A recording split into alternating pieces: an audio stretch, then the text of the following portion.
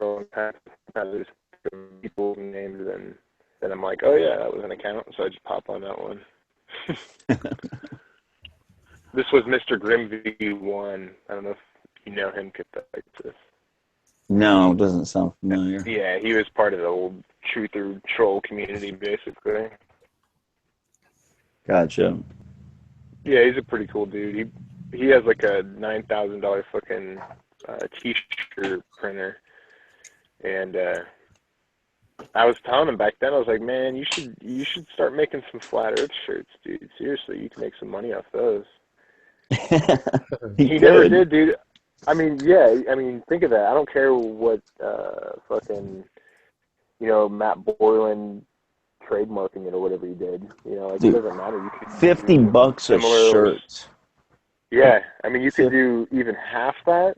Oh yeah, dude. Or maybe even 30, and still make tons. Big time. I can't believe it. And you see like Martin Leakey like wearing the shirt. Like that dude spent $50 from Boylan to fucking get that shirt. Like, yeah. I don't get it. What is that money really? Is that his mom's, fucking retirement or something? He could have bought 20 more spliffs. That's the whole thing. That's the point, is what I'm saying. But yeah, the whole selling, there's this one account that you don't hear a lot of people talk about. It's called like Flat Earth Friends or something. And you'll see it at the bottom of the comments. Yeah. Every single fucking video. And it's a link to an eBay account. And it's everything. Flat Earth, everything. You notice that nobody calls them out? Nobody says shit to them?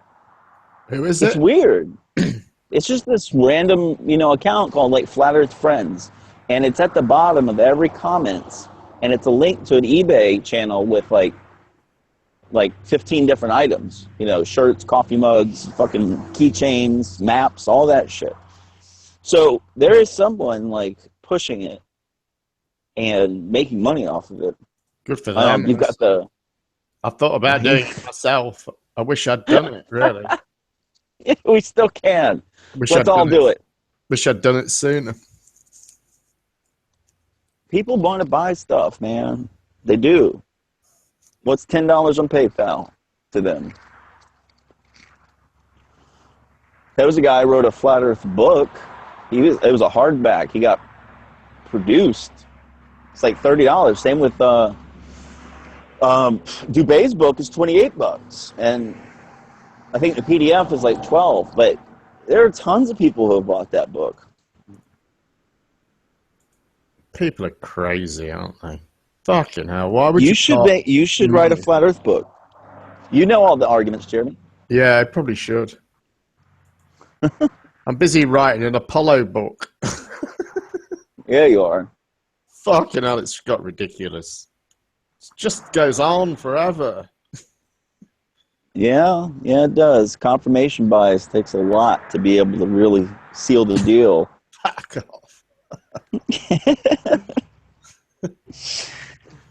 Did you watch my my latest episode with John? Yeah, mate. No, I will do. Well, it's a bit more he got into some genetic stuff, but we didn't get bogged down with it. It was actually a rather short episode.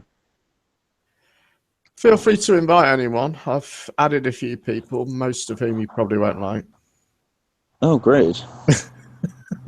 Who's that? As long as it's not Look a Pig or A4 or Richard or John. No. I'm fine. I've added Flat Earth Math. Flat Earth Math. In the vain hope he might attend. Why'd you get Mark Taylor? J39, Mark Taylor. Oh my God. I know, I'm sorry. Spurs Chemo and Thor's. Everybody else is great, but Mark is a bit mean sometimes. But I know you're not keen on him. I don't. The funny thing is Mark's funny as shit. Like, he's funny. Yeah. He does say some really funny things. I've had some conversations with him. My sides are splitting when he says shit. Oh, yeah. Because I would just rather be on the side of agreeance with Mark. Because to him, the world is a lot less complex place, I think, than it is. Yes. Often to people he's arguing with. I agree. These things are simple and straightforward, and you know what I mean. They don't deserve argument. And I agree. Yeah, it's a good way of putting it with him. Yeah. But yeah, let's see. I'm going to add Big got L. Some killer one-liners. Big L won't snipe us while I'm here unless Mark Taylor starts up a bunch of nonsense. He might snipe Mark Taylor. I don't want them to at war. No, that's why I come over here. I don't want to deal with that shit. Yeah, that's... can't be bothered. No, trust me, I'm with you. No, and Big L gets a bad rap. He's actually... he only fucking trolls people who troll him, is really the best way to put it. I just know there's this thing with him and Flatty, isn't there? And him and Mark. And What, dicks on deck?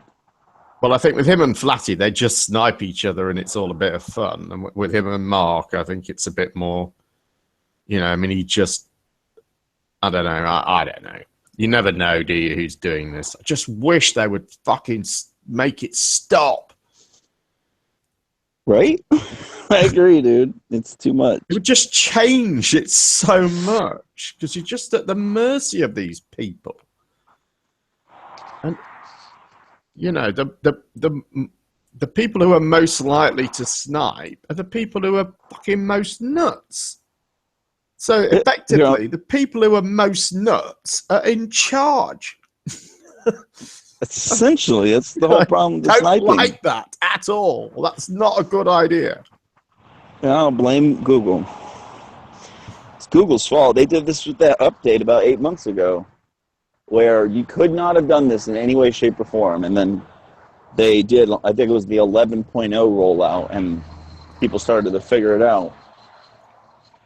So, I don't know, it almost seems kind of seditious, or what's the best way to put it? Like, intentional and, like, in order to hinder free speech, almost. Because it's such a simple thing they can code for. Yeah. I don't know. It's weird. Oh, well. But yeah, you're right. Just no A4, Look a Pig, or Richard, or... Well, Richard doesn't snipe, but he definitely takes over the conversations. He's been defending A4 to the T, man. Yeah. So strange. Yeah. It's weird. Anybody who takes A4 side is very suspicious to me. Like, because if somebody doesn't have the discernment to see that what he is, I just... It's shocking to me. Kind of the same with Look a Pig, too. He's a bit vile. He seems to have calmed down, so I'm going to try and give him the benefit of the doubt, and hopefully it'll... so you're going to be an adult about it? Well, yeah. I don't know if he would be able to do that. Hopefully it'll do the opposite to escalate, which I can't remember the word for. De-escalate? Why? Fucking hell, old age, mate. Just start forgetting words, Maybe it's too much weed. Welcome, Chris. Evening, guys. Oh, hey, Chris. How's it going? All right, mate. Good, How good. are you? Yeah, I'm fine, thank you. I listened to a little bit of Antonio's show the other day. It's interesting what he's saying about the map. He's got it proportional, he claims. What do you think, Chris? Fritz, well, I didn't want to say this on air, and we are on air now, but for it to even be anywhere close to reality, the amount of resources that it would take to actually map it out properly, it's a very good guess. That's what I'll say. Yeah, I agree. Is he saying it with certainty, though? He didn't. No, he didn't go that far. He said that there's room for improvement, and if anybody, he's going to scan it somehow, and if he's going to make a PDF version of it, which is downloadable, and then people can make corrections or adjustments and stuff as they wish. Gotcha. Did you guys get into any shell talk? I tried to avoid it at all costs. He kind of nearly went there a couple of times, but yeah, mostly nobody encouraged him, so he to bring up things that are contentious or raw or a little bit drama intonated. I'll try to be as vague as possible, but I finally heard about this information that was discovered. I heard you briefly mention it once before, I think on FreeChan, just vaguely, but I didn't know that was the case. You follow what I'm saying? Oh, about the guy who deleted all his videos and disappeared. Yes. There's I heard the version which was secondhand information. So you know what secondhand information isn't necessarily reliable. But the version I heard was very, very close to the version which was portrayed in the Math Powerland conversation between Antonio and Math that Math recorded and uploaded to his channel. Yeah, I didn't have the patience to sit through all of that, but I heard it through, in my opinion, somebody who's pretty reputable. She wouldn't misinform me. She said that, but she says this has been confirmed by 4 people, 4 sources. Now that to me is... is anyone else allowed to know what the fuck you guys are talking about? Oh, sorry. Well, here, I'll just be as vague as possible. It's okay if not, but No, it's out there. It's public information. It's on. I know, and I totally get what you're saying. I doubt you're going to want to sit through the whole Math Powerland video, Jeremy, because it is pretty. To be honest, it's pretty hard to listen to. Oh, I know. The sort of 2.25 hour one with him and Antonio. Yeah. That's right. Yeah, I managed about 5 minutes. Yeah, where I think they both took some Adderall and decided to lay out their entire worldview in 5-second increments. Oh, right. But no, it's essentially what I'm saying is there is a, I wouldn't say rumor, but a reason why. Do you remember Adam Doherty? Yeah. How he removed himself from the situation very fast and very abrupt. Well, apparently he has a relative who works in Canadian intelligence, which I think is an oxymoron. Anyway, that aside, they ended up finding out that some people who were involved with this are actually on a payroll. And we'll just leave it at that. Yeah, and they were taken, allegedly they were taken to a hotel room, and the family member was, it was like an intervention as well to do with his religious, it's pretty complicated. I'll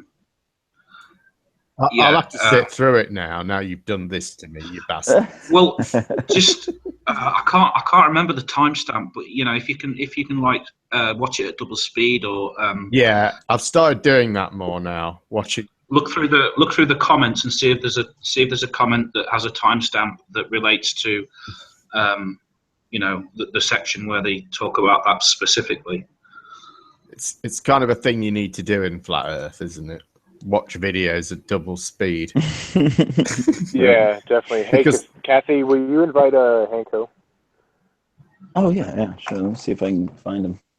Because Flat Earthers are incapable of. I can add him. Incapable of making a video less than fucking 3 hours long. Yeah. Hank Schill or Hank Hill? I see him. Yeah, it's Hank Schill, man. That's awesome. Pete Shea too, if you can. It says I can't invite him for some reason. Here, I got Hill. Let me see. I got him. He's in. Pete? Yeah, Pete's in. Pete Shea? Yep. Well, he's in the. Oh, you added him. Okay. Yeah. Oh, sweet. Yeah. So, Jeremy, how do you get like those contacts saved? I think they're just mine are just in there. On the Hangouts page. Tim, you delete your account so much that you're not going to have a kind of a historical database there. Yeah. Oh yeah. Gotcha. Yeah, Google won't have caught up with you yet, mate. It'll be 3 or 4 accounts behind. It's still trying to update itself and make get there.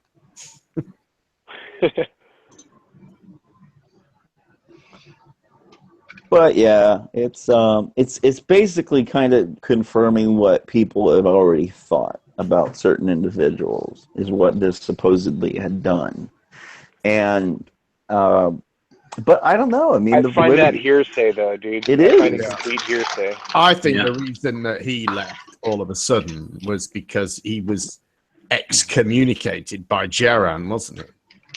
Geran said he was. Yeah, but that wasn't the reason. That Jared wasn't. said That happened like 2 weeks Well, earlier. the thing is, that was the point where everything changed because But up that until wasn't- then, hang on. Up until then, he'd recently become like the flat Earth's token Christian. Yeah. hadn't he?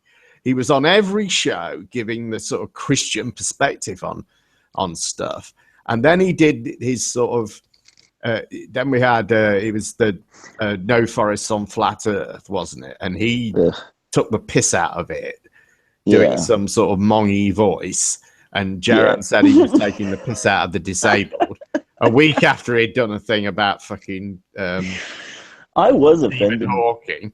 I was slightly offended by his voice though that he did because he Right. did it for like 6 minutes and he tried Are really you hard kidding, to sound dude? Come on mongy. with the political correctness. No, I wasn't offended. I was dude. just like, damn, this dude like did that. I thought it was you know what I comedy mean? This gold. Christian. I mean, I thought think the thing is, then, it's fine to do that. It's fine for you to do that. It's fine for me to do that.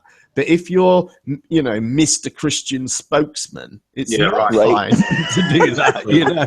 Exactly. I didn't really like the guy. I had very limited interactions with him, but there was one time when I was on a hangout with Ace McLeod, and 3 people popped in the hangout straight away. He was one of them, Antonio was another, and Patricia was another person. And at the time I was making, I suppose you could term them as snidey comments, but to cut a very long story short, Nathan was supposed to come in as well, and he couldn't because I'd blocked Nathan weeks before because of an interaction we'd had. And he made a point of saying, Nathan was going to come in, but he can't because Chris Princip has blocked him. Now it was like, dude, come on, And then Antonio proceeded to confront me about the way I was behaving. Anyway, that's another story. But I didn't find him particularly, what's the word, easy to get on with. I sent him a message afterwards explaining why I'd blocked Nathan and, et cetera, which he never responded to. But that's the only limited interaction I ever had with the guy. And I missed what you just said earlier on about all of that. That was the period when I took a 2-3 month break. So I missed out all of that. By the time I'd got back involved or started watching videos and catching up with what had been happening, he'd already gone, So I missed all of that. So I don't know anything about any of that. Well, the thing is about that guy, I saw him crying in a couple videos. Right, yeah. Just reeked of fakeness. Do you think he'd... You're breaking up. No, say again, Tim. Yeah, you're breaking up a bit. Yeah. Kind of. You're a little robotic-y, but... Go ahead. That's better. Okay. That's religious hard emotional work. Yeah, for sure. I But it was still, when he did it though, it did seem out of place or manufactured. Is really the way I felt about it when I saw it. I kind of know what you mean, but I think the one I saw, I got the, he didn't kind of quite say it, but I got the, he was sort of intimating that he'd been trying to tell people at his church about the flat Earth, and they weren't having it, sort of thing. That was the one I saw where he was getting really crying, you know what I mean? And I think it's kind of, I don't know what I want to say. I think I kind of know what you mean, that it's sort of fake, but I think it's kind of real fake, if you know what I mean. Yeah, if that's just the type of guy he is, I suppose. Yeah, that like could he happen. wallowed in his own self-pity long enough that he Yeah, that's sad. Do you know what I mean? Jeremy like wrecked the poor kid.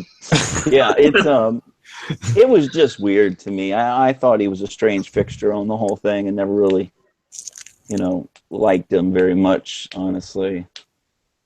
So, do you think But he would? whatever. Do you think he would possess? I know this isn't a bit of a.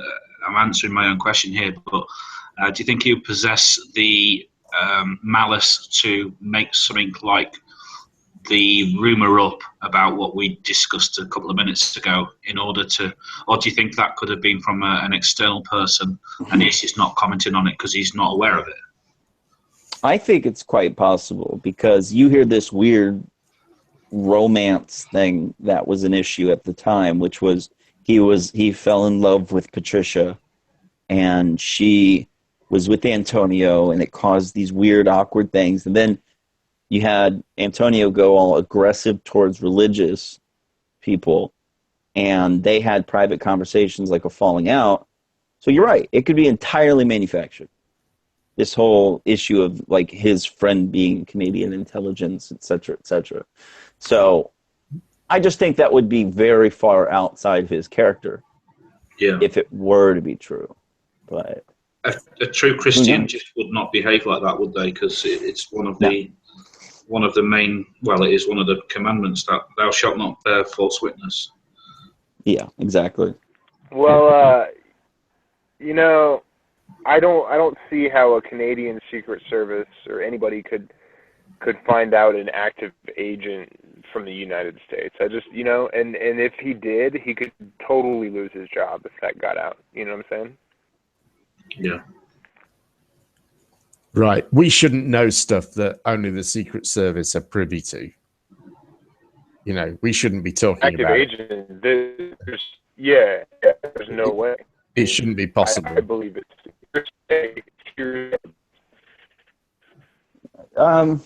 Yeah, but there might be some leeway in that if it's anonymity or perceived anonymity by some of these people. Mm. Yeah, it's been sketched from the beginning to me, obviously. I call her a show.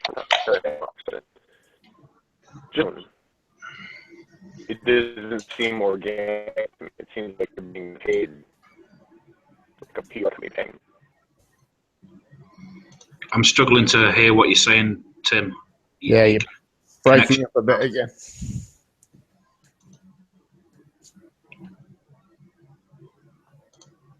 I've got a fucking stupid illuminated keyboard that hasn't illuminated. I do want to agree with Tim. After evaluating all of this for the past year and a half, it doesn't appear to be organic. It really doesn't. You had apparently like a couple forums that existed back. I could probably date back until 2008 of what people would say is the modern flat Earth thing. But Dubay and Powerland, and Sargent, you could probably say, came out within the same time frame. And we won't get involved with anybody else who got involved, but like those people coming out at the same time, pushing each of them a very different perspective.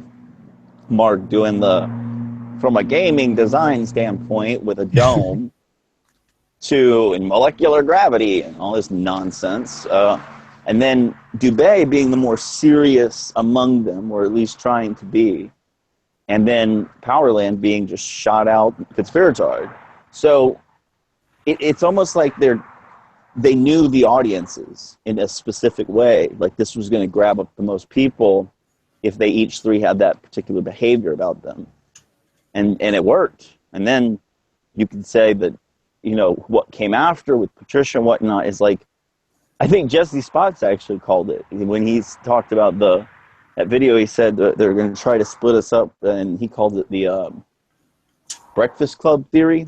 Yeah, I remember that. Yeah, that was great. Yeah, like the jocks and the nerds and all these different little social niches that we see, when we grow up in this world, or like they're going to capitalize on that, and they did. They turned it very cliquey, and you had everybody calling each other a shill, Jaron's actually right in saying the word shill did more damage than an actual shill could have ever done. So I don't think it's organic. I don't. But that doesn't take away the validity of any of the topics within. You know, like a alternative cosmology, NASA being a fraud, maybe the Earth being It calls different than them into what it is they were question told. heavily, though. It calls them into question. It does. But if a liar tells you truth, does it take away the fact that it might be truth by knowing he's a liar?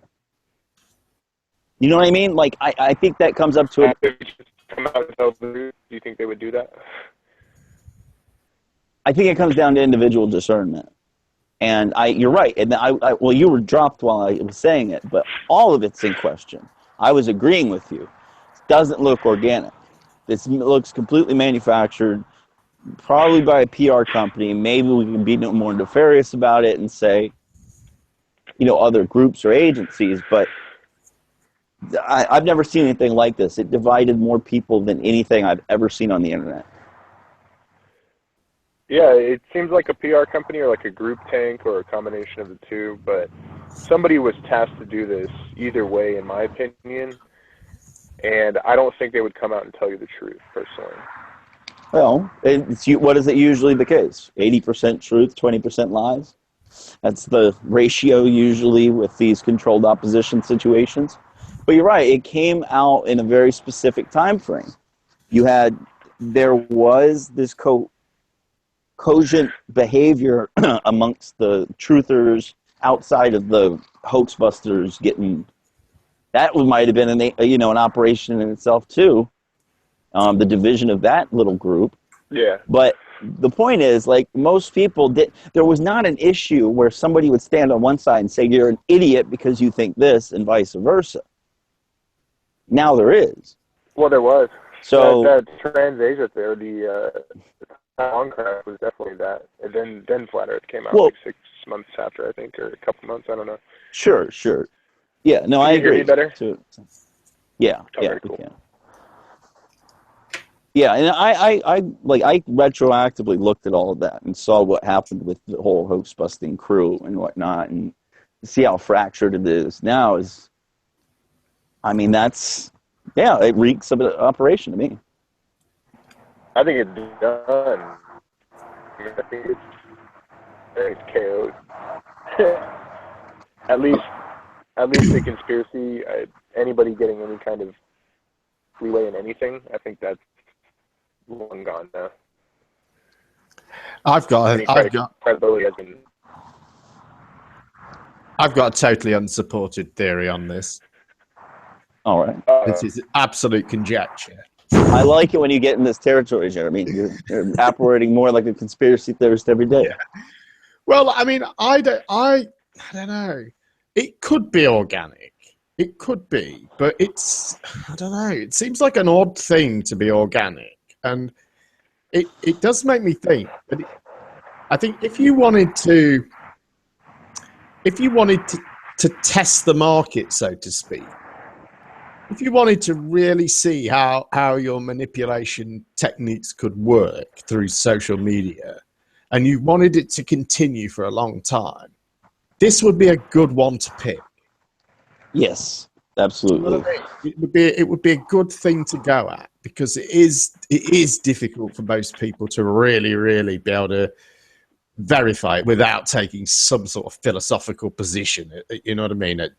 Making some presuppositions, you know. I think that's a known thing historically too. Right. They've probably realized that. I mean, you know, I think I may have told you this before, but my dad actually interviewed someone from the Flat Earth Society, would have been back in the late 60s or early 70s. And he told me that they didn't believe it. He said they don't actually believe it. They just hold it as a debating position because it's actually, you know, quite difficult to challenge, you know. So I've seen that claimed before too, but I don't know if that's true. I think a lot of these people do believe it. Well, I think they do now, but I think in the old Flat Earth Society back then, I think it was just a debating position. It may have evolved. I know different people took it over and things like that. So it may have evolved into something else now. But originally, that was my dad's assessment of it, and he wasn't a daft guy. That's fair enough. I mean, it could just have been so shocking to him that he would want to assert that. Yeah, but that's true. I mean, actually, I hear people say that sort of thing here all the time, don't they? People who are new to it, they go, yeah, they're like, well, these you people can't don't be honest. actually believe this. Yeah. You don't think Yeah. they actually believe it, do you? You know, You see what I mean? That's a common first response to right, but, this paradigm he had shift. interviewed this guy, you know what I mean? It wasn't like just a random meeting. I mean, I don't know. I mean, I've only got his one anecdotal account of it to go on, so it could be either way. But it does seem to me that it would be a good thing to pick. It's sort of not really sort of, it didn't have It's very to be, difficult it to didn't prove have to be either way. religiously sensitive in any way, so it can kind of cross borders. It has achieved that, really. There are people who don't believe, people who are fundamentalist Christians who believe the same thing. So do you know what I mean? It's sort of. Do you mean along the lines of like it's not politically charged, really, although it does have this sort of general dislike of the establishment at the background, but it isn't right wing or left wing, or do you know what I mean? Do you see what the point I'm trying to make? It's a powerful question. It would kind of a powerful question. It would work well as an experimental thing that you could play around with for a long time without really doing any damage to anyone. Do you mean like along the lines of like a social psychological experiment? Yeah, yeah, exactly that. And I think, like I say, this is pure conjecture. I'm only working off the basis that if I was to set out to do this, this seems like it would, of all the subjects you could pick, this seems like a good one. Holy shit, guys. We finally got one of the number one shills to admit exactly what's going on here. Jeremy, we've got you now. That's what's happened. We've befriended you, and now you've let too much information out. Cathexis, did you happen to see some of the comments Pete Shea was making the other day? Where at? I think yesterday, Nathan. No, I missed it. What was he saying? He was saying George Bush is Charles Manson now. No, oh my God. Yeah, of course. I don't know if he's that far down the rabbit hole for real, or if he's actually a disinfo clown. Like, seriously, with some stuff that he says, and he comes on all the time to come and say a bunch of nonsense to people. So I don't know. I like him a lot. I like Pete a lot, but you do bring up you make a strong point, because and I hope he doesn't get mad at me for saying this, but there are so many things that he says that I just find absolutely just ridiculous, and I think it muddies the waters big time, because there is genuine reason to look into these topics. But if you hear somebody, you're unfamiliar with it, and you hear somebody espousing some of these things that just seem so patently ridiculous, they're going to laugh it off. Oh, there's those conspiracy theorists. You know what I mean? Like, it plays into that whole issue. And I just don't, it's clues for him, dude. You know what it could be? I don't think he is a disinfo agent, honestly. I think clues for him is. That's what I think. Yeah. I think that the whole thing was set up for that reason, to disseminate disinformation, and people have just bought it. So he may be extremely genuine. He seems like a genuine person, and I just like you said, I like Pete a lot, and I get mad when people beat up on him, and I like him. But at the end of the day, I think the issue's clues forums more than anything else. I went there just about 2 weeks ago. It's ridiculous, some of the things they're saying in there. Yeah. It's kind of weird. I mean, I think about a lot of the conspiracy people, the people that have been in it a long time, some of the older cats, and they've alone had really, really kind of interesting connections and shit, and at times been kind of proven like absolutely wrong. And I'm just thinking of like, you know, Veterans Today, InfoWars. Bro, I've been in All this since 2001. I'm not going to even exaggerate or lie. I have literally been involved in the internet conspiracy realm for this long. You know, I was here at the origins when YouTube came up, but before that, we were reading shit off the geocities.com websites and Angel Fire. And like that, I was in it Yeah. very, very early. And I took a break from 2009 to 2013, I guess you could say. Like I finally shelved it all and was like, what am I gaining from this? You know, there was just too much fear porn, you know, in the process. But Yeah. I've seen it evolve in so many different ways. And Me too. I think that the disinfo comes from places like Clues Forum. You know, they might have some truth there, but for the most part, it's the whole premise is usually very wrong.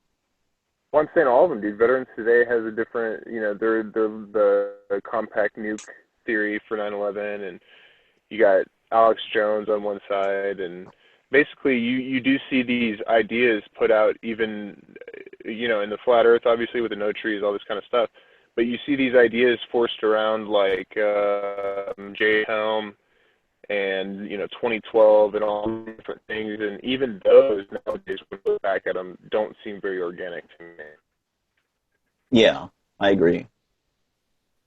Perpetuate these things. I mean, just take Alex Jones, right? I mean, when Jade Helm came out, it was like, you know, the end of the world. UN was coming to take us all to FEMA camps and shit. And none of this stuff ever happens. It never amounts to anything. I talked to some homeless dude in San Diego, some veteran, and for like 2 hours I actually recorded the conversation. And he thought here in November CERN was going to some kind of portals and all, and moving his life, like this is all going to be. Hey Tim, I'm sorry, dude, but you gone full robot. We can't hear you. Sorry, dude. I didn't hear that last part. You know, try it again.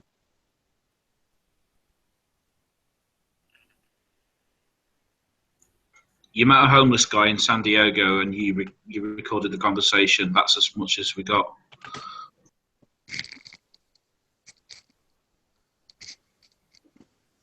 Good evening, guys. Anyway, Cathexis, can I ask you a question, please? What's up, Mark? Yeah, what's up? Yeah, I'm here to argue, Cathexis, so don't think I'm going to attack you, because I'm not. I don't. What's up? Yeah. Did you just say that that there's some utterance of truth on these websites? Not Clues Forum. I mean, there might be, it might be intermingled, you know. I mean, there's something definitely wrong with 9/11. That's the truth, so to speak. But going out to the ways they go off is not. So do you think there's someone with an agenda behind the site, or do you think it's just people that are conspiracy minded and they've just like gone too far down the hole? It could be a combination of both. But I honestly, I mean, I know disinformation is real. This stuff is something that governments participate in. It's called propaganda, isn't it? I mean, Absolutely. It's just propaganda by another name. Well, sure. And they've legalized it essentially. In 2011, they repealed the Smith-Monk Act here in America, which was this law put there to protect us from our military and our government propagandizing their own people. So, I mean, historically, all governments do this. So I think something like Clues Forum could very well be that. But, of course, that's a conspiratorial thing to say. It could be just a bunch of idiots. You know, like, you don't know. But I lean more towards it being, there's probably a lot of disinformation being put out by the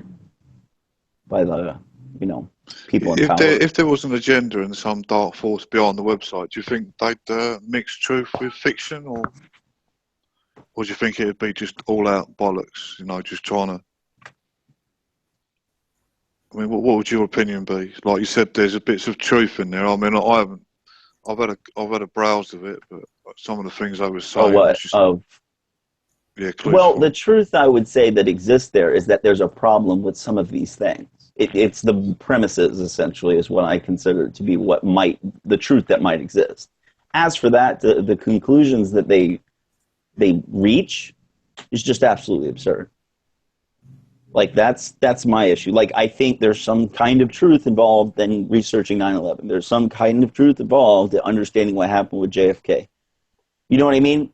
But the conclusions that they seem to come up with just seem ridiculous, far out in left field, and nonsensical in a lot of ways. Like the theory there was no planes on 9/11. Well, the whole theory of it being a fully CGI movie, 102-minute movie, and them taking down the buildings behind scenes, absolutely. Yeah, that's that's Pete Shea's one. I mean, I don't know about yourself because I can't speak for myself, but I've never heard one that far-fetched before. I mean, I've heard all different, like, I don't know, levels of conspiracy around 9/11, as you do with every other one that happens. But what I'm saying is, I've never come across someone that says, like, you know, like you just said, the planes didn't exist, the buildings were took down weeks before. Oh, there's exactly, no planes. Exactly. Yeah.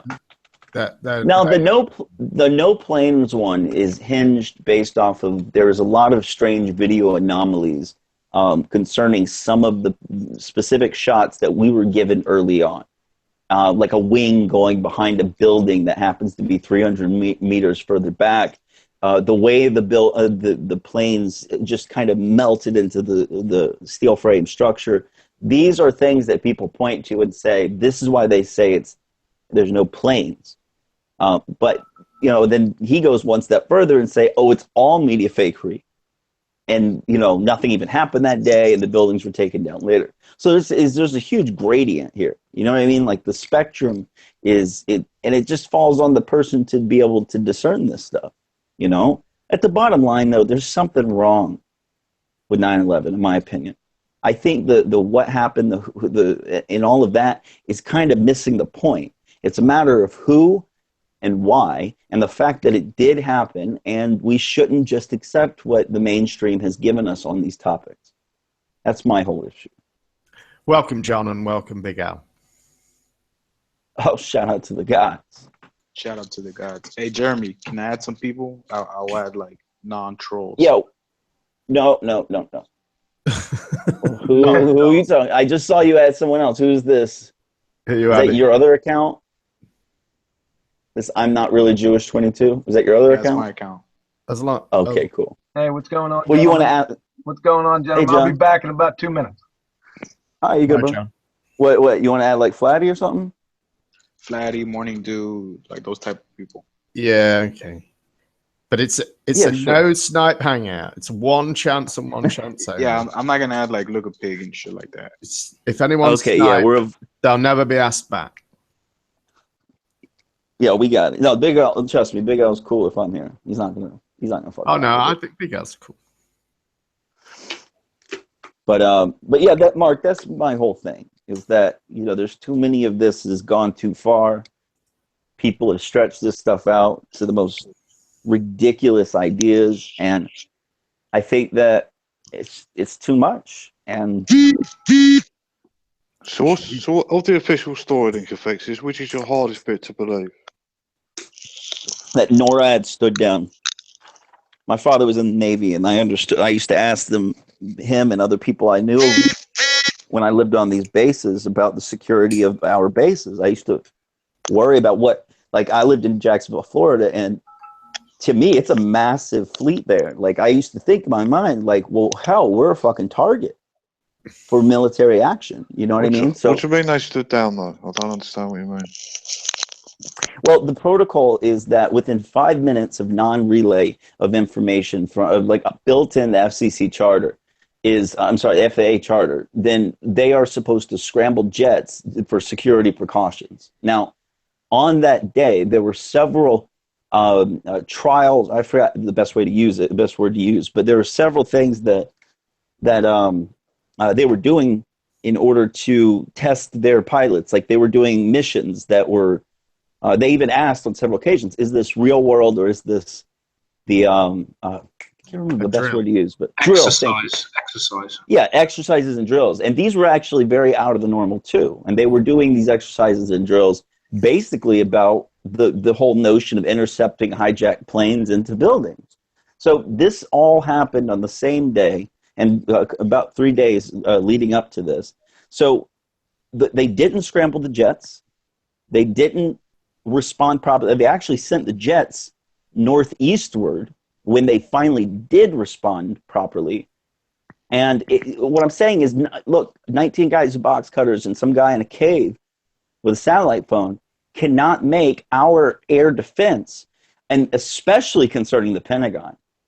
Jesus Christ, especially the Pentagon. You know, we have military ships constantly patrolling within 20 miles of our shores that are constantly doing amazing things to defend us. We have missile operations around the Pentagon where they can fire and shut down anything that might come in the airspace. It's closed airspace. Like, there's just a laundry list of things that should not have happened on that day. But no, that should give people pause. That is useful to you without hindsight. I mean, you can't go around shooting down passenger jets. Doesn't matter. Well, sure, but no, you're right. But hold on. It's so. Let me clarify.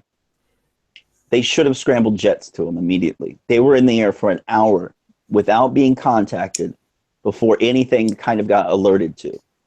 That's not the way our country runs. Who was your enemy before that happened, Cathexis? Who was you expecting an attack of in the United States of America? Where were they expecting the attack to come from? Well, they actually had several reports of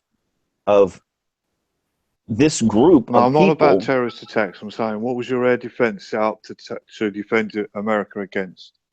It was constantly prevalent. It doesn't matter what enemy we might have had. Well, no, because you weren't set up to defend against England, was you? Because the UK wouldn't attack America.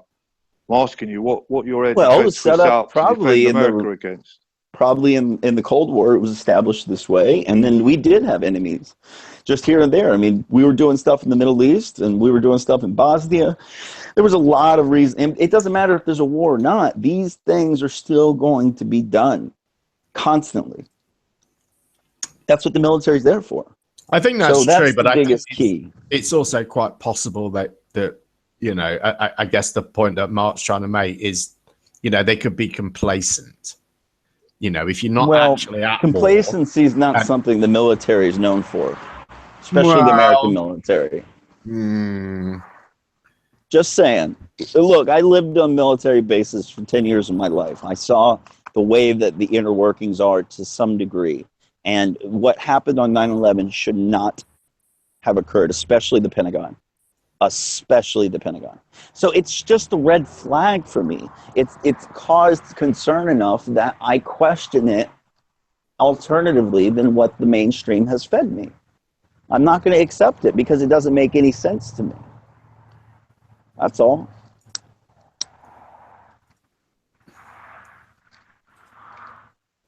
What do you think about Dr. Judy Wood's theory? Chill.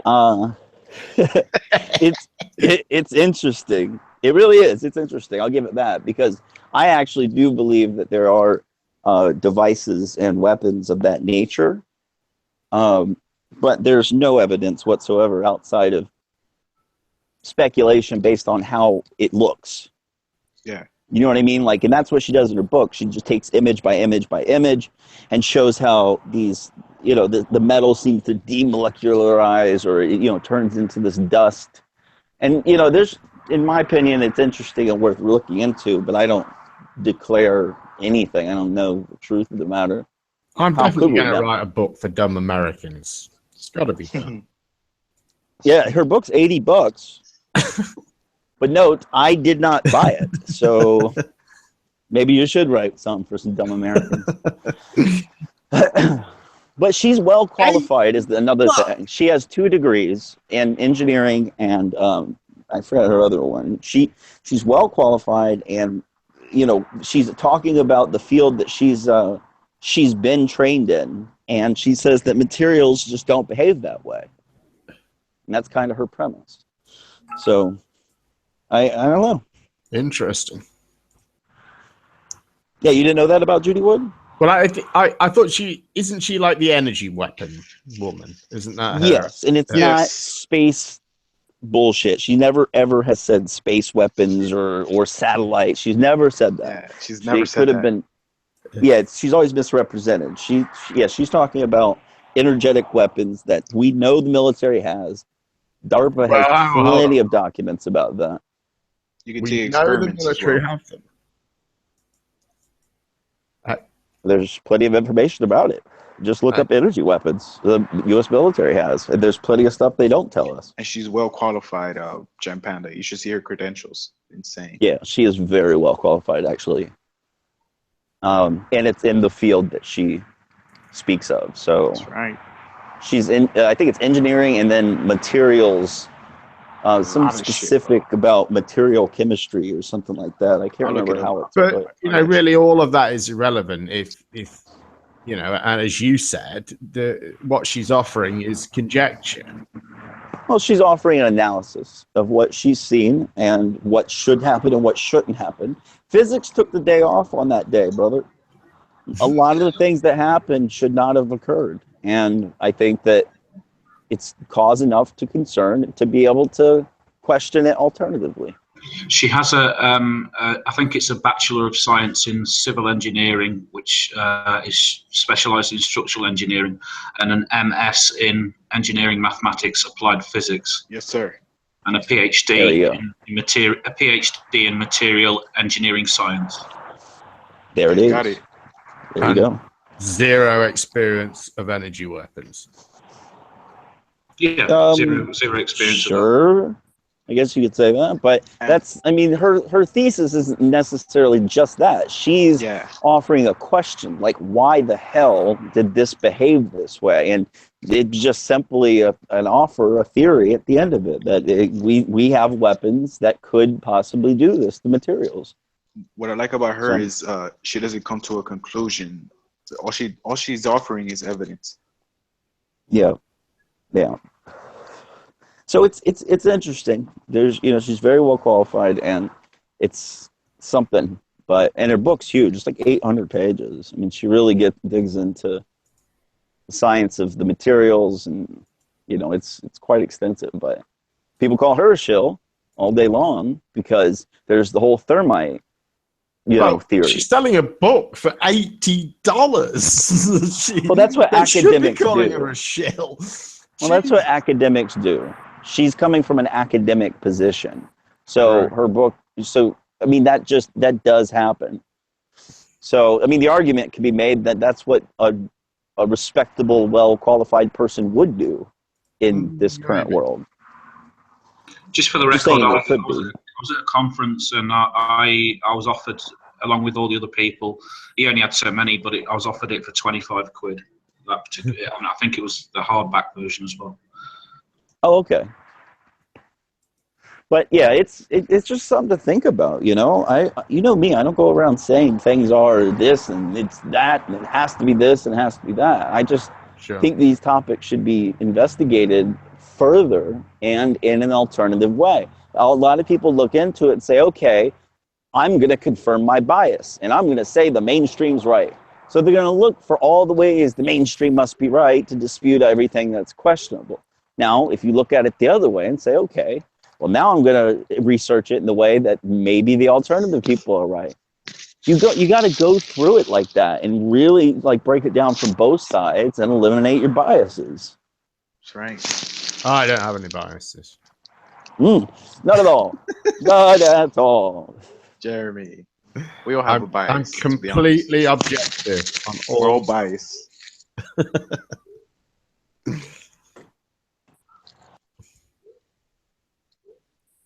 But yeah, that's my thoughts on that. 1 second, guys. I'm going to get my dinner. Go ahead. Chris, what do you think about 9/11, man?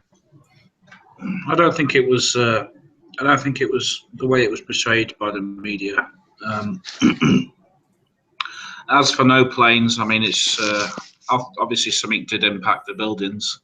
I would say, whether it be passenger airlines, I don't see enough evidence for that, especially the footage that I've seen. I think there were projectiles or perhaps even missiles fired at the building for dramatic effects, but I don't think they were passenger airplanes with people on them.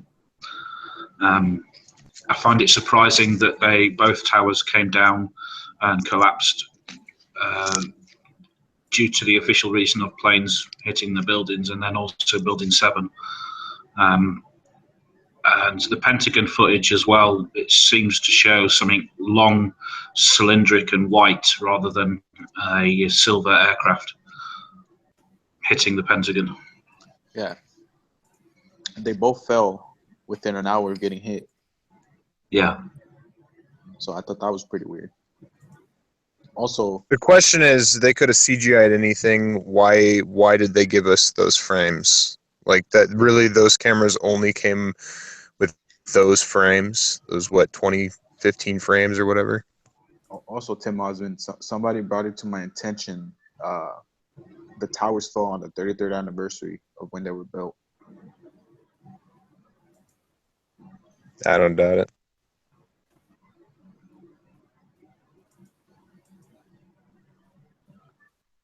Numerology. All a hoax. No one died. There were no planes. You're all liars. All of you. Liars. I still think it's absolutely hilarious that Tim thought that Pete Shea was a man from Barbados or some shit. Yeah, this flat man. That's what I heard when he talked. It was so great. Could you not distinguish his Irish accent or what? I couldn't at first. No, I'm an American. I have no idea what other people sound like. Yeah. you people are my only reference point. No, be serious. Come on, he's got a distinctive Irish accent. No, seriously, some other people said the same thing I was saying. I thought he was black and from Barbados or something. Yeah.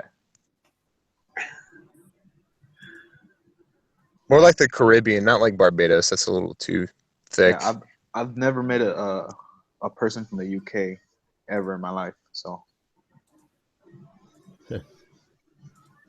Yeah, you got Marble Mouth, and then you got Jeremy, the perfect speaker. Yeah, to look at different dialects. Jeremy's definitely got a Nottinghamshire twang though. I spotted that from before I knew he was actually from that area. I have, and it's been recognised by someone else actually. A lady who's a flat earther who she's from Nottingham, and she knew straight away. What's funny is you said a twang. You see, in the States, when we say a twang, it's usually like a country accent. Yeah. That's interesting that you would put it that way. I was probably misusing the words. Yeah, I know what you're saying. Like, maybe it's a Nottinghamshire dialect. Is it more posh and proper? Is that what the case is about that area? No. Really, I think Jeremy's just from a middle class family, in my opinion. I don't know that for a fact. Yeah, I am really. Yeah. He had silver spoons till the day he left the house. Well, not really. I was a teenage runaway, so. And his silver spoons were removed, self-removed. Yeah, pretty much. But no, it wasn't really like that. I guess I had quite a privileged upbringing when I was young, pretty young. But when my parents split up, it all went a bit bonkers then. It always happens. Yeah, it's expensive, isn't it, splitting up when you're a family? Yeah, plus no amount of money can really prepare you for a separation of your parents. Right.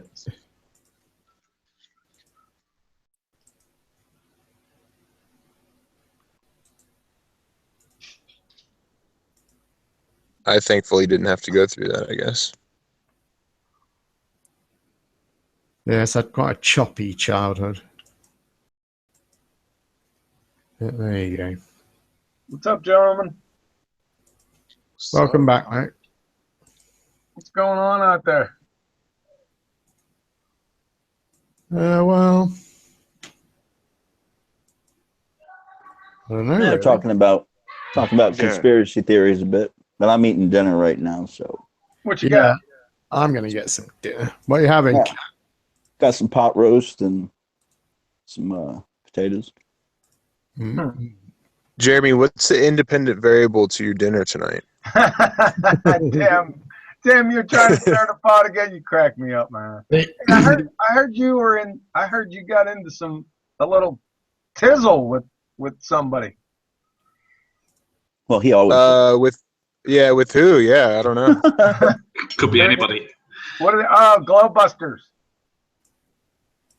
Oh yeah, Bob called me a faggot twice, and he said to come to his house. He told me his address, and he said we could settle it like men. I wish I would have recorded it. I was about to, but Morgal was in there too. It sounded all nasally and shit. And basically, I joined, and they were talking shit about me, and Jaren wasn't in there. But yeah, he wasn't very happy with me. I just, I came on, and tried to sell some colloidal silver for Mr. Thrive and Survive, and they didn't appreciate that. Jeez, oh man, Tim. I didn't listen to it. I got to go back and listen to it. I just seen some of the comments. I was reading through the comments, and then all of a sudden I seen Tim Osmond is a jackass. Yeah, dude, that's the usual. But yeah, I came in at 3 hours, 3 minutes, and 13 seconds. Did you do that deliberately? 3:03:13. So just out of interest, could you have jumped on at, say, the beginning of the show, or did you purposely wait till the end of the show? That's classified information. Right. He has his methods. Yeah. Because I mean, if you'd done it at the beginning and then sort of kicked the guest and Morgal, so to the point where they didn't know how to, or they didn't have the means to join again, it would have ruined the whole show. Yeah, that's actually what I said to Bob when I first came in. I said, "Hey, man, you guys droned on for 3 hours. I came on, and that's when he started calling me a faggot." So I said, I told him, I was being nice at coming in at 3 hours, but I guess he didn't find it that way.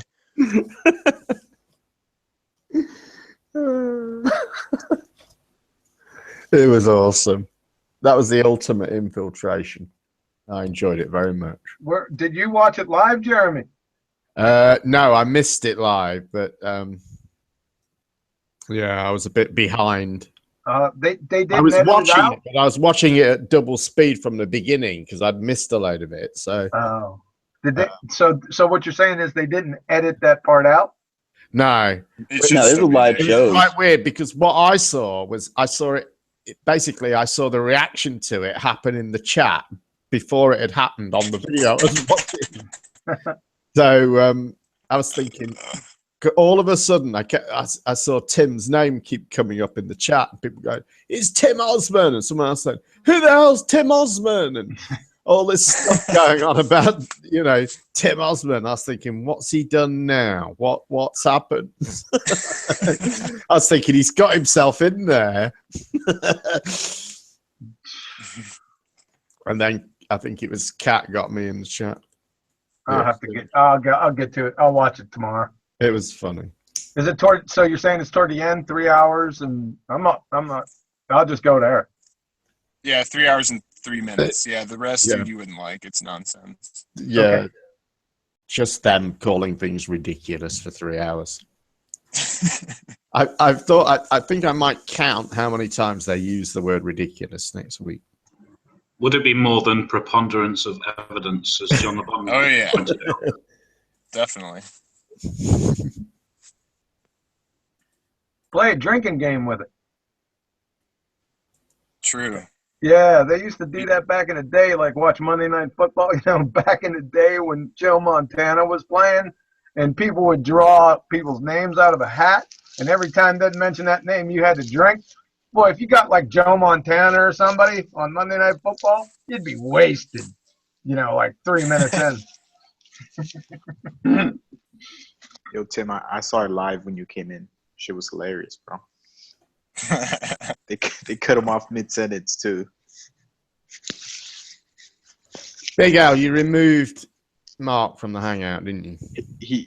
He removed me first. I told you, mate. Fucking hell. We knew this would happen. God damn it. But wait, did Mark really remove him first? Well, he's in here, isn't he? So. Well, he has another. He has 2 accounts with the Big L. He's got 2 emails. I haven't had the privilege of getting sniped yet. Hey, don't even think about it, Tim.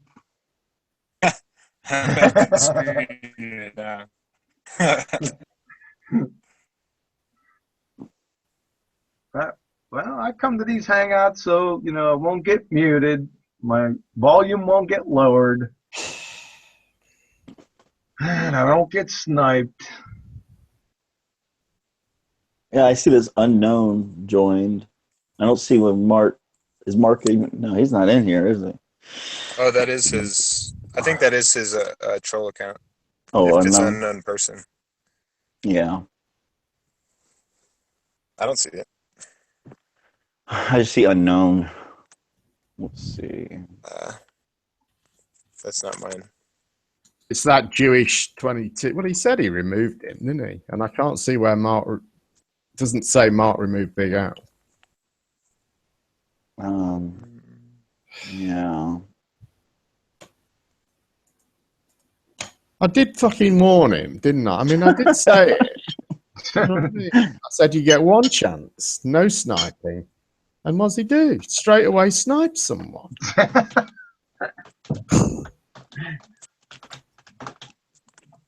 Is that what you gave? Is that the warning you gave everyone, Jeremy? Yeah, because I just, you know what I mean? I can't be doing with it. You know what I mean? Because I have to start fucking inviting people back with emails and sending them messages. And it just, you know what I mean? It sounds like a fucking admin job. Yeah. You know what I mean? Parenting. Yeah, it's like parenting like 3rd graders. Yeah, I got you. I'm tracking with you. Shouldn't be necessary, you know? Exactly. All right. Did you watch my presentation yesterday, Jeremy? I haven't seen it yet, mate. No, I've got the link to it, so I will watch it. But I figured you did. Well, I've been so busy the last few days. Oh, really? What's up? Well, just I don't know, really. Where did all the time go?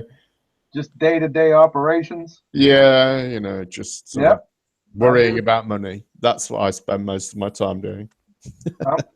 I'm just spending it. Damn. Yeah. Jeep had a heater core go out.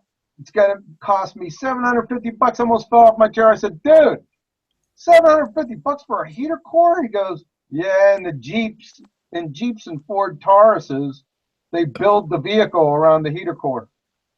Yeah, Jeep's really expensive to work on. I had one a couple years back when I lived in Denver, and I had transmission problems with it. It was like $2,000 to. Yeah, but that's a transmission. I'm talking about a heater core. Yeah. Dude, go to U-Pull It and go fucking pull it out yourself and put it in, dude. That's what I do. Man, I'm retired, dude. I don't play that game anymore. Yeah, but you could go out you could go out like Dickie Garnish and spend $50,000 on a Toyota and then brag about it everywhere. God, I know 10 times a day. I know nothing about how cars work. It's funny you should say that. After I was speaking to him, that's exactly what he spent the next half an hour talking about. Yep. And it was literally half an hour. Like, I'm not exaggerating. Yeah, he tends to drone.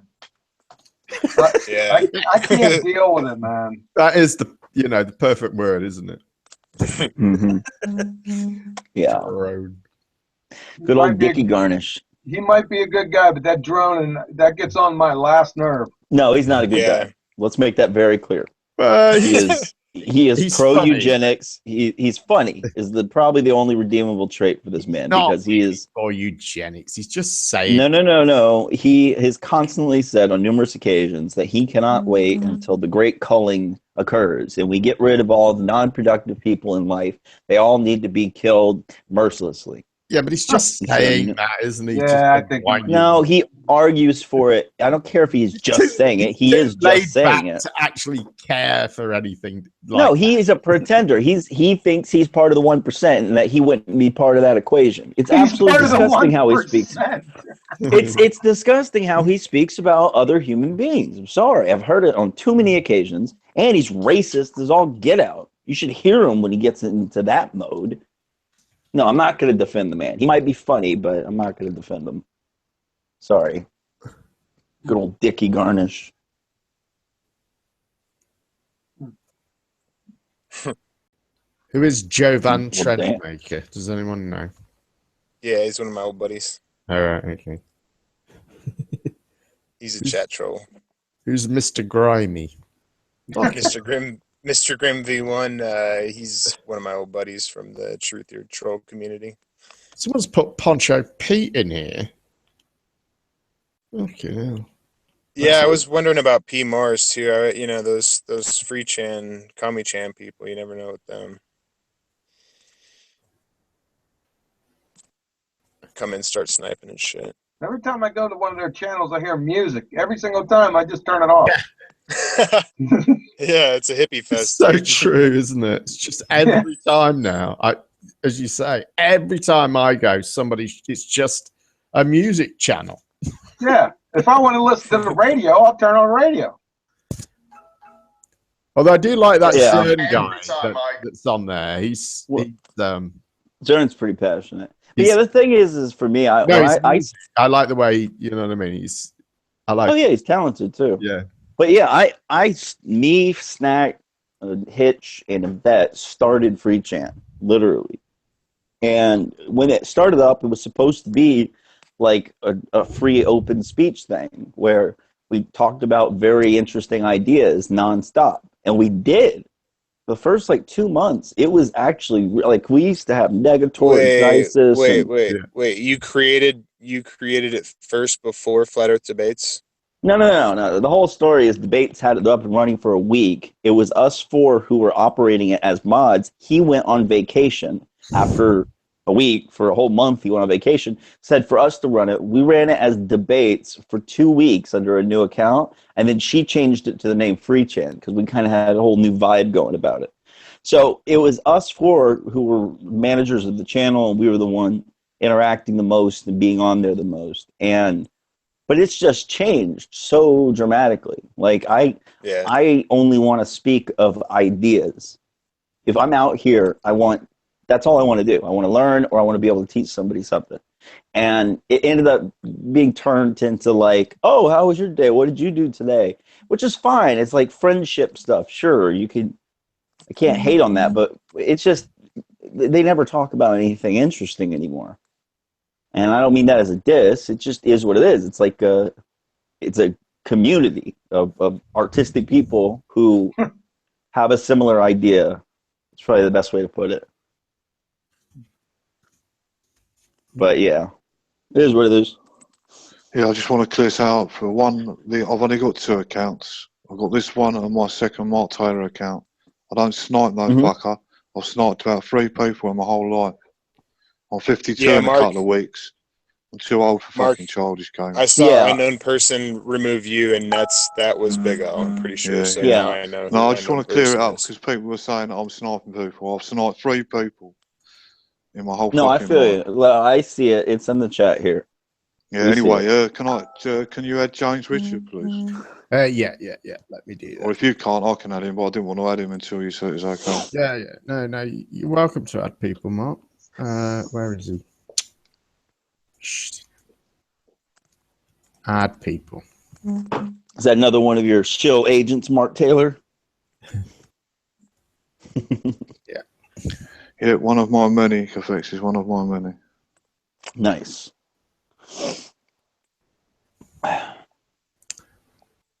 But yeah, so Debates has got a long history too, and it's been crazy. Debates, it definitely started with Debates. I'm just gonna have to put that out there. And it did. It was supposed to go back to Debates, and he has all these comments, of Yvette saying it and shit like that. Mm-hmm. So he feels pretty but the thing jaded is, by she it. had made. But listen, But she listen, made a new channel. I made the point the other day. He has never ever sent me a message or anything like that trying to go go troll Free Chan or go report him or anything. But they do that to I know.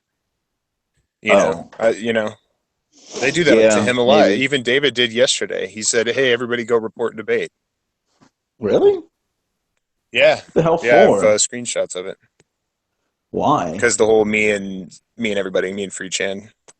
But I talked to Snack personally for like an hour, so we're good.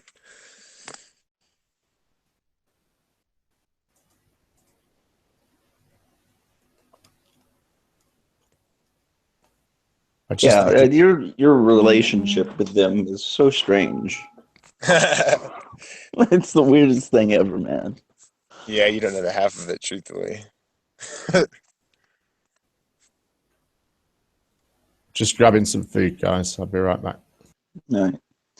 Yeah, I guess I don't. You got Are you I hope my friends buddy with Grim. I hope my buddy Grim jumps in here because he's very smart about germ theory, causation and shit. And dude, there's been so many interesting things that's happened, man. But there's this guy that we used to do hangouts with called Robert J. Morris, and all of a sudden he started hooking up with some girl. Did you ever hear about the Neglease bullshit? No. What's up? It's man, I can't even. It's when that whole homeopathic doctor dying, all those cases started to come up. Yeah. And she was like running for her life and shit. She had money. Robert J. Morris was just this fucking loser that she like picked up somehow, and they started traveling the world and shit, dude. It's so fucking funny, man. Wow. You've seen that? You've seen that account that I've joined with Robert J. Morris on, right? That's what he looks like. He's like oh man, he's got a face of a horse. It's crazy. So you just know these old school cats that you're talking about is what you're saying? Yeah. Oh, okay. Yeah. Well, I'm saying he brings a lot of awesome subjects that I never hear on any of these debate channels. Nice. Yeah. Yeah, he's big on like alkalinity and shit. I forget. He always talks about Louis Pasteur and the germ theory and shit. And he's big into like making his own colloidal silver and shit. Really? So he's he's I mean, it's not that hard, but it's kind of cool. You think that stuff works? Yeah, it's an antiseptic. You can definitely get some bad silver, I believe. People do it with like nickels and shit. Yeah. No, I've heard it does have antiseptic properties to it. Well, that's what they put. That's what they put in babies' eyes. They put a silver compound in babies' eyes when they're born. Man, it's antiseptic. It's got great antiseptic properties. Really? Yeah. Huh. I guess if you take too much, though, you turn blue. I heard that. That's what they killed vampires with, man. Silver. That's a good point. What that has to do with anything, I don't know. That's off my script. John. Oh man, but yeah, we've been branching off on some really good topics over the past couple weeks. If you think about it. Yeah. Hasn't just been the whole Earth thing. Yeah, flat Earth has definitely started to kind of fizzle out, and I think me and you's eyes a bit. Fizzle out. Well, it's branched off. We'd rather say. I think it's branched off into other like. No, I think topics. you're interested. I think you're interested in talking about other subjects like you have been doing, as opposed to keep squabbling over the shape of the Earth kind of thing. But as new information comes in, of course we'll be checking it out. But it's kind of few and far between. I think the content for most people is very stale. Well, yeah, because you can't validate it scientifically either way. So it's a moot point. Only thing we could do is What do you mean we can't validate the flat Earth? You mean, John? Say again. You can't validate the flat Earth. You mean? You can't scientifically validate concrete nouns or what is questions. They don't fit in the scientific method. So that means the flat Earth can never be proven then. Or the spherical. Also means the spherical Earth too, in a scientific way. Right. The only thing you could do is get Well, far enough what out. scientific method would you propose, Cathexis? What do you mean? There's only one scientific method. Yeah. All right, then we'll name a scientific experiment then. Well, to have an experiment, you have to form a hypothesis. I didn't think your name was Cathexis, John. I thought your name was John. All right, I'm sorry. Go ahead. No, it's okay. It's okay. Don't be a dick, dude. This is Mark. What are you on about? No, I'm not being a dick. I was just trying to. What are you on about? I don't want talking to John. What are you on about? Hey, Mark. What are you on about? Mark, you want a scientific experiment? Hey, wait a second, Cathexis. I do like when Mark says that. What are you on about? Me too. Hell yeah.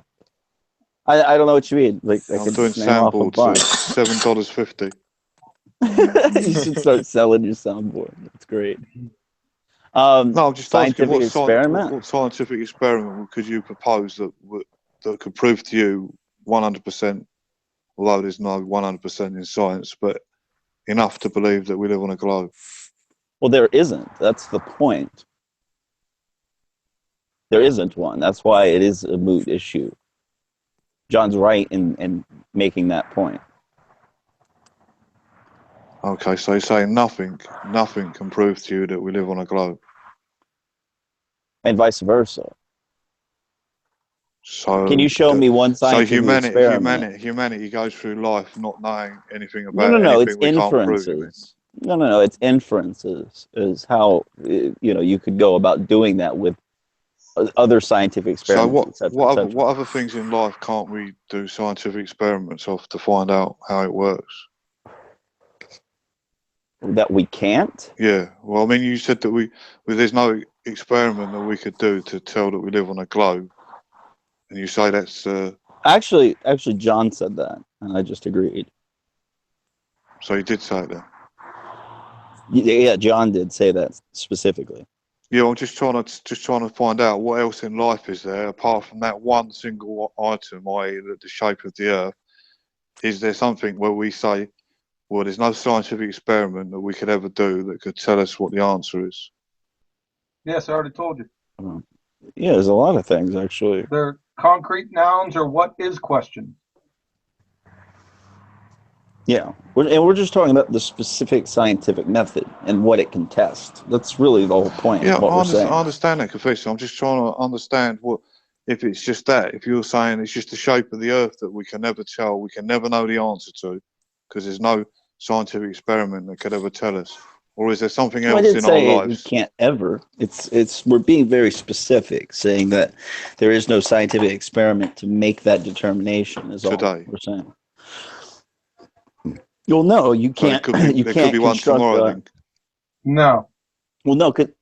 You can't construct it that way by the strictness of the scientific method. Is really what we're pointing out. So we could never find out the shape of the Earth.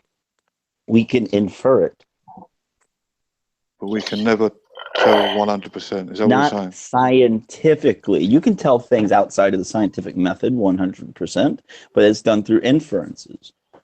What if we shot a rocket? I'm not trying to attack you. I'm just trying to clarify what you mean by that. Because if you're saying that's the only thing in our reality that we can't tell through scientific experiments, it's not the only thing. Like one might say that you couldn't tell whether God exists because it's supernatural, and the sciences aren't built up to test supernatural things. So you're saying that's on the same kind of level. The shape of the Earth is like God. We can't test supernatural. Truth is supernatural. Math is supernatural. Right? Yeah, these things can't be quantified in the materialist. So how do you account for them? So you can't quantify maths? No, math, you can't put math in a jar and paint it red. It's immaterial. That means it's supernatural. Oh, okay. It's an abstraction. That doesn't make it supernatural. Say again? Yeah, it does. There's no material. Give me the charge, mass, and spin for number 5. It's an abstraction, though. Supernatural means that it follows natural law.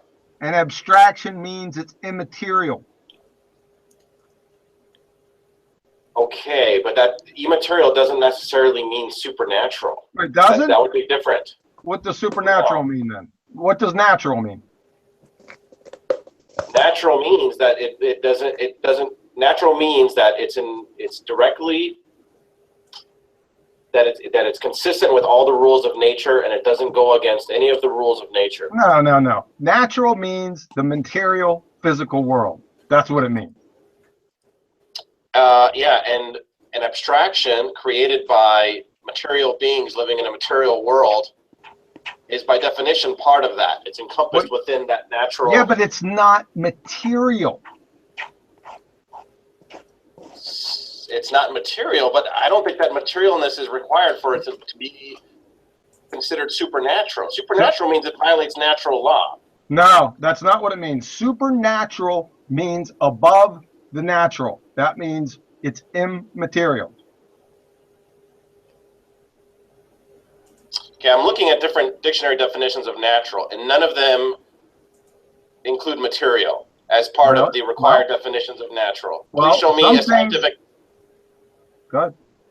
Please show me a definition of natural that requires material. I don't know where I put it. It's not on my script.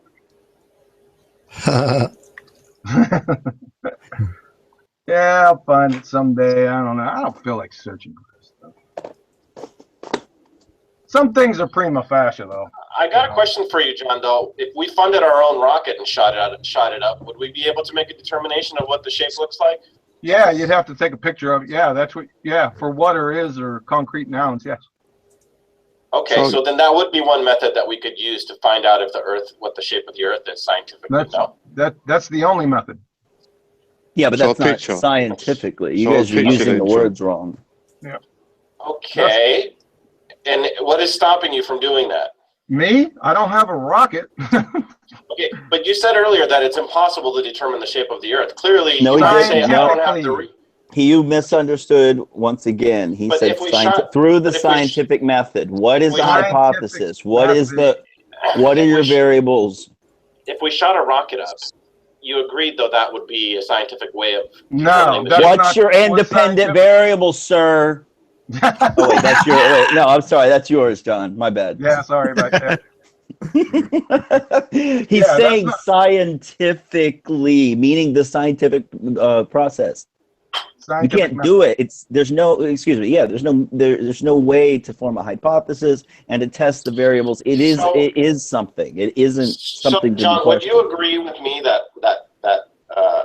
models that can make predictions on reality are more useful than models don't make predictions. Models are pseudoscience, and to predict something, you have to have sentience and intelligence. Okay, so if you have a model of, for example, don't give me a model. Okay, hold on. You want a source for that? Okay, so when an electrical engineer designs a computer motherboard, right? Sure. What is he using to determine how electricity works? Is he basing that off a model of how we think physics works to create? I don't know. I don't know what he's doing. I'm not a computer engineer. I don't know. Okay, so you're making the statement that models don't make predictions. What is your evidence that models don't make predictions? Well, because to make a prediction, you have to be able to formulate a hypothesis. The dependent variable is your prediction. It's the consequent of the necessary antecedent. I think you have a very strange understanding of science, Sean. Oh, I do. Do you want me to post it? You can post whatever you want. That still won't make it true. So wait. True. Him understanding the scientific method and explaining it to you is something that seems strange to you. Understanding the scientific method. Okay. I am. How so? Because you put everything down into this double blind kind of what's your dependent and independent variable type. Yeah, test. that's part of a hypothesis. Not all science is conducted in that way. Yes, it is. That's a hypothesis. He's speaking specifically of the scientific method. So, okay, you're thinking of science as a model. If I want to design a computer motherboard, how do I go about figuring out the physics forget your computer motherboard. But what are the three factors in any experiment? Okay, I don't want to talk about that right now, John. Of course you don't. This road with you. Of course you don't. If we don't have models of reality, then how could I ever figure out how to make a working motherboard of a computer? Well, because models are pseudoscience. We're not doing models. Those aren't the models you're talking about. Let me ask you something, John. When an electrical engineer uses... Let me ask you something. How do you figure that ink, paper, and glue molecules can offer technical instruction manuals and blueprints? What are you talking about? Let me ask you. What am I talking about? A model is an abstraction. It's not. A model is an abstraction the same way that mathematics is an abstraction. It's not a physical thing. Well, mathematics can only describe. It can't explain anything. Oh, it can't explain. Okay. That's right. So, computer motherboard is something physical you can hold in your hands. That's right. That's right. So it's just different than theoretical. But before I can make that thing, it has to. Before I make it into a real object, it has to first exist in abstraction. I have to think of it before I can make it. I can't make it before I think it, right? So. Okay. So when I make it in my head before I make it a physical thing, or if I'm going to make a chair, if I'm into woodworking and I'm going to make a chair, and I think of it, I have to think of it before I make it. I can't make it before I think of it. What do you call that abstraction in my head that I thought of before I made it? I would call it a thought, and then I would ask you as a materialist, give me the chemical formula of that thought. It's an abstraction. It's not a material thing. That's right. So how do you count? Does it exist? Maybe it's represented in the structure of my neurons in my brain, physically, chemically. But the thought exist? The thought does exist. It's an abstraction. Okay, then you need to. But it also exists. It exists in the material world in the shape of what my neurons and all the chemicals in my brain. Well, that's what I asked you. Give me the chemical formula for that thought of the chair. It's not like a chemical formula. It's a pattern. It's a pattern in my neurons. It's an electrochemical pattern in my brain. If it's material, you have to give me the chemical formula. It's a material in the same way that the zeros and ones on your hard drive are material, but they represent an abstraction. Yeah, right. Okay. What's your point? My point is those abstractions create models, and those models have predictive power. But what I'm saying is, I never said that abstractions don't exist. I'm saying models are pseudoscience. Okay, models, what would you call that thing I think in my head before I make a chair? A thought? It's not a model. You're not predicting anything. I'm predicting whether that chair will work or not in my head when I design it. You're predicting it. You just thought of it. How do you by trial and error? No. When I make that model in my head, I want it to have a real world function, which means I have to follow certain rules. This is ridiculous. But you're making models in your head of a chair. Why don't you use it in your spherical Earth model for us? Hold on, we're talking about what a model is. You're telling me models don't exist and they can't make predictions. I want to go down that road with you. Let's go down that road. Yeah, I know you won't, because that road ends abruptly for you. Okay. Explain to me. Yeah, okay. So we can talk about the Rochester physics of Rochester in the lab. They define a model as reserved for situations when it is known that a hypothesis has a limited validity. When Boeing draws up the next. Forget about Boeing. I just told you what a model is. I just defined it for you. You defined. What did you define as a model? I just defined the model in science. A model is used for situations when it is known that the hypothesis has a limitation on its validity. But let me tell you something. There is no such animal as a limited validity hypothesis. That's like being a little pregnant. It either is validated by experiment or it's not.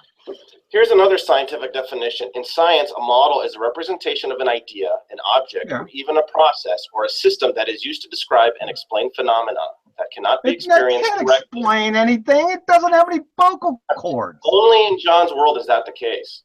Well, in reality, explain something. Okay, so when Boeing designs a 777 on fluid dynamic software and they build the prototype. It's all done with materials you can hold in your hands. But before it's made with materials, they model it to find out if it will fly or not. Yeah, but that's not a scientific prediction. Held in your hands. Oh, it's not a scientific prediction when you build an airplane and then test to see if it actually flies. No, it's not science. No, it's not. Oh my God. It's not a prediction. John, we can't go anywhere then. Because if you can't say well, that you can't go anywhere because you don't know what a hypothesis is. It doesn't matter. It doesn't matter off of your model of the airplane. You're talking about an engineering model. The airplane work. You're talking about an engineering model. Sorry, James, but I mean, there's a distinction here about what you guys are talking about. Whether He's it's an talking about engineering scientific model or a modeling. model of the solar system, it makes no difference. It does make predictions, and it explains a phenomenon that It doesn't we make observe. predictions. It All does. you're doing, wait a second. The Babylonians were making predictions 800 BC with lunar eclipses just from observing patterns and regularities that are repeating. That's not a scientific prediction. To the split second for thousands of years. That's not a scientific prediction. What is a scientific prediction? Let's get to that. You can predict something that is repetitive every day. Yeah, that's not a scientific prediction. So show me the evidence that they predicted eclipses to the millisecond, the way that we do I'm now. agreeing with you that they could predict these things in the heavens by repetitiveness. Yeah. Writing That's it down. not a scientific prediction. Okay, so when Boeing designed the 777, oh, here we go with the Boeing again. Hold on. When Boeing designed the 7777, when they build the prototype, before they fly it, they've got a pretty good idea that it's going to fly. Is that a scientific prediction or not? You're talking about engineering. It's totally different from what he's talking about. It's science. No, it's not. You're completely conflating terms. What is another word for a scientific prediction? John, what is another word for a scientific prediction in an experiment? A result? I don't know what you're looking for. It's called a dependent variable. The dependent variable is dependent on an independent variable. A scientific prediction is about any future event. Go pull up Wiki and read it for us, please. What do you want me to pull up? Pull up Wiki, scientific theory, and start reading. And when you get the prediction, go ahead and start reading right there. See what that says. All right, let's see what it says in here, and then how you're going to totally twist it into your own. Sure. How do you know that? You got a crystal ball or something? What's my favorite color? In science, a prediction is a rigorous, often quantitative statement forecasting what would happen under specific conditions.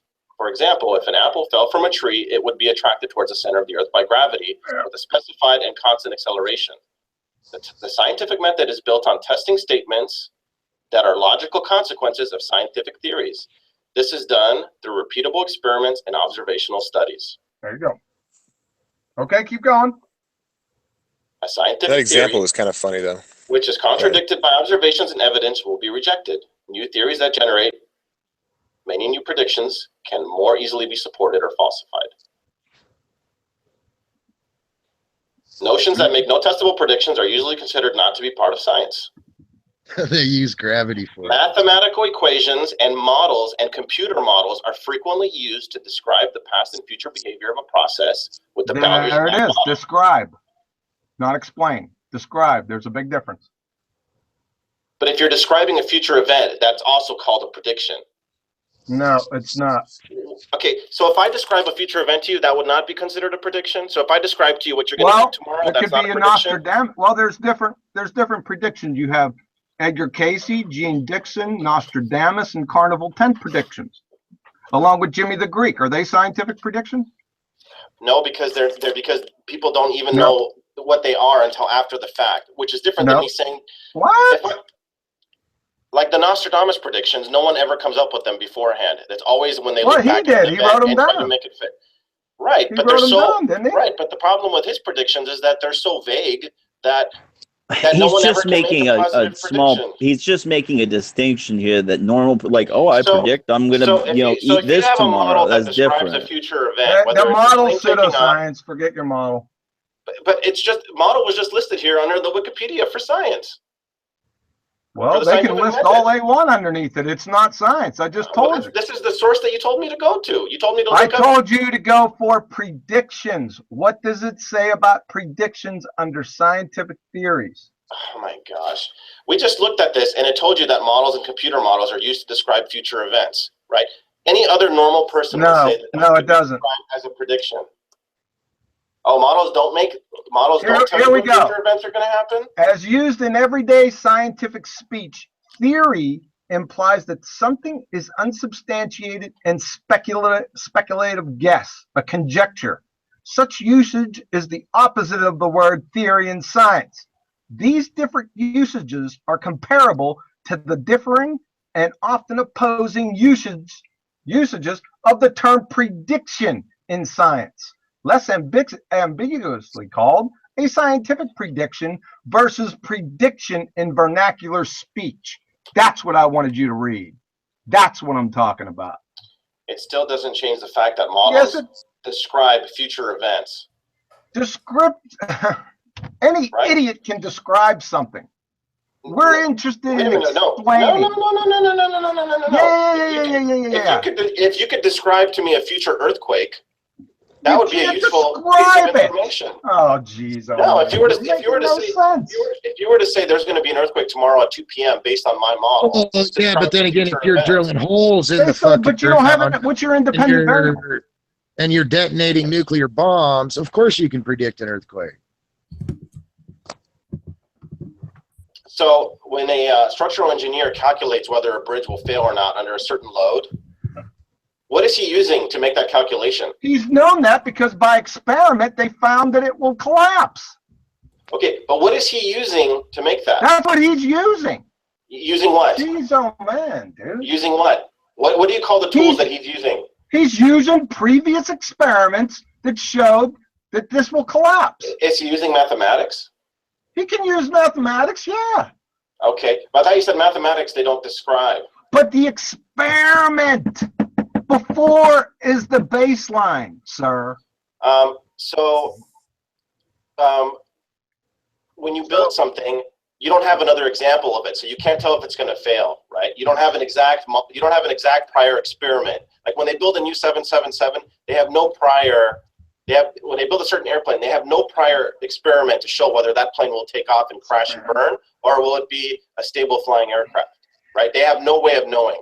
You seem to be having all these different definitions of model that you're presenting. You're talking about an engineering model in two different occasions, and you're trying to conflate it with what he's saying is defined as a scientific model. He told me that models cannot.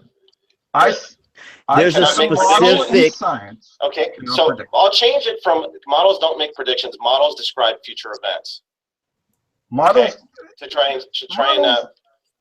models they don't. All they describe is patterns and regularities. How'd you make the model? So models they don't describe future events? Oh my goodness gracious! If something has a repeating pattern and a regularity, you can build a model based off those previous observations, right? That's not predicting anything. You're just observing patterns and regularities. I think at this point we're debating semantics here, not actually debating. I got an example. Semantics. I have an example. It's called the scientific method. Not that I say I'm. You know the three factors in a scientific experiment for me, please. I'm muted or not. Hold on. Go ahead. Go ahead, man. Okay, I have an example. Like, we watched the when the coronal hole of the sun turns facing towards the Earth, we see a correlation of with a lot of earthquakes, higher earthquakes. Just an example of the thing you were talking about as far as, but that wouldn't be a model. That would be an observation that shows us, and it wouldn't be a prediction so much at that point, because a prediction would be like, we need a. But I am trying to point out some science that's going on right now that's pretty interesting. So I'm not trying to. We do need to do it. We need to build a fairly robust framework before we can call it a model. So we can say, well, it's interesting that there's this coincidence between maybe a certain solar activity and earthquakes, but until we have a framework to explain how that would, interfere with the Earth in a way to cause that. Wait, hold on. I totally agree with you. You wouldn't call that a model. You would, because Johnny will be the first to tell you that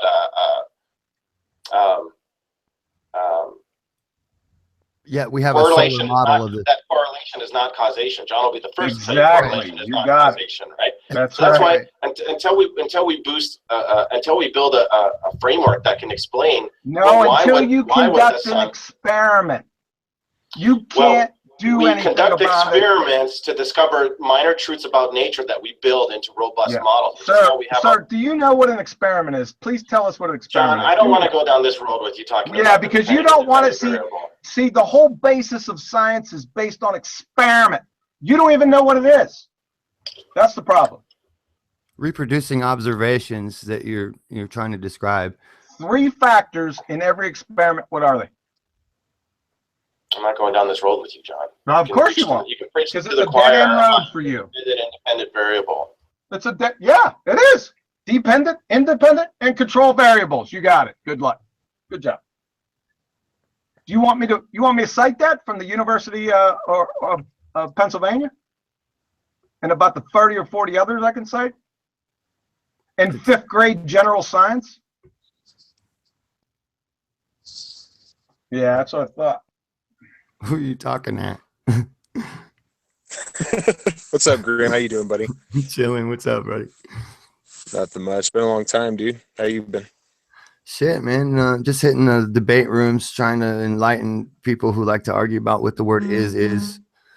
Trying to talk to them about the electric nature of the universe and shit.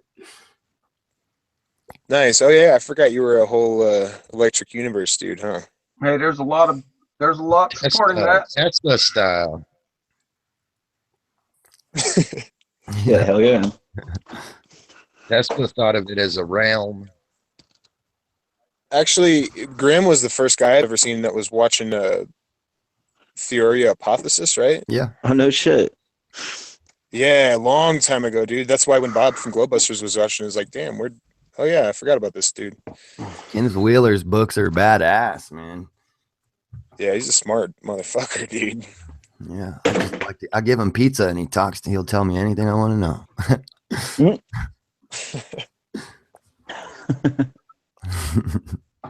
So what was your whole thing about the germ causation theory? Didn't you have something different than Louis Pasteur or something?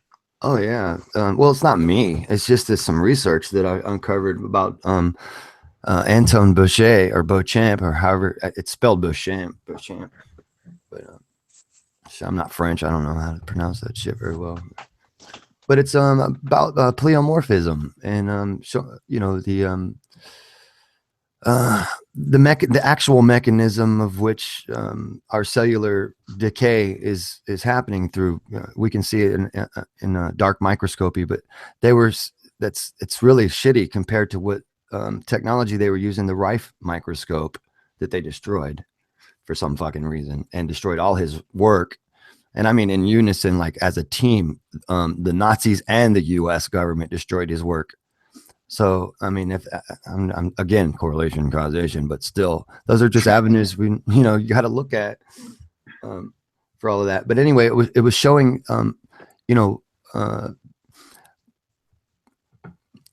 it was able to look at the shit without destroying it or staining it under the microscope, looking at it in its live environment.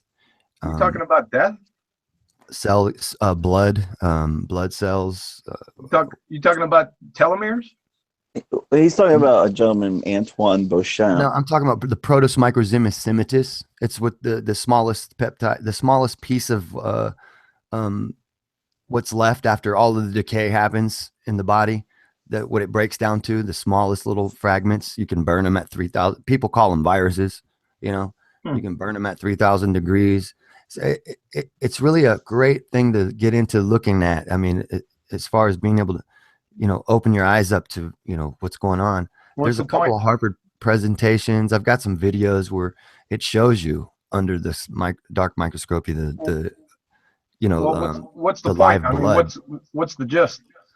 Well, it helps you understand because what it is that when your blood decays, basically, depending on the pH balance, if you're acidic, it will start to decay into a fungus, from the bacterium to the fungus, or yeast to the fungus, which is considered the same thing in some views, but it's really another stage of a different species. And then from fungus to mold. And so there's like 4 stages, and then you can reverse those stages. There's been studies where I can't remember the names of the streptococci and the something or knuckle cocky, something I can't Yeah, remember. yeah, the streptococcus, yeah. Yeah, and they flip them back and forth. Well, that's not supposed to be done. You're not supposed to be able to do that shit. But with the standard model of medicine, that's just doesn't work. But with yeah, this, I worked in a hospital for many years. I could tell you that. You know, that's crazy. I'd never heard of this guy before. I'm looking him up right now. He has a whole complete different view of Antoine Beauchamp. Yeah. I never heard of him before. Wait till you find out why they erased him out of the encyclopedias. Yeah, I ran down that trail some years ago about that telescope. They destroyed all his stuff. Yeah. Oh, the Rife work? Yeah. Yeah. Huh. Yeah. I ran into that, and then I don't know. It was so long ago. I ran into a dead end or something. I moved on. Yeah, there's a lot of dead ends. But I just didn't give up, and I found some actual videos of it itself happening. You know what I'm saying? And it's one of those things. It's where, believe it or not, there is a suppression going on. They're promoting Louis Pasteur over his theories, essentially. Yep. And not only that, when I've been uncovering a lot of stuff that's going on modern day conspiracies with Monsanto, the FDA, the CDC, GlaxoSmithKline, the CDC, the FDA, FOIA information request documents of emails from biotech firm agencies to the CDC and back and forth, and independent, so-called independent science blog writers who are defaming real independent researchers. And we got their emails requesting debate material on how to debate this guy from asking Monsanto themselves. It's like, man, you're not an independent fucking researcher, or you know what I mean? And not only that, they're on the payroll as well. And it's just the public doesn't know about any of this shit, man. They think, oh, well, Seralini's study is debunked. He's a quack, just like it said on every fucking. Yeah, but Seralini won that in court. They defamed him by using another doctor's name, forging a doctor's name to defame him. If they were on the up and up, why would they fucking get caught doing that shit? Why would they have to defame the guy with bullshit about the reassessment of Monsanto's own studies that showed toxicity in the GM maize that rats feeding studies and their chronic toxicity studies, and then try to say that Seralini's study was a carcinogenicity study when it was a chronic toxicity study, and then grading it. The thing is the regular guy doesn't know how to see through all that shit. Sure. And he's going to think, oh, well, I guess GMOs are good for you. And meanwhile, there's glyphosate in our vaccines. Glyphosate is a synthetic amino fucking acid. Your body reaches to it. Put it in layman's terms, it's electrically shinier, than our own amino acids. So our body goes to it first if it's available. Interesting. Which it is. It's in all the water. It's in the mother's breast milk. It's in everything now. And it's kind of fucked up because it's been said to be safe. It's not safe at all. What problems does it cause?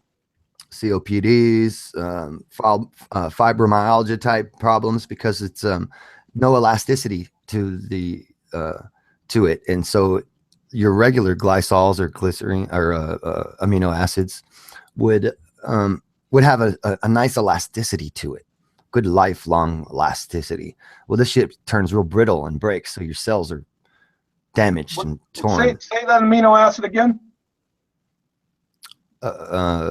Which one? The fake one that you said that was bad.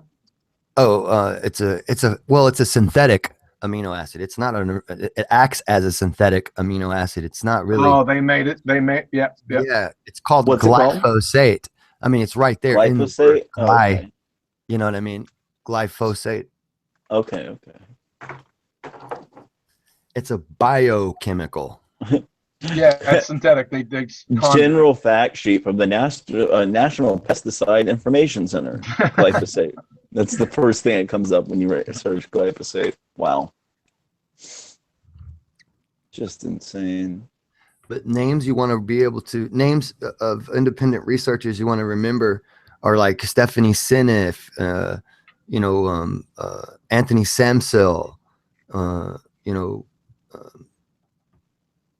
shit like that. I can't even think right now. No, that's all right. I mean, what's the end goal here? I mean, what's the point? Well, what do you mean? What's the point? They're poisoning us? No, they're actually the ones that are getting hammered by this multi-billion-dollar corporation while they're trying to get the truth out to us. We got to support them, protect them. Oh, for those individuals, yeah. But no, I think he's speaking in general. Like you're saying, this is something Monsanto's doing. Well, Monsanto is being really arbitrary because it's just not. It's not just Monsanto. It's like bioengineering firms, which are huge conglomerate commissions and shit like that. Of Bayer, DuPont's, fucking all of the big ones. Syngenta or whatever the fuck it's called. I forget. Yeah, Syngenta. Yeah, I've heard of all those. Yep. Yep. Yeah, but shit. Just when I guess the main thing to all this is make sure you got a lot of weed handy because you're gonna be fucking pissed when you start reading into this shit. He's in Sacramento, so he's got some dankage usually. Yeah. No, I stopped smoking weed, man, many years ago. You should start drinking it or getting some cannabis stalks and pureeing them. There's some tremendous health benefits to it, man. I've lost more than most people smoke. I got a couple jars behind me there to last me for the week. Last for the week. Jeez. Do a lot of research. Doing a lot of research. That's a good one. Nice. Yeah, I've done my research. Dude. Northern Cali. That's what's up. Is that your own grow? Mountain Brew, yeah. Oh, very nice bro. Yeah, very nice, man. Our own brew. Except I do all the work. So you mentioned Electric Universe earlier. Are you pretty convinced on that matter? Oh yeah, it's beyond convinced now. I mean, you know how they say, well, the standard model of the sun is a nuclear. Oh God. Yeah, but we can't demonstrate anything about how with that theory about why the ions speed up as they move away from the sun. Yeah, it's not only the ions, man. It's the second law of thermodynamics violation. Yeah. So like everything in their model is wrong. Everything from the sunspots to the coronal holes to the superrotational equator, the position of the sun, the rotation of the equator, whatever the fuck they call it, I forget. Well, you don't even have to go there, man. You can just, it's a second law of thermodynamics violation and move on. It's another one of them models again. So, but with the Sapphire project, it's a branch of the Thunderbolts idea because it's in the EU theory. Oh, okay. But the Sapphire project is where they take a double-walled cathode and they duplicate or replicate all of those effects we just talked about that weren't possible in the standard model in their electric model. Blew my fucking mind. I saw the nodes, the sunspots, it turned into a double-walled cathode. There were X-rays and shit bouncing off, spikes up to millions of volts. They don't know how it even happened. Yeah, they had they simulated the solar minimums and solar maximums by adding or decreasing pressure variable in the near vacuum. They had the particular so many different things. But then you got a problem. I certainly hope they got an idea of the consequences of. Yeah, so they're like, okay, we're on. At least you can say now, all right, we're fucking on to something. Now we've replicated in the laboratory the speeding up of the ions as they move away, the corona being hotter than the inside. Yeah, that cracks me up. They actually replicated that in the laboratory. Wow. Duplicated it. Yeah, and so I'm crazy for saying, you know what I mean, like to people, because I go in these rooms and they're like, oh man, that's E equals MC squared, and that's just the way it is. Really? So why do you need renormalization math? what's that? Well, field equations. You know, I don't know. Are we even on the same page anymore? No, we're not, because E equals MC squared. I took a little walk down the E equals MC squared just the other day, just for giggles, because in every equation, every expression has to be rigidly defined. So I said, okay, E. And then we had Richard Feynman say, we don't know what energy is. So there goes E. Then I went to mass. And you had John Wheeler, professor of Princeton, talk about, if we took all the matter in the whole universe and we counted every single atom, that number would not equal mass. I said, okay, good. We don't know what mass is. Then I went to C squared. I said, please post the one-way speed of the speed of light. You can't do it because it's a begging the question fallacy. So there's your fucking induction rate. Yeah, it's an induction rate. That's why it changes in the medium. You know, the people are like, nice, yeah, lost. But you know, I don't feel bad. I mean, I don't feel mad at the regular people who don't know, because this is an ongoing systematic suppression of information. You know, it really is. Well, some of the information is out there for the grabbing. I mean, what is 99% of what they so-call the universe? What is it made up of? Magnetism. Plasma. I thought it was it's really, it was matter. It's really, dielectric. It's the whole field. It's fields commensurability. Fields commensurability. I mean, fields compressed to create particles of whatever, and that's making what you think are particles, and it's still a compression of the field. So you're really talking about that Z-pinch stuff. The ether. I'm talking about phase zero of our matter, you know, the ether, the blanket, the thing that you can't. No, Einstein said there's no ether, dude. Einstein said it must be true. Yeah. The guys who gave us 100% of our electric grid that we still use today said that Einstein's particle bullshit is a joke. All that Greek atomism is a sickness on our population, because it's separating cause and effect. First rule of fucking, you know what I'm saying, physics. Don't be bringing cause and effect out here, dude. It's separating causal and effect when you do that shit, man. You can't go quantum kookiness. Oh, wait a second, you're off the reservation. Spooky action at a distance. Wait a second, you're off the there, dude. No, you're going off the reservation now. Yeah. Yep. I think I was born off the reservation.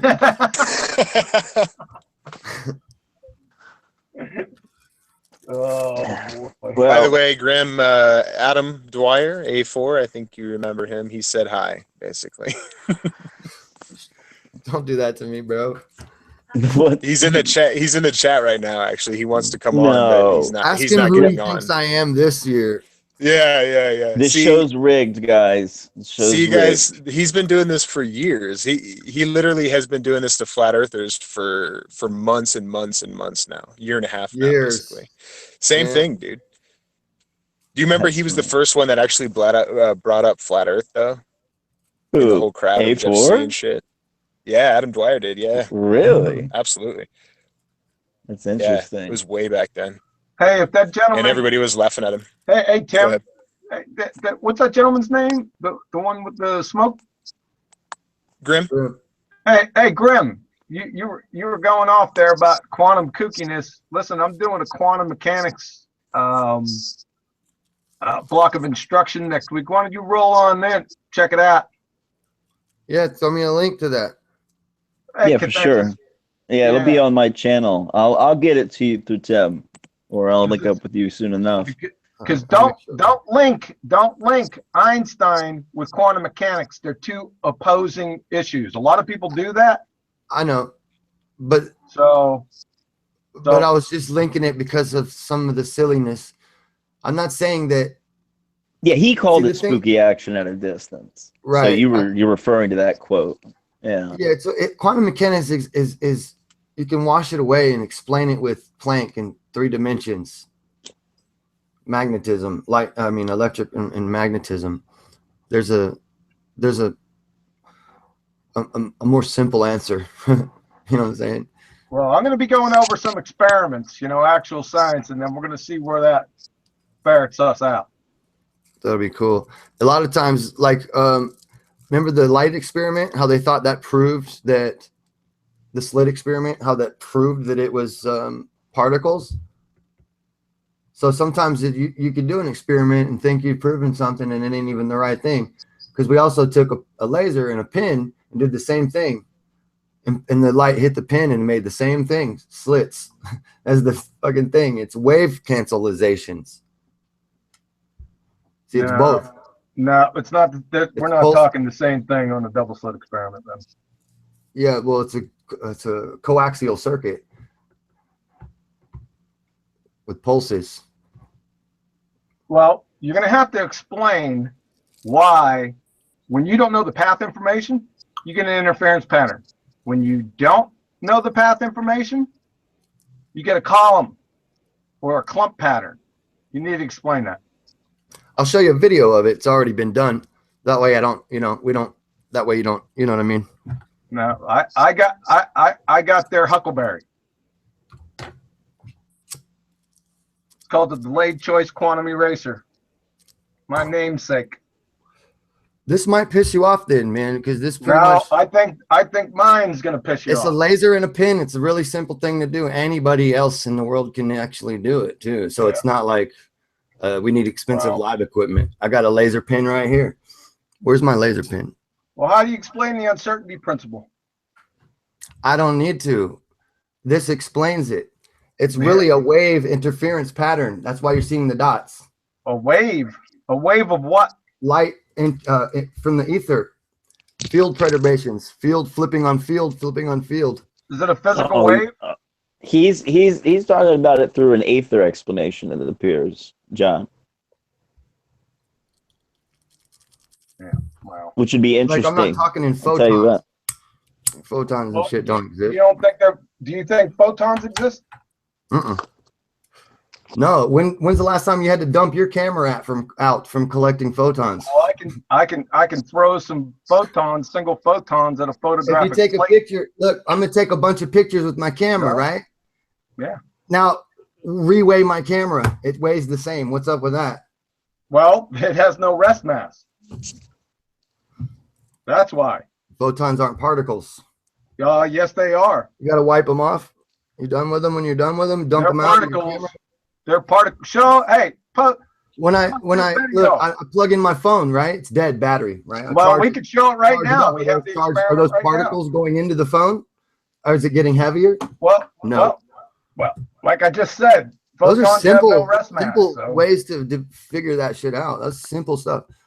Well, charge my battery; it doesn't get heavier. You got the video, so we could do it right now in less than 3 minutes. Well, I think you guys are just operating with two different premises. Yeah, and I don't think there's. I'm not trying to debunk what he's saying. I think he thinks that. Yeah, you can't debunk it unless you're debunking about 2,000 experiments. Well, we can explain it in other terms, though. Is what I think that's what's happening here. Explaining it in other. You got to validate it. We'll show you. So, what's the hypothesis, and then let's go. Because all we're doing is spinning our wheels. I want to see the hypothesis, then I want to see the experiment validating. I'm in a plane. I'm in the air. No, that is interesting, actually, Grim. I never thought of that. I'm big into motors and electronics and shit. I've never thought about, a battery weighing more after it being charged as opposed to it being completely empty. If it was particles going in there, then it would weigh, right? At least on a very, very, very small level, you'd think so. Not if the particles had no rest mass. What does that mean, no rest mass? That doesn't. It has no weight. But why would that be? I don't. Hey, listen. I don't know how the Lord made photons. I'm just saying. Then why ask me those particles? Why would it be not called a field compression instead of a particle at that point? Then, like I'm calling it. I don't know. A field compression would have no weight. A particle would have weight. I'm just trying to say we need to, but the word particle brings you into the frame of mind of separate pieces. instead of a compression of the same field that's already made around it. So it's always connected to everything else always. I'm just saying, they brought you into the realm of thinking in separate terms intentionally. Therefore, every time you use your thought, you use it that way unexpectedly. You don't know it. It's maybe that's why there's always such. That's why Greek atomism is a sickness on the human race. Yeah, it's a real psychological sickness on purpose. It brought people away from being their own Socrates. You know what I'm saying? What college did he go to? Where's his degrees? You know what I mean, though? And people need a degree now to have a discussion with me or whatever. Or, you know, like, where are your degrees? Oh, well, sorry, I don't have a bunch of degrees. Sorry. I'm just a painter. I don't know anything. Am I supposed to really believe I don't know anything when I'm uncovering some of the top secrets of the world, you know, over here? And I'm not crazy. I agree with you, brother. I agree with you on that note. Yeah, I think, and especially with the internet has allowed us to, we probably have several doctorates 4 times over, you know, with the amount of research that a lot of these guys are doing out here. So yeah, I'm with you on that. I don't think the institutions are valid anymore. I think they teach you what to think. Out of my couple thousand subs, there's a good few dozen that stay in contact with me steadily with PhDs, doctrines, and all kinds of different shit. And they're like, man, you know how much you've taught me outside of what college has taught me? And I have PhDs in this shit. Oh, yeah. You know, that's the kind of shit that'll boost your ego up. So you hear me? It's like, yeah. Well, you're always trying to smart with, or you're always trying to at least have conversations with intellects on your lives and stuff. I forget that one lady you usually talk to, but she was real smart. Lost Horizon, right? Yeah, Debbie, she's the best colleague in this and a lot of our research. So she helps me to vet some of the things. I'll be like, you know, I've got this idea of dielectric, you know, orbital mechanics of the moon. So I came up with this theory, you know, basically. And I would be like, well, shoot me some of the math in order to that would kind of say some what I'm saying. You know, she hasn't yet, but I'm just saying this is one of the things that I've asked her to do. But yeah, unfortunately, on that task, you'd almost have to make several assumptions. You know, I mean, you'd have to make the assumption of how far the moon is away in the first place. You know. Well, no, we test that with lasers. We mark the distance between, or radio knocks as well. We can mark the distance, but it's the epigee and the perigees are followed closely by NASA. So we always. I'm not saying NASA is always telling the truth, but it's about, you know, a lot of the data is truthful from NASA, the raw data. Yeah, it's just their interpretations of the data are fucking your head up. So we do interpretations of the data. Otherwise, we would think that the moon is being hit by projectiles all the time, straight at 90 degrees, but only deep enough to make those craters only that deep. So do you think electroscarification has something to do with those craters? Definitely. Reproducing it in the laboratory and everything. Oh, it's always, dude, it looks just like it. Absolutely. That was the thing that kind of moved me towards this idea the most, is when I saw it being duplicated. Yeah. And then I have this Apollo 16 photo where there's actually plasma charges happening. You can see that there's literally lightning on the fucking moon. That's it. Really? I don't like they're airbrushing all this stuff out. That's what they're airbrushing out. The electricity. So you think they actually went up there and landed on it? I'm not saying. Well, what I'm saying is they can get very close pictures of up there and make it look like they're up there. Sure. I mean, I don't deny they can't fly up to it, but the way that they only because the way they told us is, I think, wrong. Any escaping gases into a vacuum equals no work being done. Jeremy, the kinetic theory of gas expansion on a vacuum. I was just interested to know what the picture is. What? Oh, here, let me get my shit together. What was he asking me about a minute ago? Talk about the you were saying there was plasma discharges on the moon. Yeah, that they're airbrushing out. Before that, I was looking for a specific thing for somebody. Oh goodness. I was just interested to know what the photo was that had the plasma in. What were you waiting for me to give you? The photo with the plasma in it. Well, no, of the moon, I get that. That's now's thing, but the one before that, before I forget your thing. I think Jeremy just pretty much joined after a while. I think maybe John was the one that was probably asking you to define the scientific method. No. I'm just kidding. Whoa, wait a second. Oh, the quantum. Sorry. No, the I quantum. wanted to see some information that I have, and I have it, so I want to give it to him. Yeah, the quantum, Nice. the explanation that you have Light about slit experiment. Okay. Yeah. Yep. Nice. Thank you so much.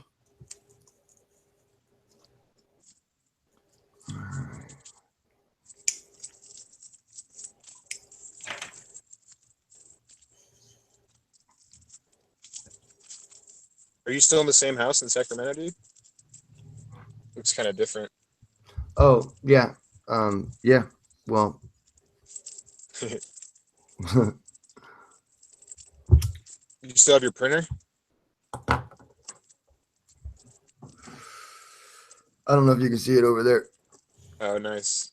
Yeah, we should have gotten the business of making flat Earth T-shirts, bro. We both would have been. Oh my goodness, we could have made a killing on them. These fuckers are still going at it, Graham. Seriously.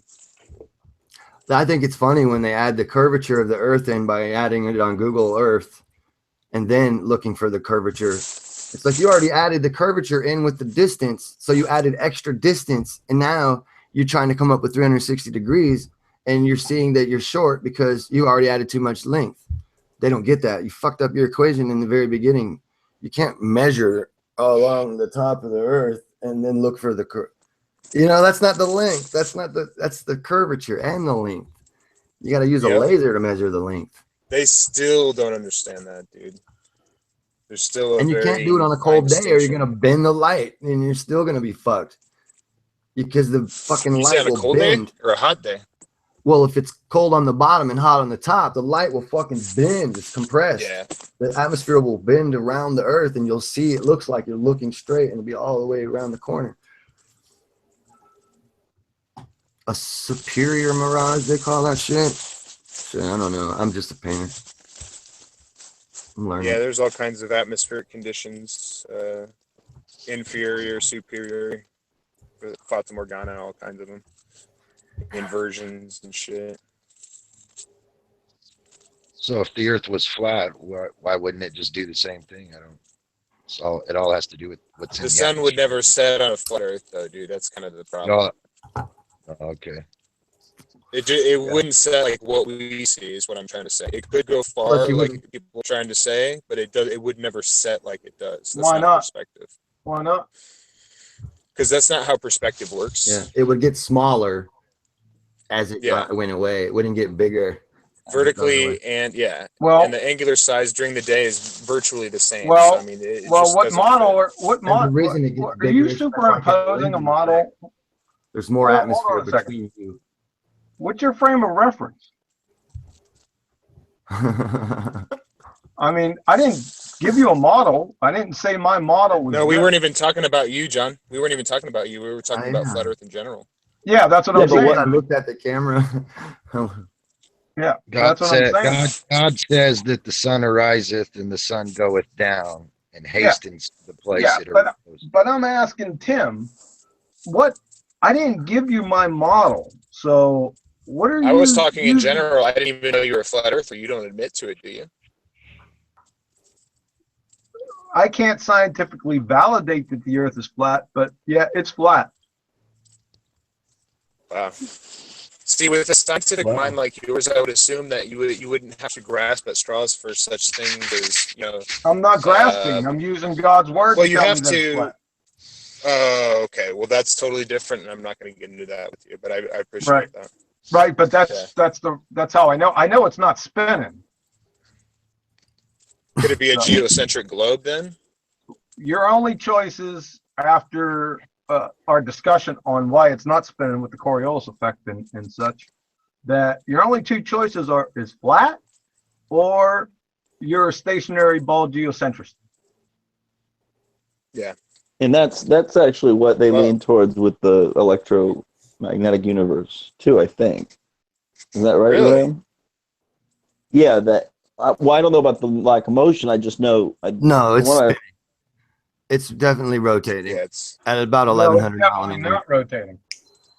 Yeah, at the equator. it's funny how flat earthers they have this thing for the most part that the turtle legs and the elephant legs are just rising up still. Don't straw man me. I'm a flat earther. Oh, that's so bad, Grim. You haven't been around for so long, bro. They've gotten their shit honed a lot better than what. No, there is no they. It's me. Hey, check it out. Calling me.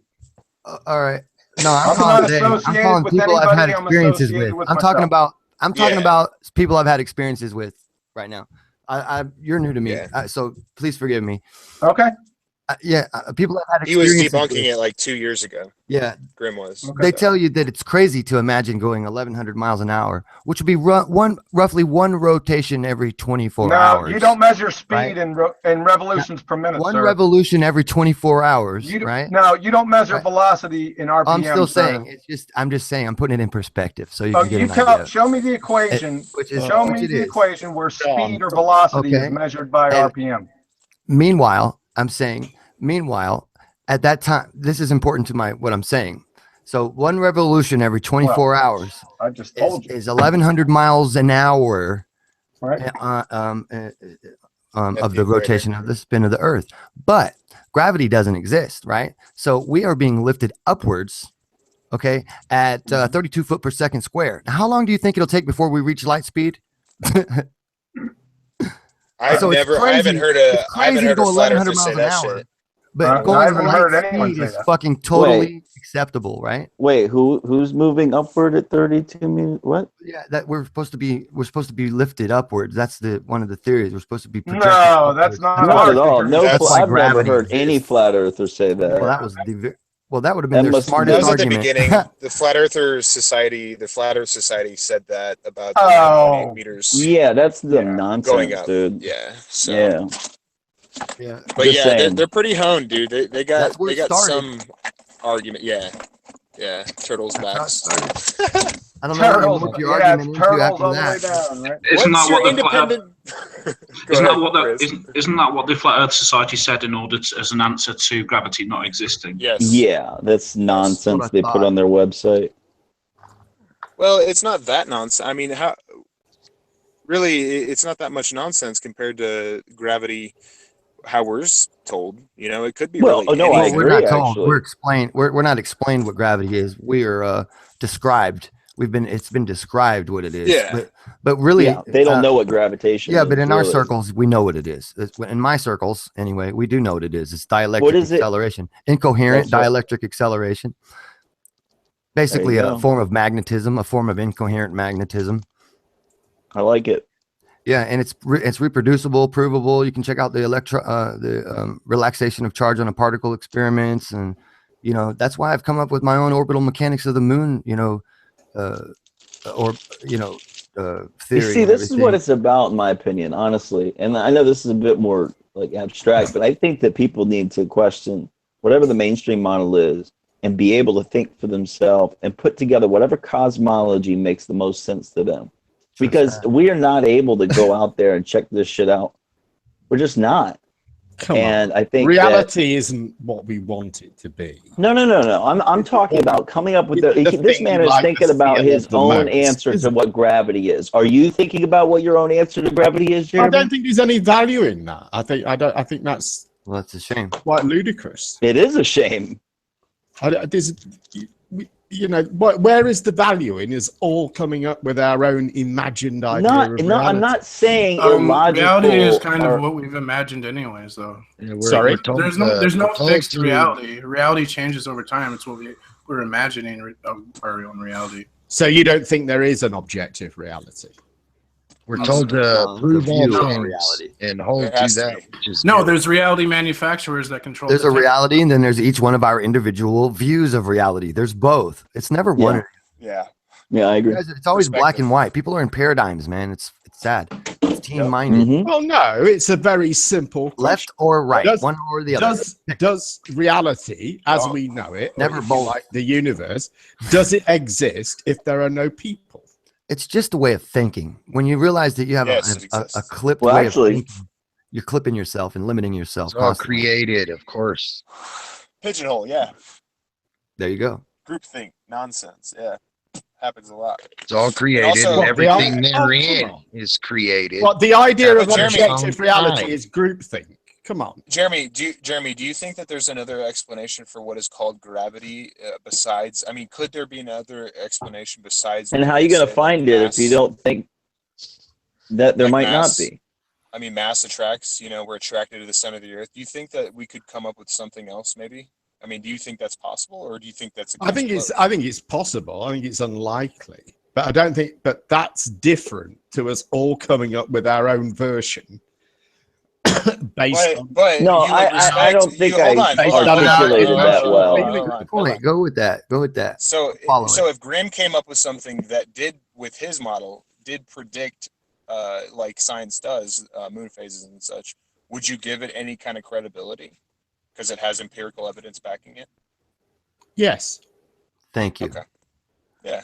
Well, then if you've ever looked at my theory, you'd have to say, wow, you have a fucking pretty nice theory, bro. Yeah, I think we should. I will say is you aren't the first person I've come across that says they've got a theory. So yeah, what type of theory? I think we is should that? educate the young with the tools, the knowledge to use the tools, and allow them to do it themselves. Density avoidance. It's actually a theory in progress. It's still in hypothesis mode because I have math it's not to work a theory. out. So what's the hypothesis? I'm the first to tell you that though, so you don't have to talk shit about the shit that I'm not talking smack about you. I know, but that was like a little way of trying to slap it down. I have done a lot of work, and I do have. No, I'm not saying that you haven't done a lot of work. Did I say that? But I am saying that you are condescending. You kind of were condescending. You were slapping it. That was condescending. You said you had check it out, man. Condescending, dude. Yeah, thank you. Yeah. So everybody on the panel probably almost agrees with that. Well, I don't care whether they agree or they don't. I'm asking him. He said he had a theory. So what's your theory? Then he said he didn't have a theory. He had a hypothesis. So I said, what's your hypothesis? If you think that's condescending, well, too friggin' bad. Yeah, you re-editorialized what happened. So the whole. Yeah, I just told you you made a claim. So back it up. That's all I'm asking you. That's not what happened there. That's not what happened. I disagree. Go ahead and rewind it and listen to it. No, thank you. Anyway, I'm glad that Jeremy agrees to that because I mean that is the scientific method to be able to, well, at least our today's where they say that the heliocentric model. I think it fits well. I think a lot of flat earthers don't even check things like stellarium. I already said well, that. if they predict, if they predict though, they don't predict anything. Yeah, they do. No, they don't. How do they not predict? Intelligence. A prediction in science is a dependent variable. It's dependent on the independent. So if they can predict the moon, whatever phase it's going to be, wherever it's going to be, so does that not have any credence to science at all? To you? Is it not empirical? No, because the idiot can recognize patterns and regularities repeating over millennia. And then state, so how come they can do it for the whole worldwide nowadays? You always bring up people from the past that supposedly could do it in their area, but how about what we can do with the whole Earth and satellites and everything? I mean, seriously. Satellites? Where'd you get satellites from? Well, we can track them just like we can track the fucking moon and shit. Okay, where's the satellites at? Well, you'd have to check which satellite you're talking about. Which satellite do you refer to? Most are in the thermosphere, right? What's the temperature of the thermosphere? Oh God! You knew temperature. You know what temperature means. It's kind of like. What do we need satellites for? It's a mathematical construct. What do we need satellites for? Well, I would imagine probably satellite TV, satellite phones, satellite communications. Couldn't we do that with ground? No, not in certain areas. I mean, we could if there was radio towers. If there was radio towers all over the world, I would agree, sure, but there's not. Well, you don't have GPS in the southern hemisphere over the oceans, do you? Yeah. Why is that? You do. No, you don't. I've watched those planes myself. Yeah, there's a perfectly reasonable explanation for why that is. Well, okay. Yeah, then why does NASA lose contact in the southern hemisphere? They don't. GPS is not supposed to. GPS is not supposed to track planes like you think it's supposed to. Right. I'm not talking about that. I'm talking about that subject's behind us. I'm talking about when they lose radio contact with their ships. That happens all the time. Are they using satellite technologies? I don't know. Why wouldn't they? I don't know where your argument's coming from. Why what is your question? You're saying that they use satellites for communication, cell phones, satellite phones. Well, why the hell do they lose contact with their friggin' ships? I don't know. I could go research and see how many times it's happened over the past 50 years in the southern hemisphere. Why would they lose contact? Do you think that there's a complete network of satellites up there for continuous broadcasting and location? Broadcasting. Do they not broadcast any kind of information? I don't know. How many satellites are there? Do they not broadcast any information, or do they? I don't. Do they receive information? I think they're. Well, what about the ISS when it comes by? What is that? I think it's a fairy tale.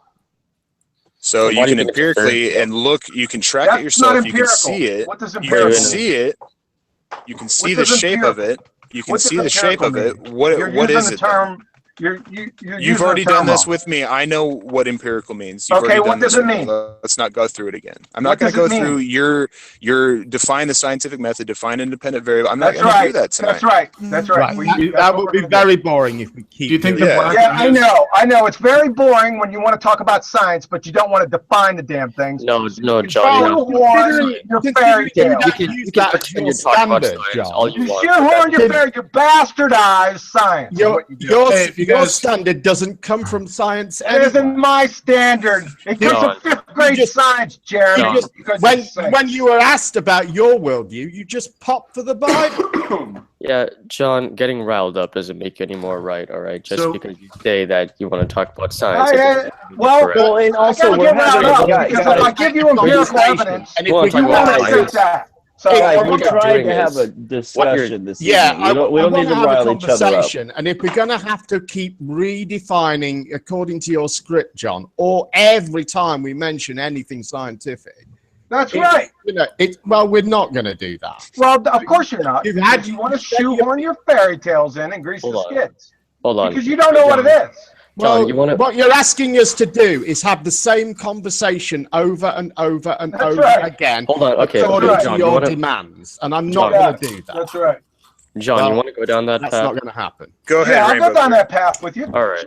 Let's go down that path. So sure. Let's go down. What you're doing is you're basically negating all observational evidence just because it doesn't fit the scientific method. Yes, you are. No, I'm not. You negate all observational method. Or all observation. Observation's the first step in the scientific method. All right. How am I negating? So I think I just thought of Hold on a second. I think I just thought of something that would be. Hold on, James. Let the Rainbow Queer talk. I think Rainbow Kid wants to go at it. So what you're saying is basically, so you're saying that science is only defined by the scientific method. That's not true. Right. The scientific method is a tool used in science, but what is it doesn't equal. It doesn't mean that it always means that you have to use it. It's a tool used in science. What is it? It's a tool used in science. It's a tool. What is the tool? Define it. What do you mean define the tool? Define the scientific method. You know what the scientific method is. Oh, jeez. Here we go. Observational experiment. You have to make a hypothesis, go through experiments. And then you have to retest it and then make a conclusion based off of that, all right? Okay, what is the hypothesis trying to elucidate? How is this relevant to figuring out whether the ISS exists or not? Well, you start. What do you mean the ISS? You started on the scientific method. Let me just say something, because I think John, I thought of a way it would be rather. The ISS doesn't exist because you can't use a scientific method. We were just talking about the scientific method, sir, and you jumped to the ISS. Right, because what you're saying is, because your argument is that you have to apply the scientific method in order to figure out what's the scientific method? Oh my God. What I'm saying is, John, are you going to talk every 30 seconds or say something? What you're saying is that you have to use the scientific method in order to figure out whether ISS exists or not. What I'm saying is you don't have to use scientific method to figure out whether ISS exists or not. I mean, I didn't say you had to use the scientific method to figure out where the ISS is. That's exactly what you're doing. You negate observational evidence. Well, didn't you just say that observations aren't scientific? That's not. No, I said the first step of the No. Yes. Listen to what I said. I said the first step of the scientific method is observe a phenomenon. All right. Right? All right. That's not the end of the scientific method, sir. And why do So you what have if to you go just down that took route? what if you just took a fucking wire? We'll say, of course, you're gonna have to splice it for transporting, but we'll say 200 miles long. And all this wire does, it could be relatively light. All this wire does is display on a screen the way in which it is lying. Hold on a second, James. Are you saying the ISS is a piece of wire going across the sky? So wouldn't that be relatively cheap? You're saying the ISS is a piece of wire going across the Someone sky? like me, but Well, it's just as goofy as not even trying to look at it and trying to see if you can see something up there. I mean, it sounds like you haven't done that, John. You can actually see what looks like the ISS up there, and you can empirically see, because that's what empirical means. it could be a fucking drone, a high altitude drone. Hold they on. could have Empirical fucking, means, one second. Knowledge or source of man, knowledge dude. acquired by means of the senses, particularly Empirical by observation means and observable, experimentation. testable, falsifiable, and repeatable. Empirical is So the knowledge falsify or it. How would source I of falsify knowledge it? acquired by means of the All I'm senses, saying is, particularly wouldn't the by wire observation and experimentation. We could even have this wire Observation in the and ocean. experimentation. Yes, it is. Okay, what's the experiment for the ISS? John, what's the experiment that you exist? What's the experiment for the what's ISS? the experiment that you John, exist? What's your John, independent do you have to variable put that you everything? exist? Do you have to put everything down to the scientific What's the method experiment to Say put again, into your Mark? belief system? Say again, Mark. I'm saying, do you have to put everything that you trust in life through a scientific method Not to put it everything, into your no, belief but system? science. If it's to be science, then it has to follow So, the method. why do you need a scientific method to tell whether the ISS is going over your head? Well, because you can't, but you don't have any independent variable. That's why. John, That's ridiculous. That's John. ridiculous. Really? What's an Yeah, it independent is. variable? John, Yeah, it what's is. It's your ridiculous. independent? No independent I know variable. that That you isn't exist. how normal people assess what they can see in the world. Do you need an independent variable for observation, John? I just got to ask if that No? was possible. Would No, you everybody don't? be happy You with don't. the results of this wire? Okay, so John, if you were to track the ISS and you were to have a camera or a telescope that you could see the actual ISS, would that you see it. be You see the empirical? And would no. You can zoom in on it and you can see more than just a light. No, you can see more than just a light. No, that's wrong, John. That's wrong, John. I've took Right, Mark. Oh, Cathexis, will you do up Mr. Bill Cocky Pies? The pink slice doesn't prove that an alien spaceship flew over Phoenix. Test so how does looking at the ISIS? I got that. I mean, Well, I'm just saying there that has if it was been- there has possible been to do this footage- with wire, would Hold on, everybody be James. happy with the results? I'm just wondering if Well, there- you guys think Cathexis, that would go. work. No, Cathexis, James. go. No, I have actually seen very expensive consumer telescopes be able to pull in it is a distorted image of some object that looks similar to an ISS. But it's still very hard to make out exactly what it is. So, but you can see it with consumer grade telescopes, but they have to be pretty powerful. I've seen it, and I took There's a pictures guy of it named myself, so I do know. yeah, it exists. Bucky Pies actually has one on his channel that's very convincing. Yeah. But that, and the thing is I personally think that there's something up there. I just don't think there's humans on it. I've seen enough video fakery with their inside the ISS that I've been convinced that there's no humans in it. Couldn't they have satellites like an ISS on a flat model flying around? I think electromagnetic technologies that we haven't been told about are probably having to do with satellites and That's ISS. exactly right. I'm sure there are plenty of weapons of war. Weapons of war that we don't know about. Well, so yeah, I think field generated. So I think around this satellites are real. So yeah. it couldn't just be that repelling. humanity's fucking done an amazing thing and put something in Okay, orbit around so the you're Earth. telling me No, that it there could are never be that, six. could it? Hold on, Mark. So you're Fucking telling me there are space six aliens and people. shit. There are 6 people falling around the Earth perpetually at 17,500 miles per hour. Yes. That's what you're telling me. Yes. I didn't. You know what I mean? Okay. It's an amazing thing to try and understand and believe. Yeah, and I've went out myself and I've looked at it Believe, myself. yeah.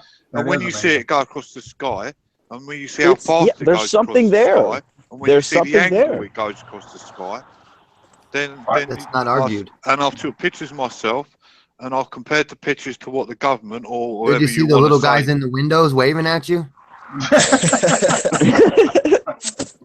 No, Yeah, obviously man, I'm wasn't just saying, smoking as Mark. much What we weed need as to you. see in order to make anything. Maybe if I need smoked to a bit add more hum, weed, I Mark. could see that. Yeah. No need to add on, Mark. He's making a point. Do you think you could see him He doing wasn't. He was a taking the piss. So a spacewalk? Making a He point. says what he I'm from gets. fucking the UK, not from Mars. he- And I when someone's trying to piss. I'm not doing that. I said you both were saying that you see something, but you both have a different explanation for if you know one of you is making an assertion that there's people inside. You got it. No, I never made that assertion. Hold on. I thought I was being fucking I intelligent. never made that and assertion. All I'm saying is there's Good something point. flying around our Earth at a very fast speed. Did somebody just snipe Cathexis? Did somebody just snipe? No, he's good. Actually, Grim made an interesting video of the ISS being a floaty device with beer koozies, right, Grim? A floaty device? Shit about that. Listen. I did some research. word And I floaty found some again. companies that actually sell inflatable devices to our space agencies that they use to do crazy shit with, and they make satellites out of inflatable satellites modules. They just what they mean by inflatable though is that you just fill them up with the airbags and they expand into the module, and so that it can be like compressed into a smaller size, like an auto expendo rumo, boom. And there's also the diamagnetic properties of water, which can be floated with high. Well, I mean, it's high resonant magnetics, but it's been proven that it can be done to animals. And so, I mean, there's a whole slew of ways that they could be doing it. But I personally all don't of think which seem a lot more complicated than. But that's all I'm saying. There, people in Hold orbit. on one second. Cathexis. I know you're talking about the. I'm sorry, Mr. Grimm, but do you mind if I just make this one point? Yeah, go for it. Shoot. Go ahead. All right, Cathexis. I know you're talking about the frog experiment, right?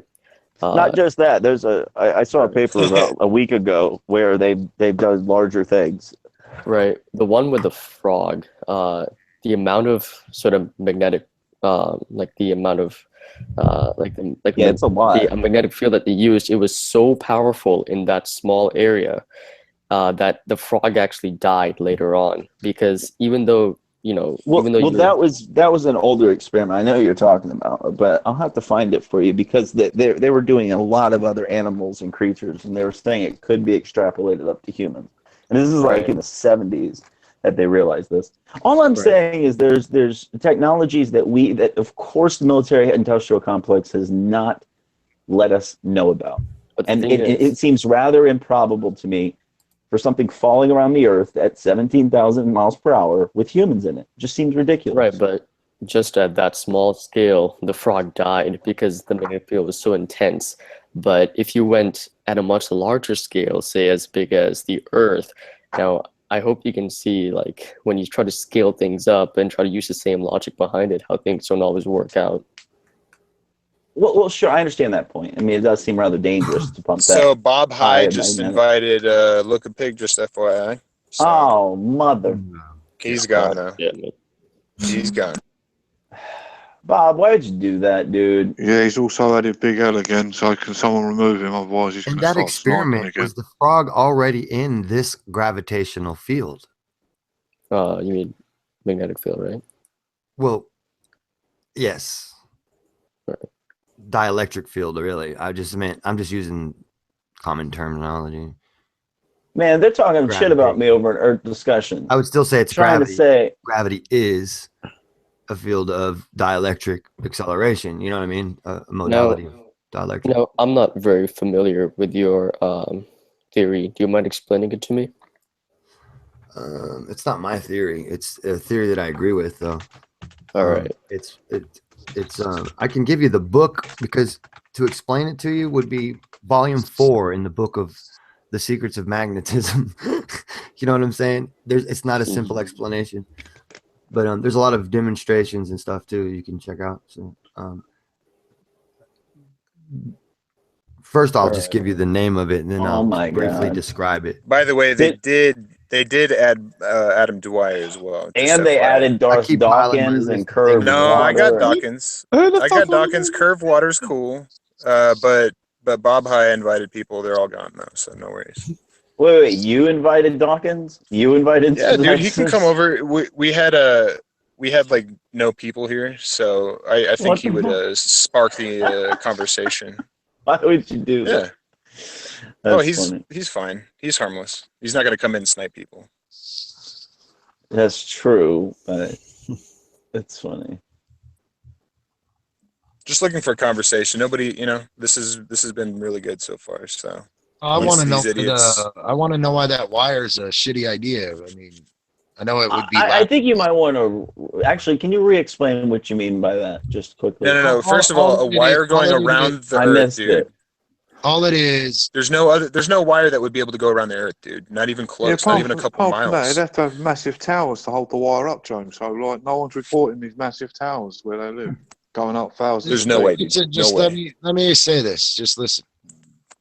All it is would have to be like a speaker wire or something that could display on a screen the way in which it is laying.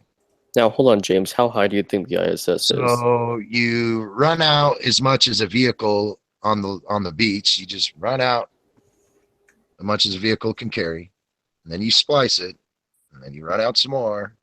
You keep doing that.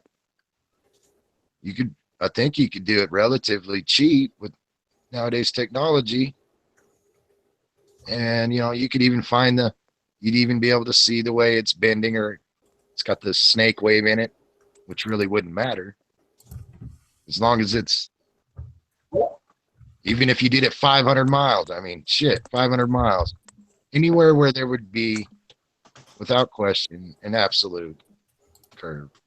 I'm sorry, James, I've got a clue what you're going on about here, mate. Just a wire that displays the way in which it is laying on the ground. All right. Yeah, but the ISS isn't on the ground, is it? I didn't say anything about the ISS. Well, that's what we was talking about. What the fuck are you talking about? Like I said, first of all, if you want to calculate the speed of the ISS, you would actually have to make some assumptions. I'm seeing who just did that. Okay. No, anyway, I think yeah. So how would you calculate the ISS? The speed of it. Calculate the ISS. Well, could you go a little more in depth about some assumptions that you'll have to make? Yeah. So maybe an assumption might be the circumference of the Earth, maybe the height of the ISS. Yeah. So that's all I can think of at the moment. A technical term. How do humans become floaty in space? Oh god. Here, let me just ask. I like answer Press's questions first. Press, do you know anything about parallax? Yeah, absolutely. Right. So, I mean, I was explaining this to I think it was James the other day, but so if you're at one point and you see the ISS, somewhere in the sky, you're 30 miles out, and you have a friend that's 30 miles out, and you try to measure where the ISS in the sky, the angle of displacement where the ISS is relative to the 2 points, it's going to be extremely small. Now you can use the angle you can do the exact calculation to figure out how high the ISS really is just by using how much the ISS is displaced based on your distance. But I mean, just to give you a more general idea, it will have displaced like such a tiny amount, the angle displacement, that it would just mean that the ISS cannot be more than 200 miles up, or less than 200 miles up. So you say that's an assumption, but what I'm saying is that you can see the position of the ISS, use parallax to find out how high it really is, and I don't think that's an assumption. Good point. Yeah, it would be, because you'd have to pretty much use either circumference or speed of it or the height of it already. Yeah, parallax. I understand where you're coming from, but I'm not sure. I mean, it could be closer and it could be going faster, or what would it be? Faster. You know what I'm saying? It could be further. Right, but if going it was slower, closer, or the other way around. Oh, okay. So if it was farther, but it was going slower, Faster. Okay. See, if it was farther, but it was somehow going faster, I'm not really sure how that would influence the parallax anyway. What about closer and slower then? Closer and slower. Well, if it was closer and slower, see the idea of parallax is that it measures how far something away is, depending on how much you've moved. You can figure out how far the ISS how far up the ISS is just by taking two images and comparing the angle. It doesn't matter whether it's how fast it's going. All that matters, all that parallax really does, is measure how far away something is. So I'm fairly certain speed is irrelevant. Well, no, you dial in, like, a particular from the observer to how far on your whatever you're holding unit it moves across the unit, 1 micron, whatever you want to be your measurement, and with an expected value of let's say a distance, then you can be misled by that with a slower speed with a closer object, right? Yes. Right. But you can use parallax though. All you need is two observations and know the distance between them. So maybe a friend in New York or whatever, or like a friend in Las Vegas and a friend in Los Angeles, right? Or you in Los Angeles, friend in Las Vegas, and you guys measure the ISS at the same time, and measure the angle. So you have two different angles. And then you know your distance. You can then use trigonometry and find out exactly. Wait, you know your distance. Wait. You know your distance? No, the distance between the two people. Between the two. Ah, very good. Yeah. Right. Okay. And then you can calculate the speed by looking at the path it's going to take and measuring how long it takes to get from the zenith of one observer to the zenith of the other observer, and then you can calculate the speed. Yep. If you know the distance. And another thing is parallax isn't dependent on distance. You can figure out you can figure out how far away the ISS is just by looking at two photos. As long as you know how far away those photos were taken and the angle of which the ISS is displaced by, it could tell you how far away it is. Speed. I don't think you'd get an accurate reading within 20% doing a picture, dude. Right, but that's just an example. I'm trying to get my point across that speed is irrelevant when it comes to parallax. By the way, and tons of amateur astronomers that have a good tracking mount have I got what you meant. I understood what you meant. I just meant it is used as well in a lot of observations as for that sort of thing. Right. With the expected value of knowing the distance already. Like it would be a way to cross-check. They would say, look, that's a way to cross-check what I said. And really it's not, because they could trick you with a slower and closer view. I'm glad you realized that. Yeah, I've been saying the same thing for a while. I don't understand what you guys are saying. Oh. Explain it to me again. I'm sorry. The ISS could be going slower if it's closer to the Earth. But you can measure that visually. But we just said that you can look the same. Independently measure the altitude of the ISS. How would you do that accurately? I just explained it with two observers. You measure the angle that the two observers see it at, and as long as you know as long as you use the angle itself to measure the angle. If you measure the how come you can't do that for the sun? How come you have to use 3 points for the sun on a globe? Because it's infinitely distant away, as Hipparchus once said. Exactly. Well, you can actually use parallax, but you have to use the transit of Venus because the amount of displacement for the Earth, you need another sort of like fixed point. Usually when measuring parallax, the sun is the fixed point for measuring other stars. To measure the sun. I'll tell you what, you're one of the only people that I've met, and you're young, aren't you? I mean that as a compliment. Are you young? Right, I'm actually fairly young, yeah. Okay, you're one of the first people I've met who've been able to articulate how to measure how to measure the sun properly. And I have I've got mad respect for you.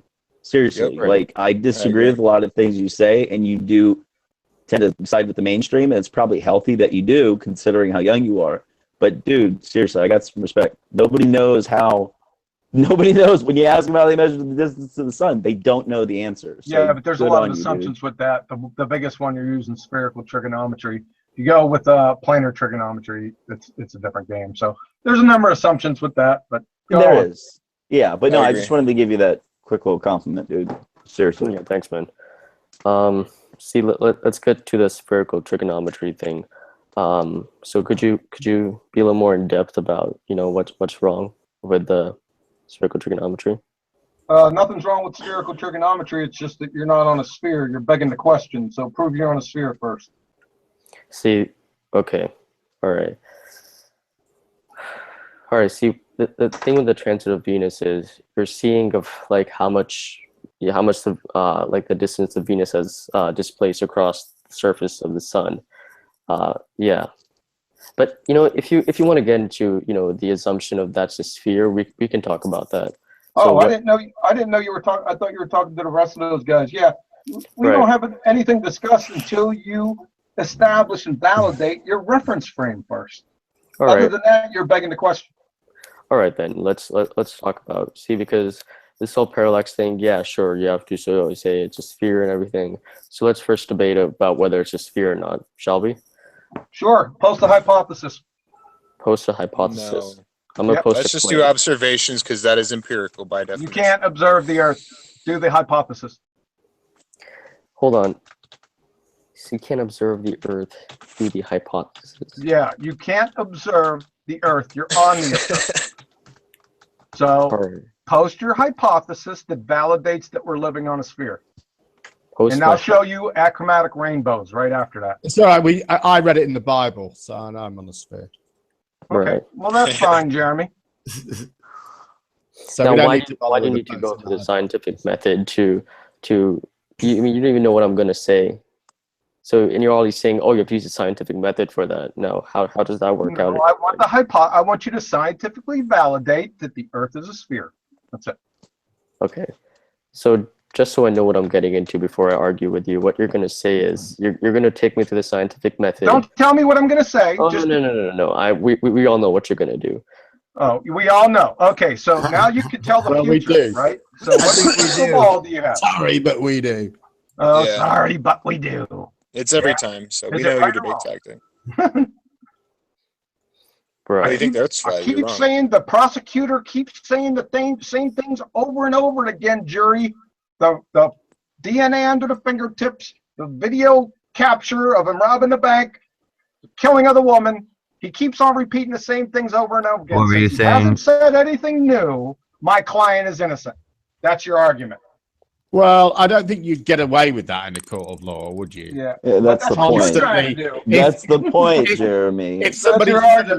If somebody stood up and said, right, my client is innocent of murder, and you as the prosecutor stood up and said, define murder, what's your independent variable for murder? That doesn't have anything to do with what I was talking about. Well, you kind of just missed his point. Yeah, exactly. Go on. So what's the hypothesis? No, we're not going to play that game, but can we play that game towards you? Hey, John, could you make a hypothesis and an actual scientific method theory for why the stars go around our head in a circle? No, I lack an independent variable. You can't do that? You can't do that? Nope. Oh, so hold on a second. So that means that if my hypothesis is that you exist, come on, let's get with the sphere. No. With your sphere. No, because you want to go down. Yeah. You want to go down that road, right? Let's go. You said you were going to establish that it was a sphere. So stick with the sphere. Let's not go off on this minute friggin' baloney. No, you want to go down that bullshit, right? Prove your point. No, I want to. The sun setting. Validate your point. Okay, so validate my point. That's right. The sun setting You and you got were going to prove the Earth is a sphere. Go ahead. See light on the bottom of your clouds, aren't you? All right, so let's go with the. Why will you see light on the underside of your clouds when the sun is rising or setting?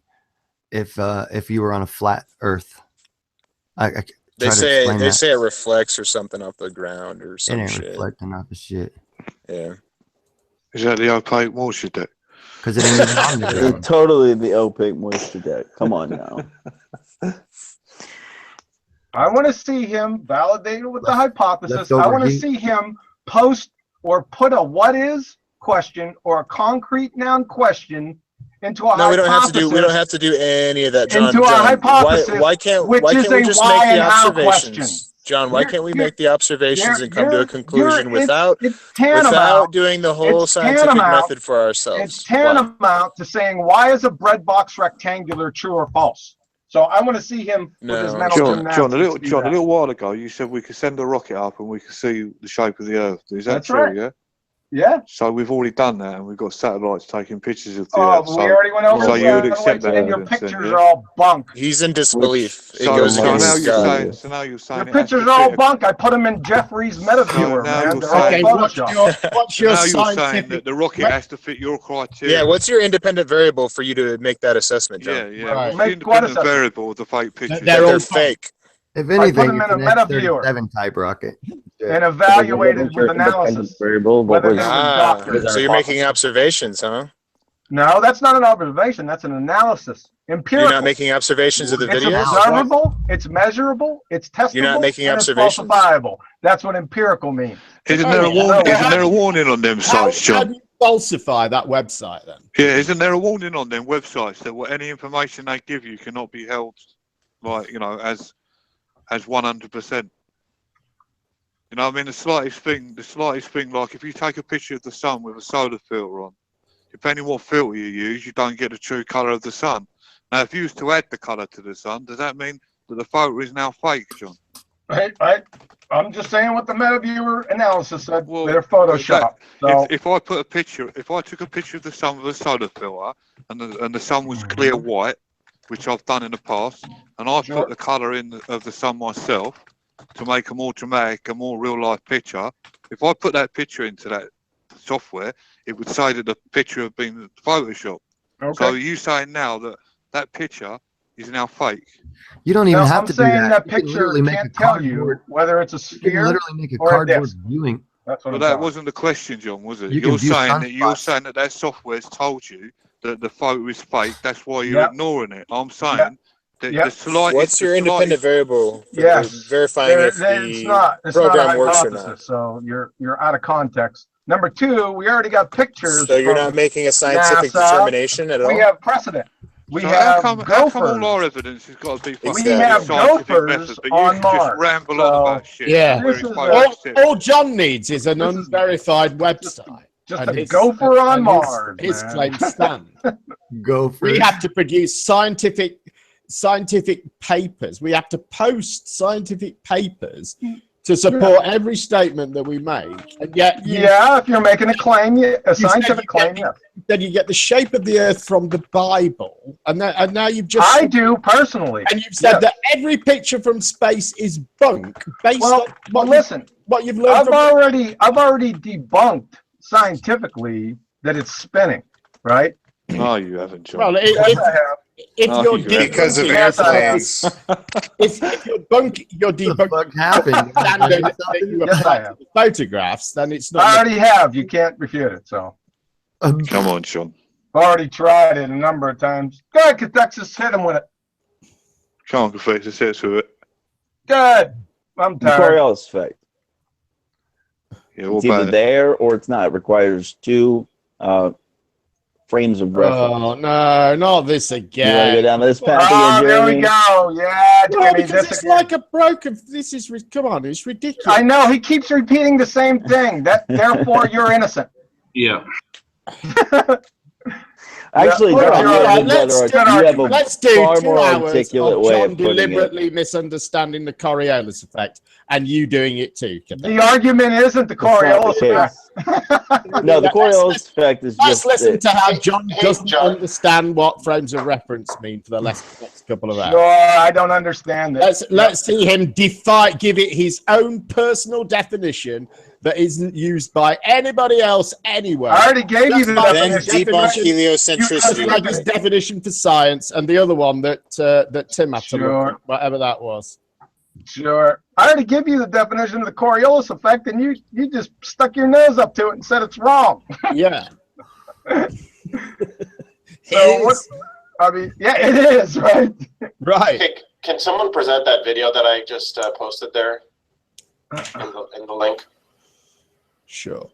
So, John, what would your explanation be then for the effects that we see on the Earth that the scientists and people say is the Coriolis? Scientists? What scientists? All right, we'll call them the men in white coats. Does that make you happier? No, I want to know exactly who and what the claim is. Oh, I don't know what scientists have said about the Coriolis. Well, what I'm do just you making mean, a point, Mark? John. What are you pointing to? How about the discipline? To explain what are the effects that we see that are described What in the effects? Coriolis? You want to be a little bit more specific. Well, yeah, like what storms effects? traveling in different directions in different hemispheres. Of what? Why would that be on a flat Earth? Why would Storm that happen? spinning in different directions, north and south. Well, have you validated that your only cause is the Earth is spinning? No, I didn't ask you to No, ask you me a haven't. question, So John, did I really don't have to debunk your argument. In my opinion, it's electromagnetic function of the sun and moon's path. Fast forward that to 1650.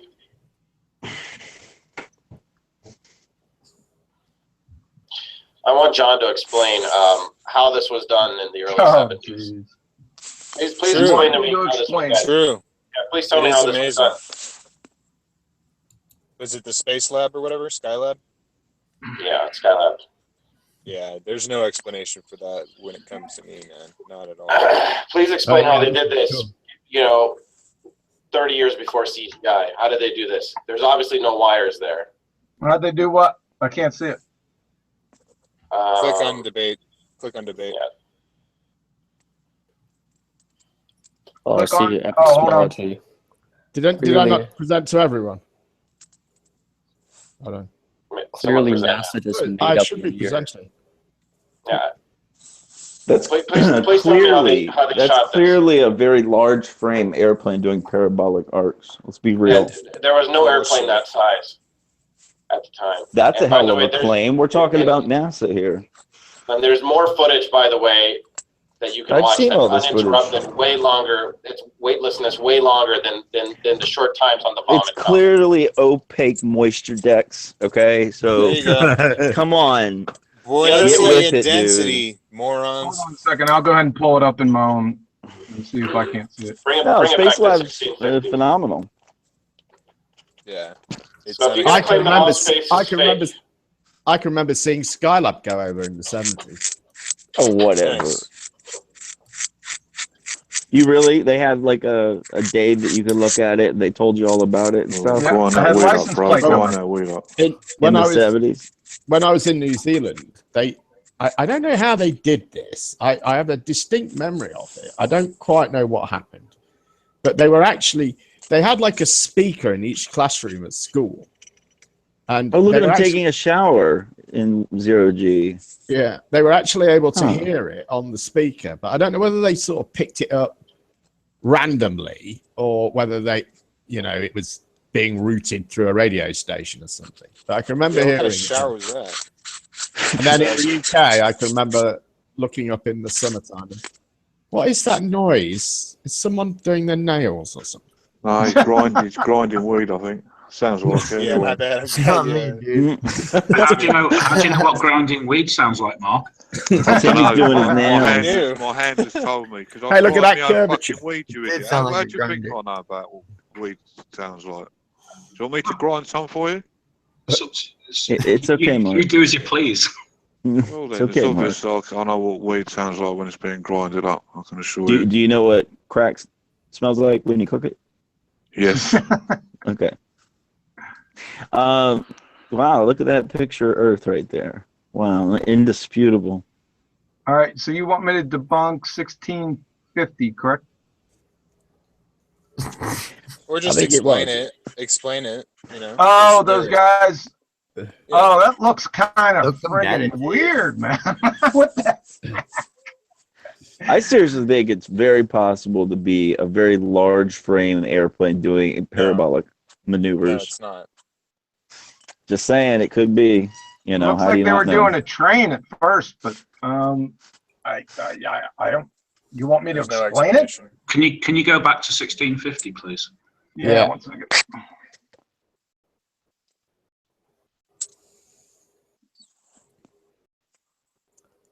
It's a bit before, actually, I think.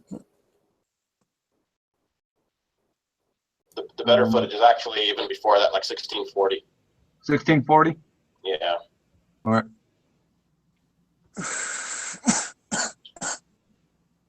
Even the ISS documentary was like 20 minutes uncut, fucking floating.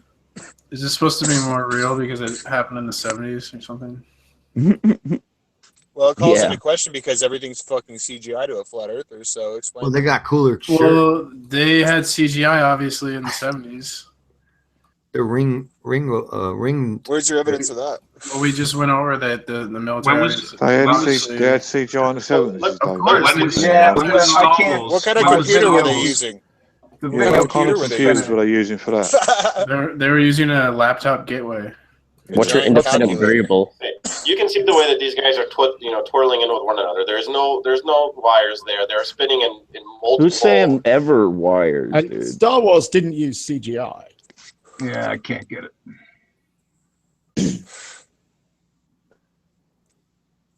Yeah, so I can't think of do you have any? CGI Do you in have Star any? Not the Do original. you have any explanation? I mean, we're talking the 1970s, man. Yeah, my video stopped. It's screwing up my friggin' computer. Well, let me ask you this though: what is causing this effect that they're able to be floaty? Dude. No, I want to know. I want to know what's causing it. Perpetually falling around the Earth at 17,000. It's the first law of floatiness.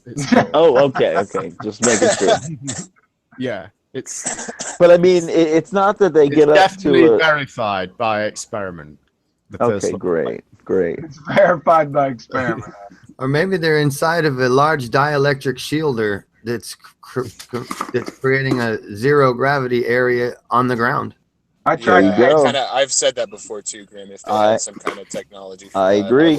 I mean, what is the fucking collider? I mean, other than that, in the first place, fucking with dielectric fields and shit, pretending like they're smashing particles together when they know there ain't no particles. They know it's all fields. Higgs boson. We found the Higgs boson. So explaining this up away with technology that's never been demonstrated and never been revealed is probably the better way to put it. Well, what reason do you have to believe that such technology exists? What direct? What reason?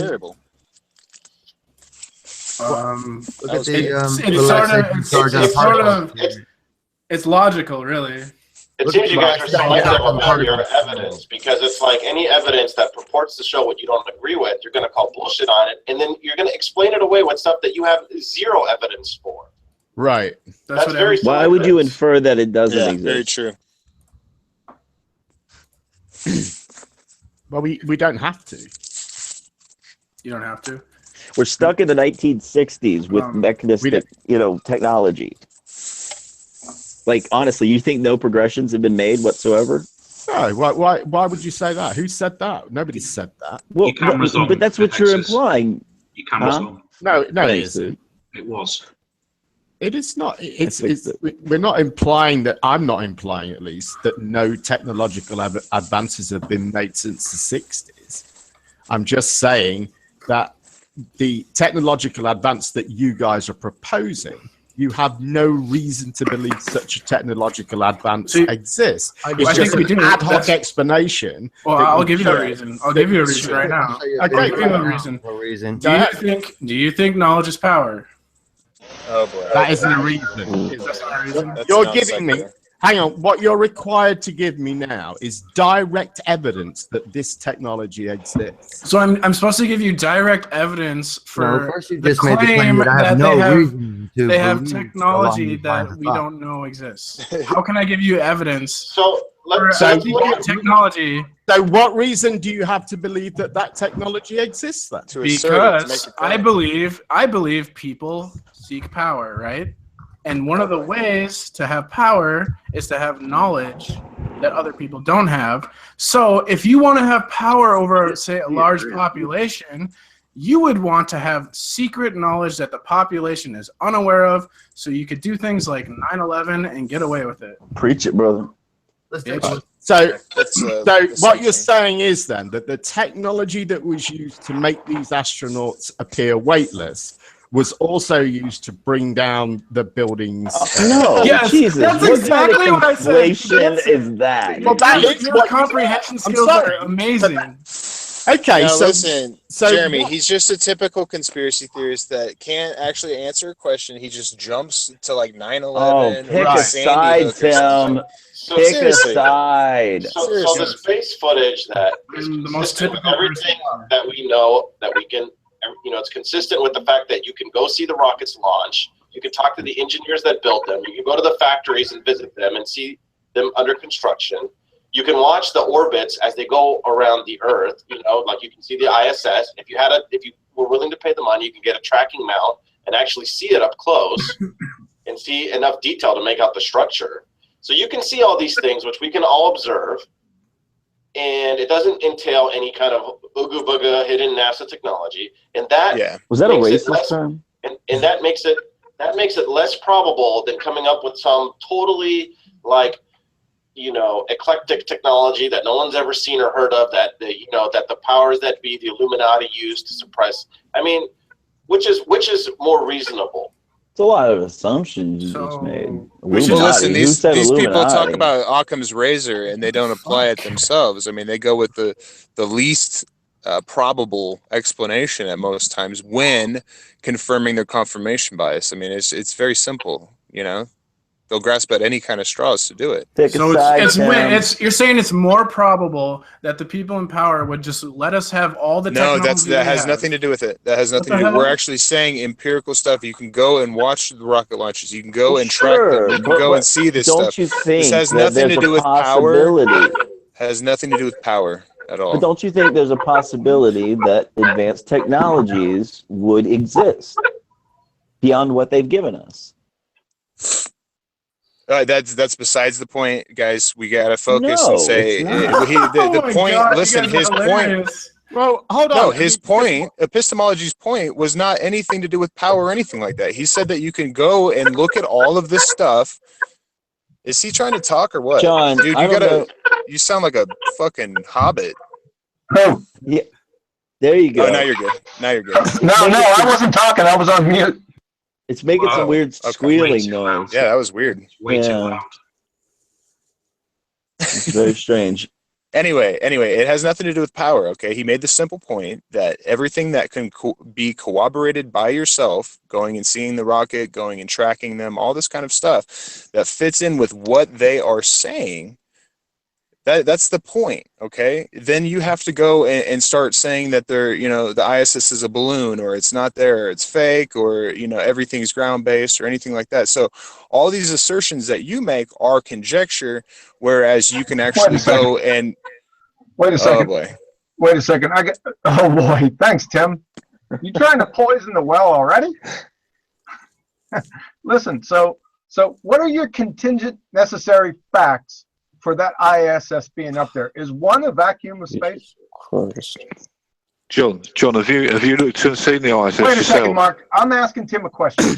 No, what's been presented is what was presented, which was being able to see the rockets, being able to talk to the engineers, being able to track the ISS with a telescope. Yeah. Yeah. That's what's it's on a preponderance of evidence. If you Oh, I've heard that term before, preponderance of the evidence. Okay, so validate that that's the ISS up there. Well, I think that evidence presented does validate it. Yeah. By your eyes. So your independent variable is your eyelid. No. It's observation, dude. We don't need to go through the scientific method bullshit, That's dude. right. It's not an experiment. You're right. Yeah, that's not an experiment. We're Right. trying to We can't put it in the scientific method. Correct. No one said it. No one claimed it. Right. You're not using the scientific method. Okay. I don't get all of my knowledge as a result of the scientific method. Well, I never said I did either. But if you're making scientific claims, then they have to be. Well, you're denying simple observations, John. What he's saying by validating, it doesn't necessarily mean that just because you see it, then that's what it is. Exactly. But that again, that's just a straw man. Nobody was talking. It's a straw man. How is that a straw man? How do we know that's what it really is up there? I'll explain why it's How do we know that it's really what it is? Hang on, I'll explain why it's a straw man. Explain it. You can't tell. Okay. Hold on, John. Let him explain it. Go ahead. It's a straw man because nobody was relying solely on observation. We're talking about being able to talk to an engineer, hear his account. We're talking about being able to That's hearsay. Telescope. Talking about being able to see the thing in construction and reason that that's how you corroborate something, dude. Just because you construct something doesn't mean that it's up there. Yeah, okay. Well, you've never even looked at it before, so why are you even making anything? How do you know I haven't looked at it? You said you haven't. What do you mean? Yeah, that's what I find amazing. Now, all the people in this room that don't believe that it's up there, none of you have even had a look. That's what amazes me. What are you talking about? I've had plenty of look. So you've seen the ISS then, Professor? Yeah, I've seen videos that show it. So you haven't actually seen the guy over your head, then, have you? No, I haven't seen the light itself. I've seen a trusted astronomer. You're all claiming that it doesn't exist, it can't exist, it's impossible. No. I don't say it doesn't exist and can't exist. I'm saying that I think it's something different. I think they're misrepresenting it. Why? Say they didn't. Why?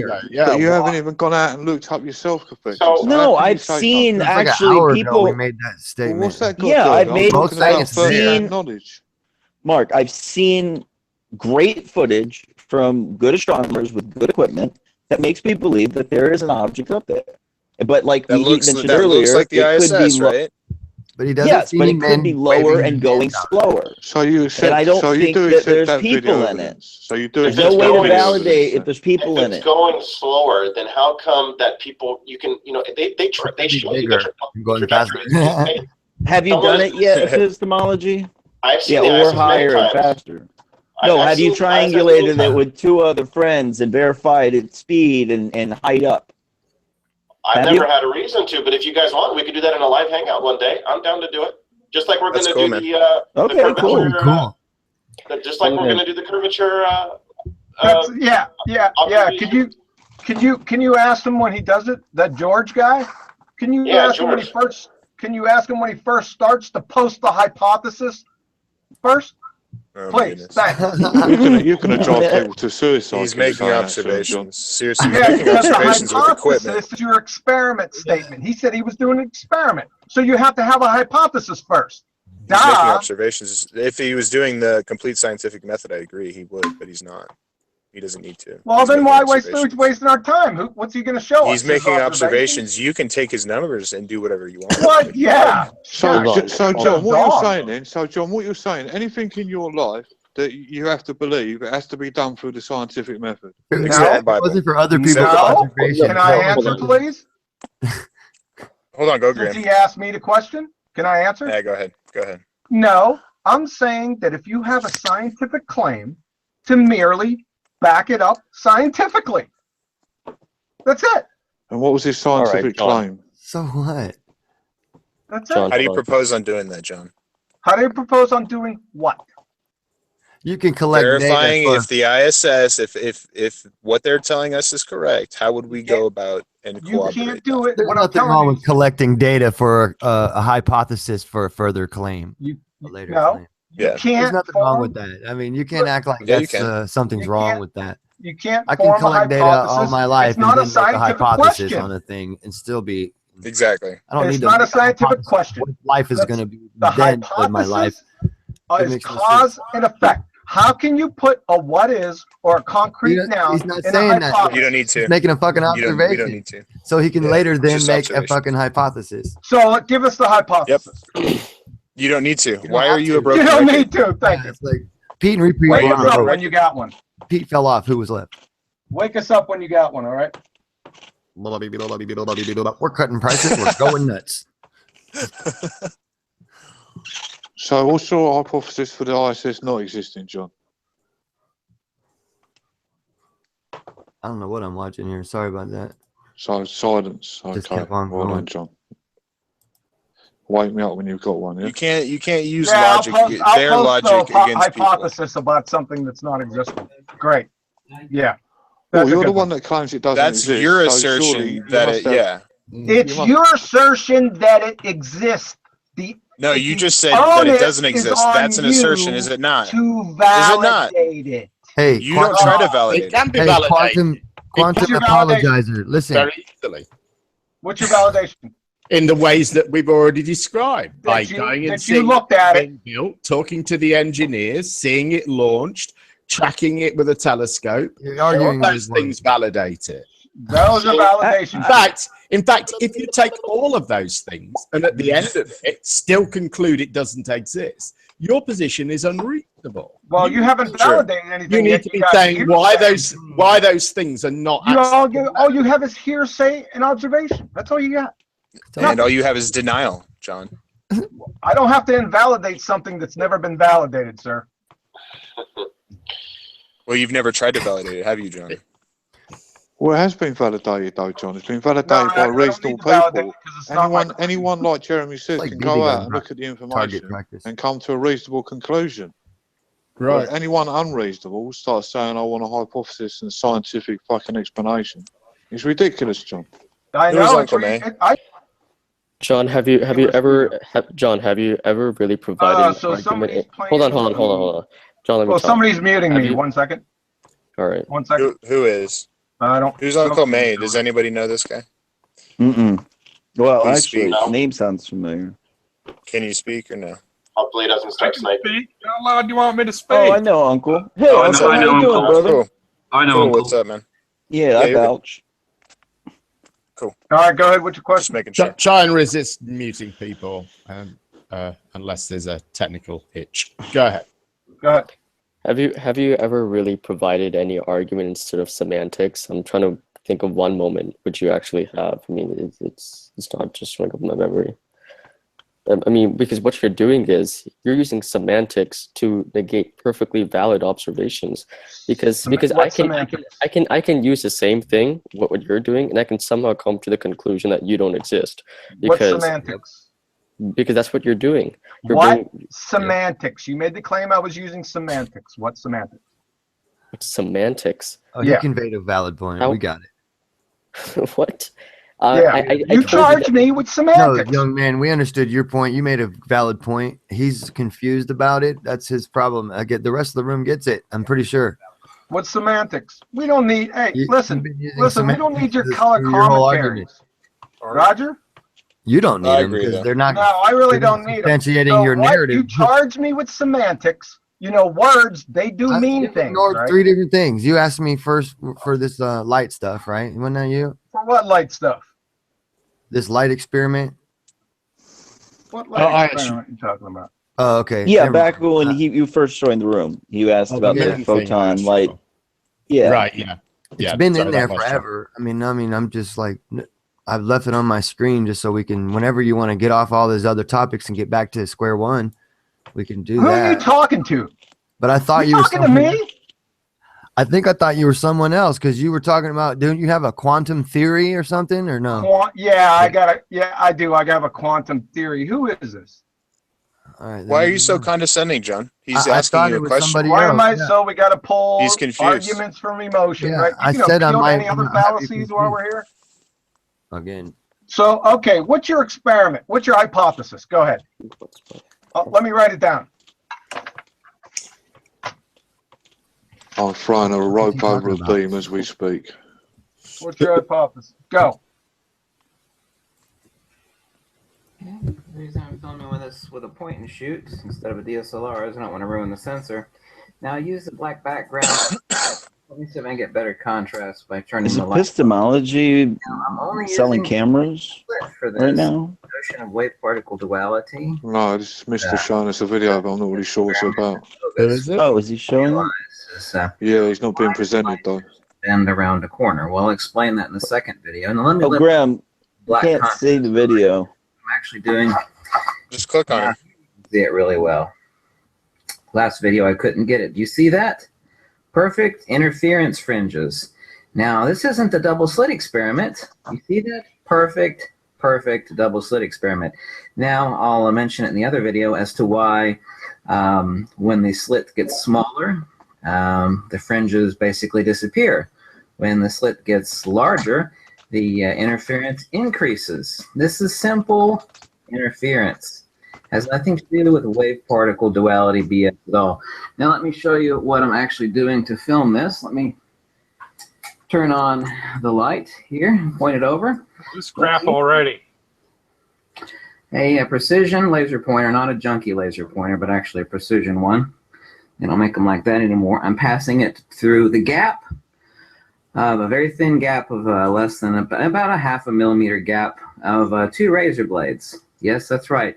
Now the laser light is not going around either side of the slit. The entirety of the beam is confined by the width of the razor blade, which is about 2.5 millimeters. So it's only passing through the slit. Okay? Only through the slit. Okay? Double slit experiment? Nonsense. Wave particle duality? Let me lift up this. Nonsense. But light, and it's being observed. What a fucking idiot. We'll explain the nature of light in the upcoming videos, but Einsteinian and quantum mechanics explanation for actually everything is based upon the supposed physics of light, but light is a coaxial cable, okay? There is no such thing as a valid double slit experiment. Obviously, light is an electrode that's shielded by the same reason that copper electrode in the center, shielded by a jacket, electric effect. An RF jacket. Observations, but the explanation was totally wrong. Okay, descriptions and observations can be highly 100% accurate. It's the explanations where people and human beings especially screw up. Einstein was a moron. The entire basis of wave particle duality is nonsense. Light is a coaxial circuit, a longitudinal dielectric with transverse electrical and magnetic components, obviously. So we know about the transverse components of light. But what gives light increased capacitance with shorter wavelengths and the nature of light? Well, Tesla hinted at it. I've written about it in a free book, which is being expanded, Uncovering the Missing Secrets of Magnetism. Here you see perfect interference patterns. Why around corners? Because it's being observed, you fucking idiot! Same reason why magnets attract. It's the same reason why it was observed. Yeah, Grim, can you pause this real quick? So, yeah, what do you have to say about that, Grim? Because he is observing it, right? With obviously cameras and stuff. Yeah, we're observing it too. That doesn't make a damn difference. Isn't that the whole point of the double split? That's the whole point of the double. Yeah, the double split. Wow. So that was the whole point of the double split, was the difference between being observed and not being observed. No, it's the explanation of the observer, not the actual fucking fact of the observer. You're really low, Grim. Can you come back to your mic? Sorry, bro. Explanation of the observers, more like what they mean, because the observer's making a faulty explanation for what's going on there. This isn't a double split anyway, it's a single slit, isn't it? That's right, showing the same thing as a double split shows. What, the scattering of light? It's not supposed to happen. And if that's what the double split's really doing, it's not supposed to happen here. That's the whole point. So what you wave particle duality is bullshit. Well, and plus he's not even finished with the explanation too. You might like to listen to it. This is only part one. He goes into a whole nother explanation and he shows. So can you sum up the experiment in a couple of words then, so we can understand where he's going? No. Is that because you don't understand you it? Can't you sum don't up. want to? No, you can't. It's like you want me to sum up a secret of light and magnetism in a couple of words. It's fucking. No, ridiculous. I just want you to sum up what the experiment is showing us. Like the double split experiment was obviously showing that when something's viewed or measured or whatever you want to say, yeah, it's it more than changes its behaviour. So what does this experiment prove? That's more than a couple of words too. So far, it's shooting a laser beam through a razor blade hole. Whoop-de-doo! Wow. But all it's doing is scattering the light, isn't it, when it's coming through? I don't understand what you... It's all electrical. It's all electrical. He's trying to show you the pulse wave, the pulse perturbation of what's going on here, and explain it to you in Planck 3 dimensions with electricity, Planck. So if you want to listen through, it's easier that way than, because there's not a couple of words to explain it all. Only. Okay. Thanks for watching, and we'll talk about this in future videos. So, everybody's been pondering about the double slit experiment. Well, you don't need a double slit experiment. I made another video where I shoot the laser beam around the eye of a needle. You get the exact same thing. Why? The answer is really simple. Mother Nature is not an That's the video I actually saw, was the one where he shot it around the point of a needle, and it made it all. Yeah, so they're trying to say with the slit experiment because it's bouncing particles off of the, edges of the thing, and it's creating this wave, and that's not what was happening at all. Get closer if you can. Good. Cross-eyed hooker on crack with a calculator.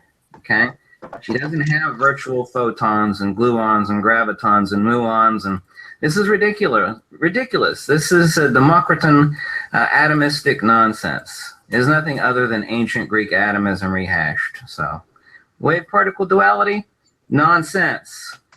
Double slit experiment, nonsense. The experiment is valid. The observations are valid. It's the conclusions that are absolute bunk. It was the idiot Einstein that gave the basis for all of current quantum mechanics and saying, light acts like a particle and like a wave. So we have a wave-particle duality. No. It's very, very simple, you idiot. Light is exactly like a coax cable. Longitudinal dielectric, transverse electrical and magnetic.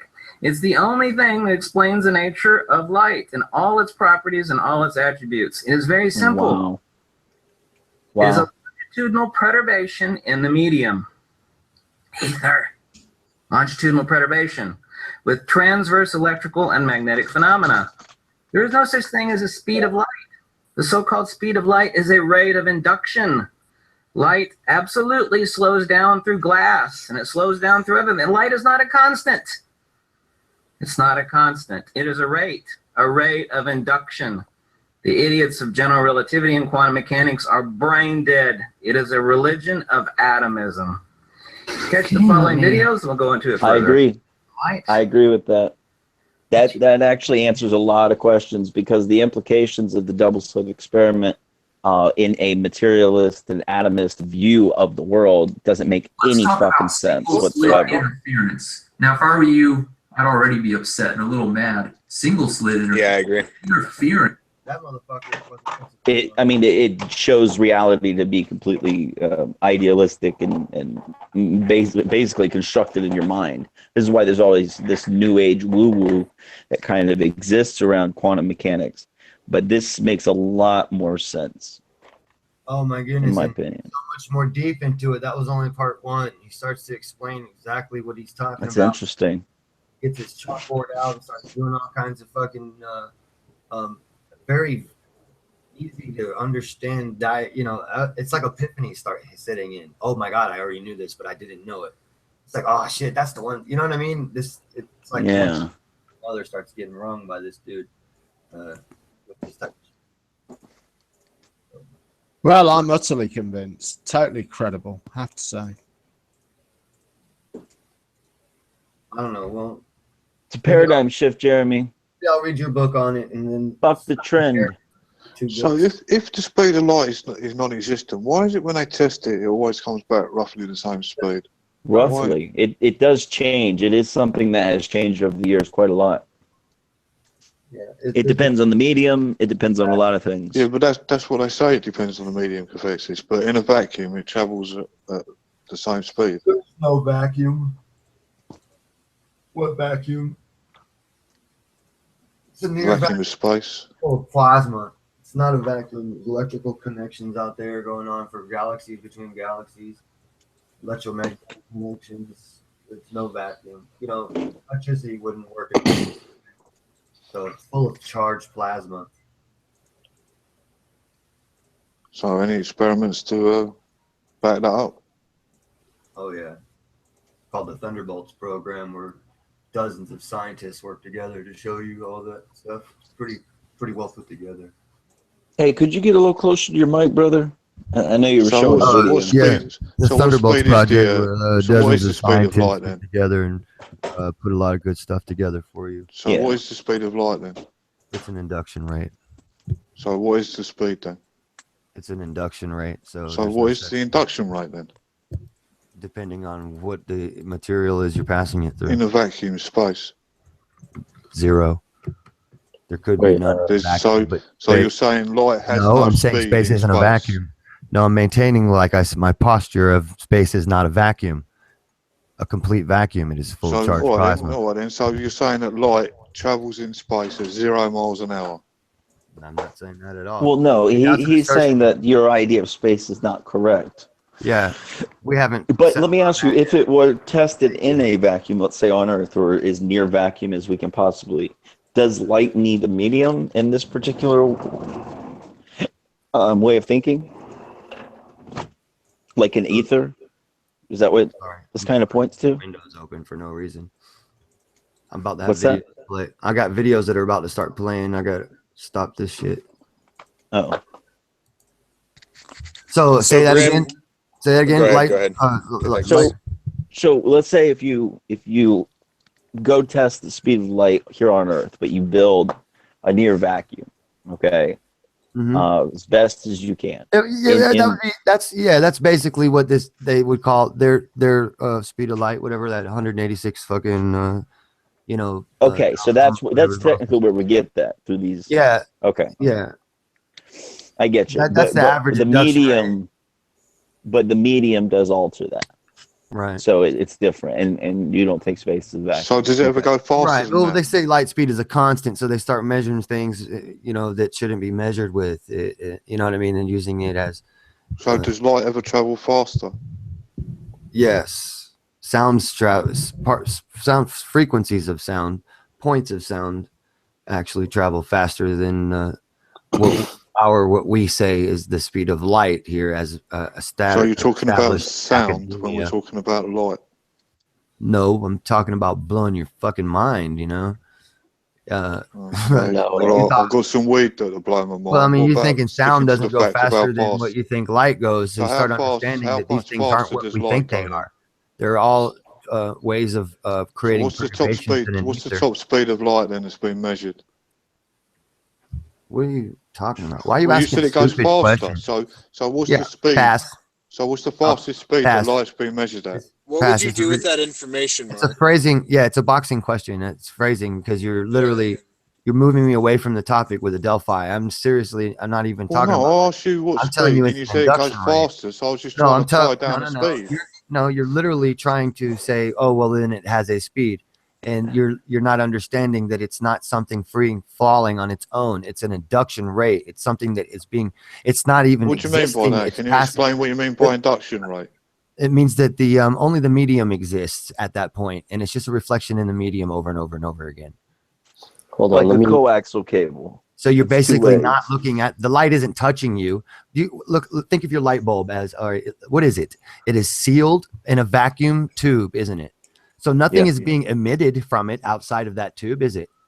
No, you are only having the wave of the field perturbation that reaches you. That's why you feel the radiation from it, because of the medium. So nothing to do with the light. So there's an take 8 minutes to get to us. Do you understand now? Why does the light from the sun take 8 minutes to get to us? I know you do. Nice explanation, Graham. Why does light take 8 minutes to get from the sun to us? Because of the medium. It really doesn't. It just so it is traveling, and it's always constant. To take 8 minutes, it must be traveling. It's a constant connection. No, there's a constant. It's a coaxial circuit, dude. You're not listening. All right. You are either that or you're just intentionally not trying to understand. It's a coaxial circuit. We're always connected. It's not taking any minutes. So you're saying it's instantaneous? It's already here. You're not getting it. So it doesn't take 8 minutes then. Right, it's already here. It's instantaneous. So all the tests that proved it does take 8 minutes. You have the perception of 8 minutes because the medium. See, time isn't even a thing. Well, you said it's already here. It can't already be here and have to travel, can it? That doesn't make any sense. Have measured as the observer, but the time doesn't even exist for real. Oh, well, time doesn't exist either now. Well, no, you're using it's not like material. No, it's a measurement tool. It's not material. Something and used as a material, like in the stupid ass. Well, it can't be instantaneous and have to travel. It can't be. That doesn't make any sense. Well, that's part of the reason why. If it's already here, then it means it doesn't have to travel, does it? No, you're wrong. You're talking. You're not understanding it at all. That atomism is a disease of the mind. I know. That's what I mean. It's a sickness. They can't get out of it.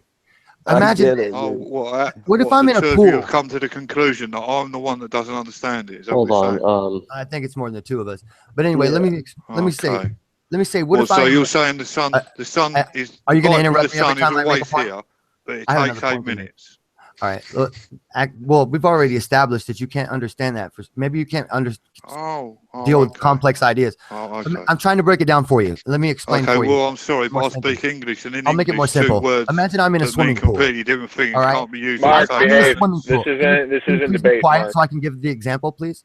Imagine that I'm in a swimming pool, right? And you also are in the swimming pool, and the swimming pool is absolutely still. And I start splashing my hands, agitating the pool, right? Perturbing the pool, perturbation. We're going to break down the etymology and everything. So what if I'm perturbing the pool, creating the agitation in the pool, but my hands aren't really reaching you, but the waves from my hands are reaching you. So you're getting splashed and watered up in the face now because you were at one time fine, but now you have big waves hitting you in the face from my splashing the water around. So I am not touching you. So that I am the light in this. All right. The water is the field that the light passes through. All right. You see the light slows things down, because to be honest. Really, it really does, but still. Yeah, it causes a refraction, so sound travels faster in water, actually. So when you first initiated the first wave, it would have taken time to travel from your fingertips to his face. Right. But that's because I'm breaking it down only in thermodynamics, right? To break down the understanding of perturbation. Now, you have to imagine that there's no particles separation. The wave is always connected. We're literally already connected to the circuit. So it's not taking that time. Yeah. But see, it's not light yet anyway until it hits the atmosphere. It's electricity through the perturbation, And then we can see it as this light, That's why it's got you can't see light in free space. It requires a medium to see. That's what Dollard's been saying, and so many others contemporaries.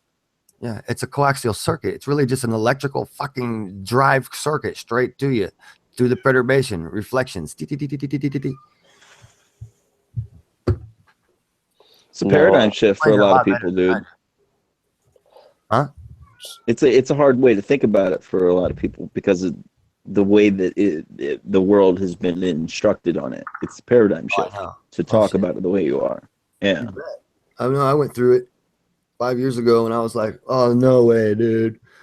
Fucking particle, no way." I mean, I made straight A's in fucking school, dude. A's and B's through most of everything. I can't understand how you guys can. This isn't what they told me. So yeah, it's hard to unlearn it when you learned it all real good the wrong way. All right. Especially when you did well with it. Well, they told me I was right. Shit, I wrote papers on this shit. Thought I was right. No, just to be, just understand what you're saying here. You're saying that light speed isn't a constant, right? Right. It's used in like different things to validate shit that just isn't really happening right. So what you're saying is that light speed isn't constant because it's going through different materials. Is that what I'm getting at here? Yeah. All right. Well, plus it's not a speed because it's not free on its own. It's actually an induction rate. All right. See, I don't want to get the definitions mixed up. So before I go on to like the argument for speed and everything, could you explain to me what an induction rate really is, or explain what that means? Because I'm not familiar with the term. Well, you might want to. I mean, if you really want to do all this with somebody, it's best to do it with Kenneth Wheeler because he'll give you the best answers. I'm only trying to convey an idea that somebody else has worked out, right? So you're like, I'm not the best guy to teach it to you. He is, that's why I often play these videos. I just searched up induction rate because the answers are the questions are answered in here in his own words. That way I'm not just paraphrasing or misrepresenting anything, you know. All right. I mean, yeah. I mean, you were saying something about, you know, there's no speed. It's an induction rate. I mean, I searched up induction rate because honestly, I didn't know the meaning. Oh yeah, you can search Wikipedia and not find what I'm talking about yet. That's all right. That's one of the things we're talking about, you know. But I mean, the induction rate of light seems to be a fairly, you know, it seems to be a fairly major concept. So just give me like a general idea what it means, or what, how is it not speed, or why is speed the incorrect term when used to define light? Because it's finite. Calling it the speed of light means it's one speed, and that's untrue. Could you explain to me why it's untrue, please? Because, like you've already said, depending on the medium, we know it slows down. Okay. Also, the speed of light has been recorded differently throughout the years, and it shouldn't be. It's a constant in your paradigm. It's a constant. It shouldn't have been. Hold on. Why shouldn't it have been? Hold on. I was thinking of myself. It should be E equals MC squared, but which can be modified by other factors, such as a water, constant. or glass, if something is or a temperatures, constant, or gravity. Yes, gravity effects. it says occurring continuously over time, meaning that it shall not change. If something's a constant, that's how you get rainbows. Let me just. The speed of light hasn't changed, has it? But it has. Our agreed measurement of it has. But no. But see, you guys. But yes. Are you saying? You're actually claiming that science says that the speed of light has changed over time? Jeremy, do you have to shout at people? Well, it's me. It's fine. I'm sorry. It's just Jeremy. Well, I just find that an what I'm saying is, if you look at the science, dishonest claim, if you look at the science of metronomics, okay, which is the science of measuring constants, the history of it records that the speed of light has been variable over the past 100 years. So it's not a constant after all. Here is a sciencenews.org article if you would like to read this. Cathexis, let me just bring something up here to clear up any misconception you might have about the speed. Yes, when it travels through different material, the overall speed, it does change. But here's the thing you have to remember though. You know, speed is defined as distance divided by time, but the actual speed of light isn't changing, just the distance it takes to travel through the medium is changing.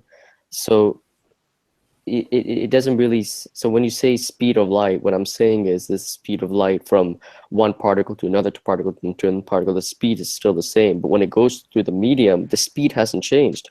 All that's changed is the amount of distance it takes for it to travel. Yes, I'm not trying to say that the speed changes through mediums in this moment. No, what I'm trying to explain is that the literal speed of light has changed, and it has not been demonstrated as a constant, although we say that it is. What you're saying is reply to Mr. Grimm's that because our methods of measuring. You could try to assert that, Jeremy, but that's not what I'm saying. Well, where did these? What is the reason for the differing results then?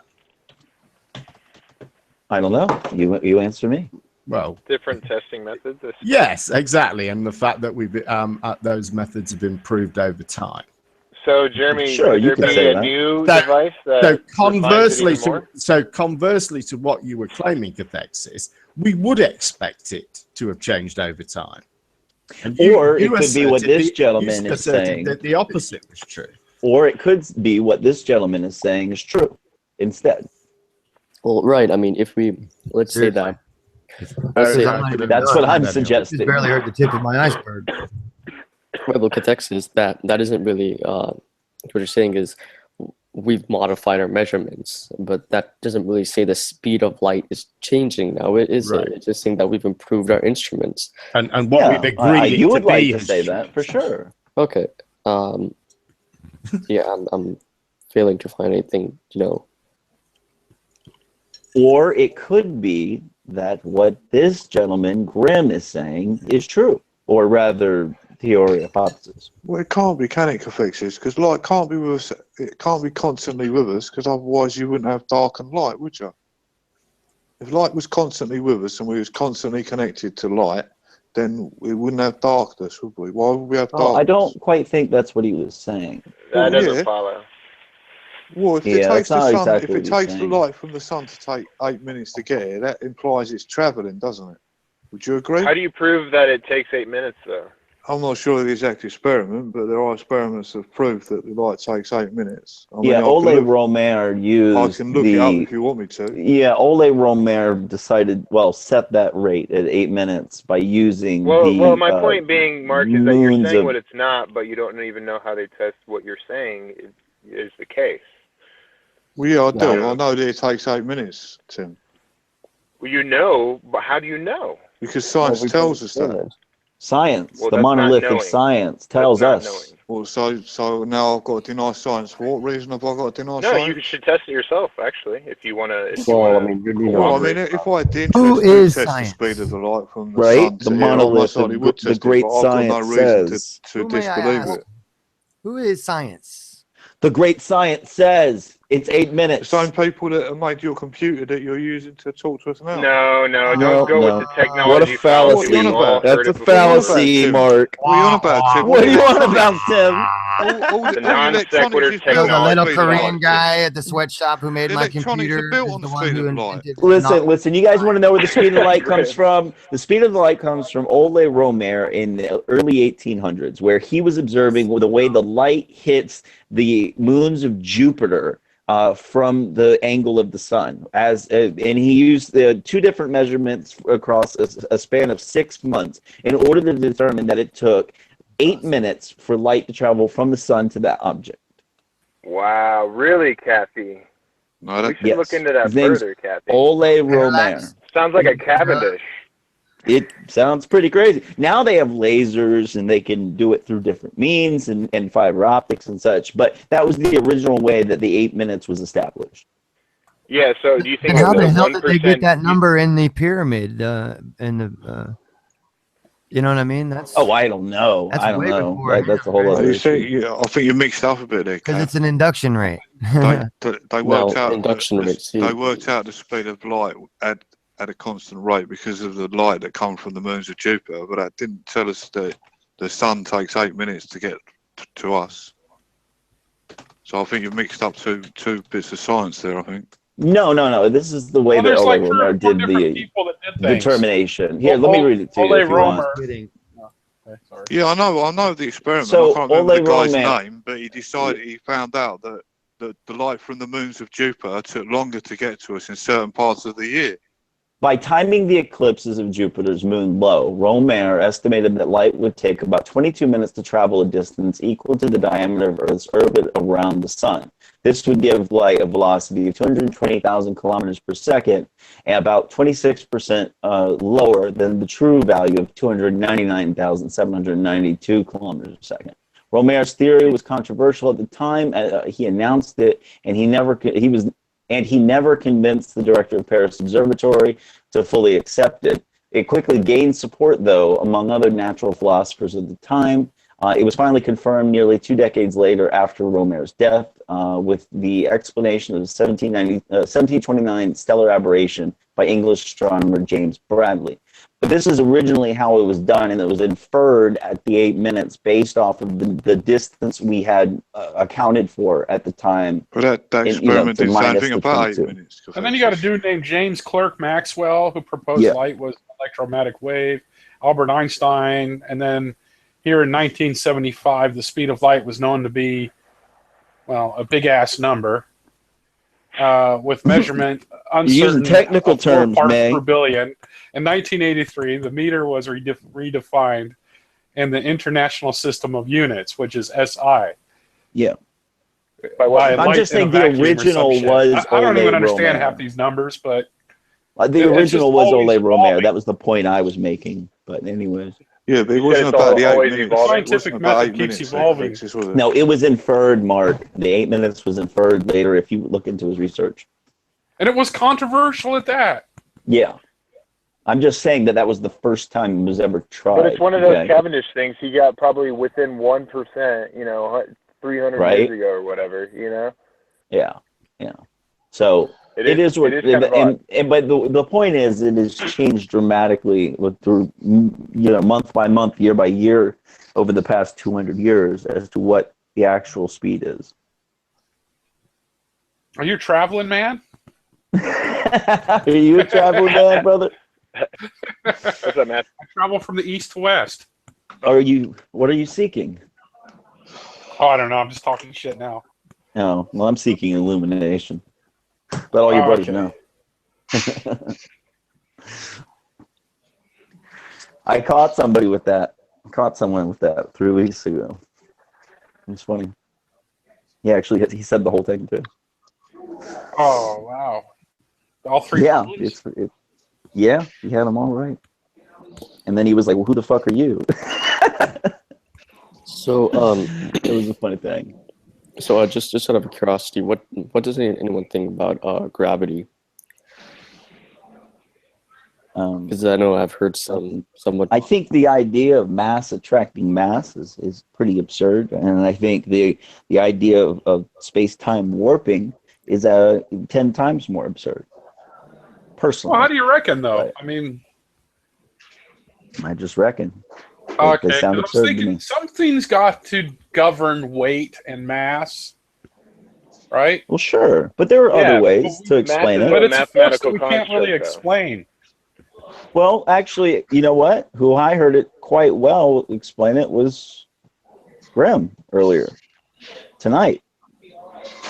But I think it has a lot to do with electromagnetics, personally. But that's a part of it, But yeah, mass attracting mass just seems ridiculous. We can't observe that in any way, shape, or form. And same with a bending. They've done experiments that they have done that, though. Which one? Cavendish? Yeah, I'm actually curious. Which was replicated in the University of, I forgot, on a black and white video with sandboxes. Yeah, but there are other factors that could be at play with Cavendish, and that's which is something what that the guy nobody thought likes of. to. Such as many assumptions. Yeah, it does, dude. Look. The whole thing about Cavendish experiment, there could be a multitude of reasons why that occurs.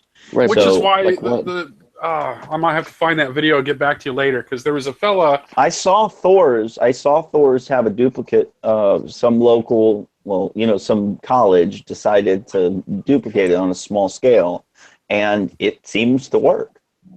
I'm not saying that it doesn't work. It does seem to work. And he accounted for static electricity, so he made up a box that. Oh, I haven't seen that actually. Yeah, that's what I was saying. I'll have to find that video and give you a shout out with that video link.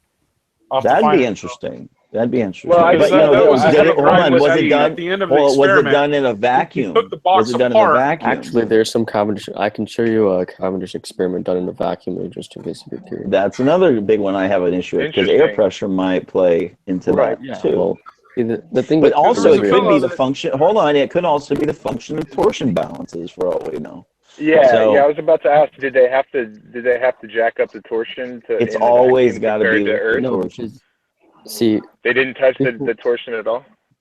See, before you even do the Cavendish experiment, it's crucial for the entire system to be at equilibrium, meaning no forces are at play. So with that being said, yeah, they probably did account for the whole torsion thing. In fact, I'm pretty sure that's how the whole Cavendish experiment was based off of how we found. Yes. What about the shed that they did it in? Did they account for that as well? The shed? No, I'm talking. Yeah. No, I'm talking about another experiment that was replicated in a vacuum. To account for. I'd like to see that. Yeah. Can you tell me by what means the experiment matches the conclusion? I mean, how it seems arbitrary to me.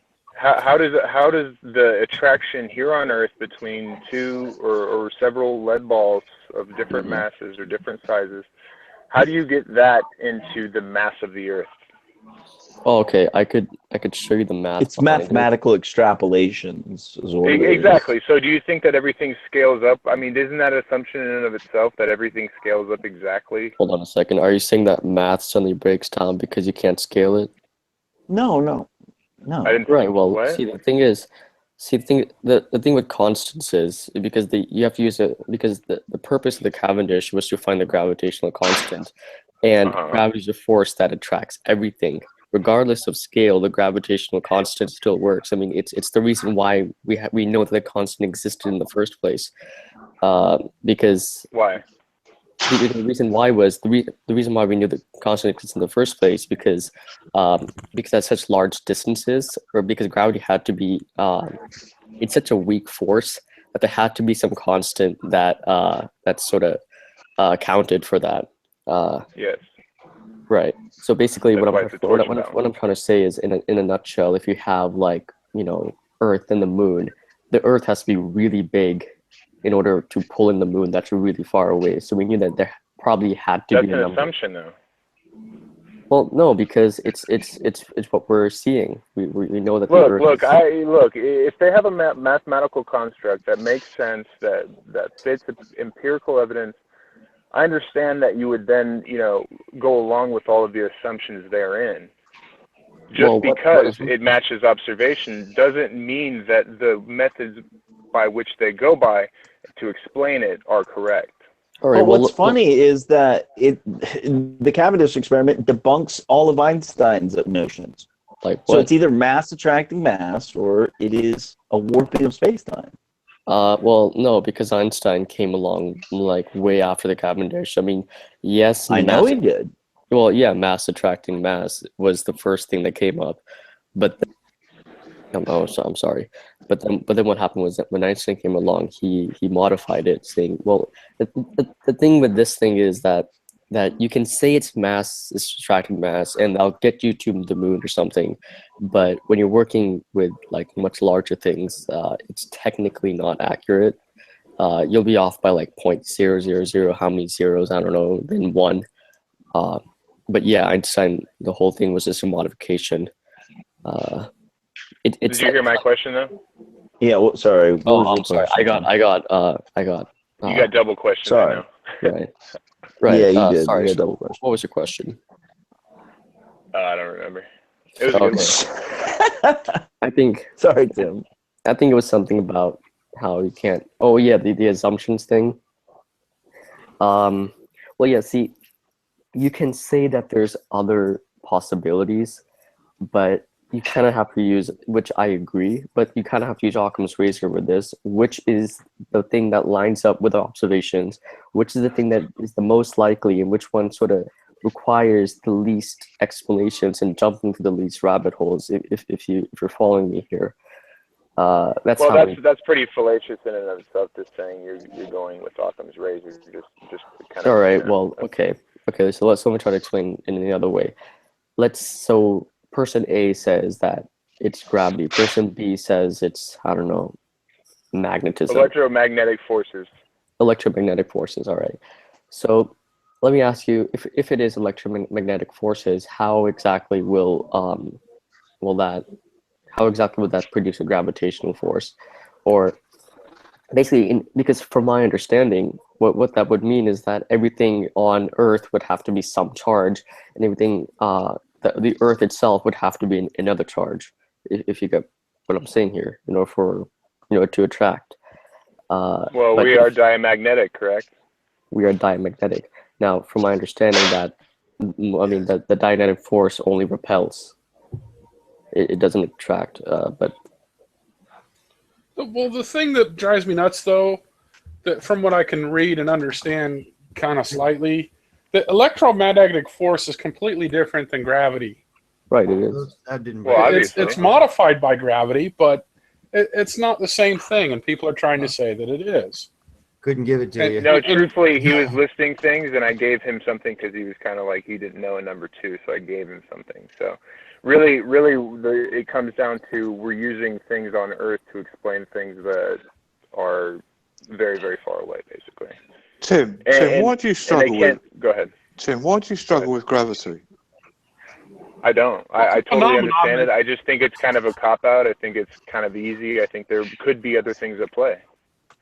Like what? Well, it's just I've heard you argue for the what makes something fall down? Well, I mean, it's an assumption to say that things fall because of a bigger mass, isn't it? I mean, how can you demonstrate that? Oh, you drop a ball and see which way it goes. Well, yeah, but no. You're demonstrating that up doesn't and prove down. your premise, dude. Yeah, well, that doesn't that's prove the premise. If you drop a bigger ball, No. they should land at the same time, regardless of weight, right? Well, what about things like orbital mechanics and things like What that? about? where Hold on. predictions can be What made? about a helium balloon? Why is a helium balloon? Well, that's buoyancy cathexis. Well, there's basically so four forces of nature, right? Four fundamental forces of nature. Gravity what would it be do in a considered to be the vacuum? weakest. Well, in Yeah. a vacuum, the balloon would fall. So it would. Yeah. Huh. In a vacuum. A helium balloon would you fall. wouldn't actually. No, I take that back.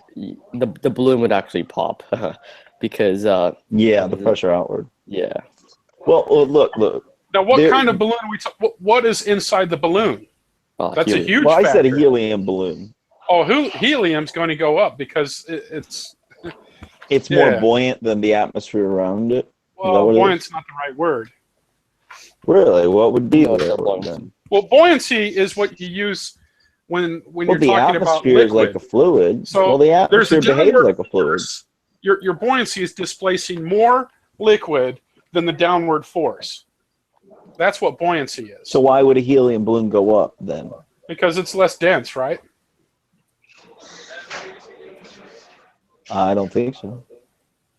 Well, it is less dense than what? Less dense than the surrounding air? It is based off. Well, let's look up helium. How does helium work? Hydrogen will go up. Yeah.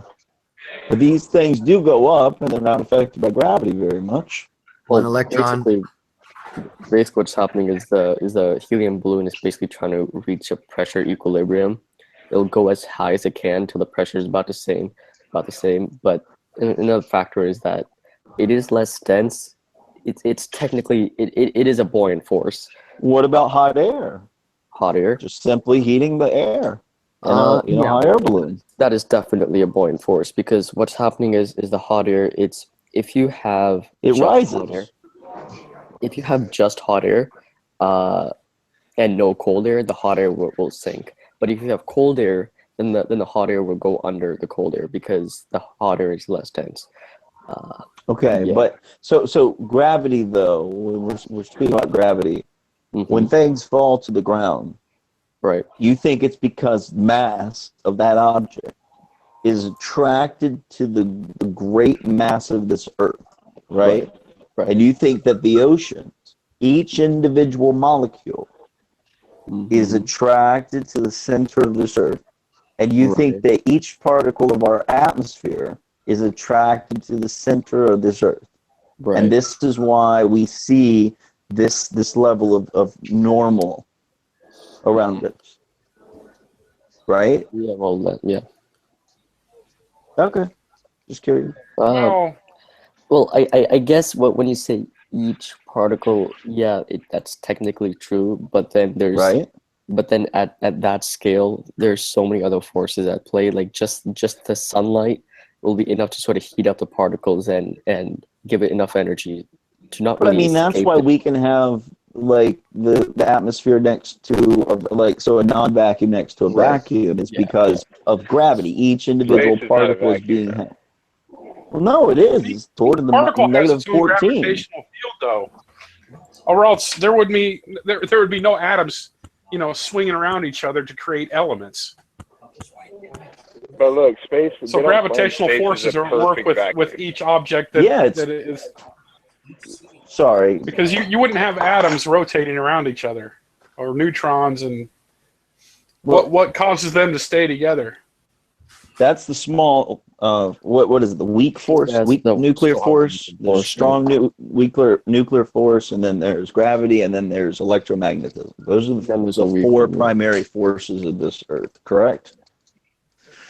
Is that right? Okay. Yeah, there's four, and this sounds right. I can't remember all four all the time. Electromagnetic, I think, isn't it the strongest? Yes, it is. Yeah. But gravity, in my opinion, could be explained in a couple different ways, and I think that it's really only necessary in the way that we understand it, so that people can be right side up in Australia to me here in America. It was the reason why I was postulated by Newton in the first place. But Right, I mean, the fact outside of the fact that things do fall. I mean, it's still a phenomenon, though. It's not like it's light where light has been measured, and you know. No, there is certainly an up and down in nature. That have been measured where gravity is well, no, there's considered- certainly an up and down in nature, Uncle. Absolutely an up and down in nature. Now, apparently, that's relative to each individual point of perception, I suppose, that you could call it, because there's an up and down in nature in Australia, and there's an up and down in nature in where I'm at, okay? It's only up and down is not in nature when you apparently get into space, where there is no up and down in space. Right, well, the only thing that really defines our down is gravity, right? And another thing is, if gravity suddenly stopped existing, people that are at Australia, they wouldn't just fall off. Now, if they were to just fall off, then that would mean that there's another gravitational force right below the Earth, which is. Well, it's a hypothetical to begin with. Yeah, I'm not. Hypotheticals. That wasn't my major point. I was just mentioning. Yeah, I know. Just to clear up everything. But yeah, I think that, I mean, what's his name? Grimm mentioned it earlier in a very eloquent way about, God, I forgot how he put it, but he used the theory hypothesis explanation for gravity, and I absolutely love it. It's not something we hear very often. Grimm, are you there still? Or did you get too blazed? I've been zoning out on just looking at the pretty videos of the Thunderbolts project. Filing through. Nice, dude. With those 8 fucking jars back there, I would be too. Oh my goodness.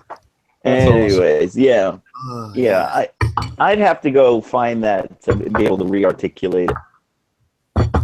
I got some meatloaf sitting in front of me. Well, this channel seems to be all right. I don't mind being wrong all the time. Me neither. It takes a lot of getting used to. Just chilling. But yeah, this is some good info. Thunderbolts project. Did I give you guys the link to that? Yeah, I think so. I'll do it again. Yeah, I think it was a mobile problem. But what I was saying is, I think it's an electromagnetic effect, personally. And I think that it's extremely healthy for people to think of things outside of what the mainstream accepts. So, of course, the person shouldn't disregard what the mainstream accepts. I think that you should learn what the mainstream accepts and the reasons why, but don't be boxed in by that. So many people are I think it's heresy to question what these things are. And how are we ever going to move forward and learn new things if we can't question what the mainstream presents? So very nice. That's my opinion on the matter. I totally agree with that. I mean, 100%. Yeah. Well, isn't that like the main part of the scientific method? It's not as much as you'd think it is, because there's a lot of dogma, there's a lot of agenda, there's a lot of greed, there's a lot of influence, and these are institutions of men. Sure, there's a peer review, which seems like consensus science if you think about it. And sure, science itself is amazing if people are following the scientific method and interpreting data properly. But the problem that people have, that I've noticed, is they think that science is this monolith of self-correction, this monolith of truth and dignity. Yeah, Confectus, what did you call peer review? It might as well be consensus science. And because you got a board of scientists saying, oh, well, we like this idea better than this idea. And they're saying it's the best explanation most times. Sure. But you have people who have agenda. You have people who follow dogma, especially in cosmology and astronomy. So the point I'm trying to make is that the institutions are not as sound and pretty as we want to believe in this society. It is still an institution of men. It is still susceptible to corruption. And I could show you dozens of examples of corruption within the scientific institution.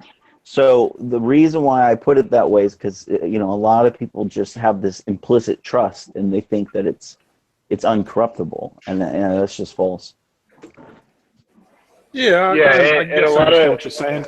A lot of things with cosmology, unfortunately, are based on just empirical evidence, which is good in a sense, but at the same time, you're using mathematical constructs to prove models and such. And they're choosing their models on philosophical grounds, as they've said numerous occasions. Yeah. Well, I mean, well, what is happening is that we see observations and explain it. Yeah, we're using math, but do you mind explaining to me like how that's not, valid or? What do you mean? Sorry, dude, I didn't catch that. Yeah, I think. Okay, go ahead. If you a lot of it is based on assumptions, like we said. I mean, even star distances and stuff like that is used in a lot of stuff, and even that is an ever-changing thing, like the North Pole changing, 100 million miles or more or whatever. I mean, these things are based on assumptions a lot of times. Yeah, the original assumption was from Hipparchus in 280 BC when he says the stars are infinitely distant away. This is the kind of the precursor to the idea of light years. But let me ask you real quick. So I know you are actually you're way more knowledgeable than most people by the time. What is the method that they use to measure the distance to the stars these days? Because I know that they use triangulation of retrograde planets and such for the sun and these other things. How do they get the distance to the stars? Do you know? Right. Well, it's parallax, but it's basically what we do is in a nutshell, what's happening is, see, the Earth is going around the sun, right? And the 2 points that the Earth goes around the sun, there's a measurable amount of displacement in the angle of the stars. Now you generally need 3 points in order to do a parallax measurement in the first place.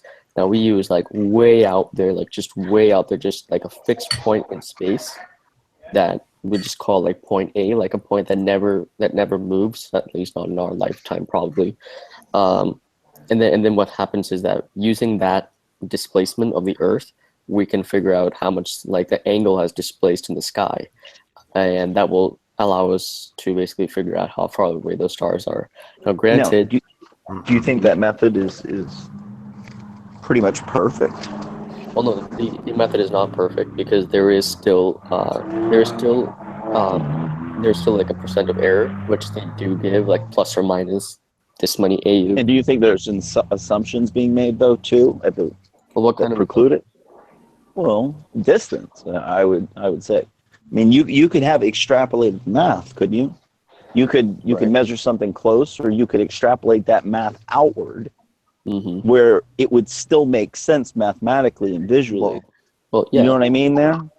Yeah, it would make sense, but see, what's happening is we're doing the concept first, or we're doing the measurement first, then we're using the math to figure out like we're using the angles to figure out how far away something is, which we do pretty much all the time, really, and it works all the time. See, the problem with parallax is, first of all, it's so small. It's like 0.00046% on some of these guys. Right. Yeah, and that's one of the things about parallax is that you can get the discrepancy.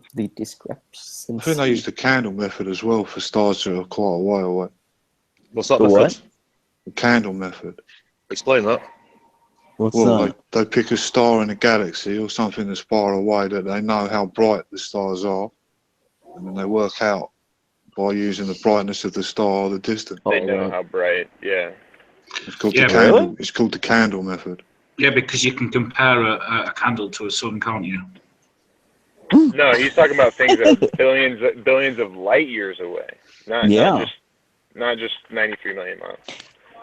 Yeah. If you look into how they tell the distance, there's a whole scale of the way they do it. Parallax is near the bottom. Parallax works for stars that are near, but when they start trying to measure stars, these seem to all be inferences, though. Right, but see, Alexis, one thing that I will give to you is that the parallax, it's only accurate to a certain degree. Once you get it's not accurate for stars like way out there, like stars that seem to be like they don't move at all, because the parallax is so small that our instrument it can't detect it. So right now our instrument's only accurate to what the number that you just said, which is really small. Yeah, it's like the 6th decimal period out, and that's just the closest one that we can gain parallax of. Right. What my research is. Right. I mean, it is very small, but it's still there, and we can use that to figure out how far away it is. I mean, I could Now, what about the parallax to the moon and the stars? This is something I actually haven't looked into, but when I look at the night sky, it appears that, I mean, because we're technically rotating, that the sun, I'm sorry, the moon on the ecliptic moves at the same speed as the stars behind it. Okay. Now, if the moon's on its own orbit around us, and we're rotating, shouldn't we see a fair amount of parallax between the stars and the moon? Between the stars and the moon. So just to sort of recap what you said, you're saying that since the moon is going around the Earth and the stars are behind it, are you saying that there should be a significant amount of parallax between the two? Could you? Well, yeah. I mean, if we're rotating, okay, and the moon's orbiting around us, and the stars are so far away from the moon, shouldn't we be able to have some dramatic parallax between the moon and the stars? Kind of like when you're looking at trees up close compared to mountains and miles, 100 miles away. Yeah, I'm pretty sure that. When you say parallax, do you mean like if you were to move out like a couple miles, you should see the moon like greatly be displaced?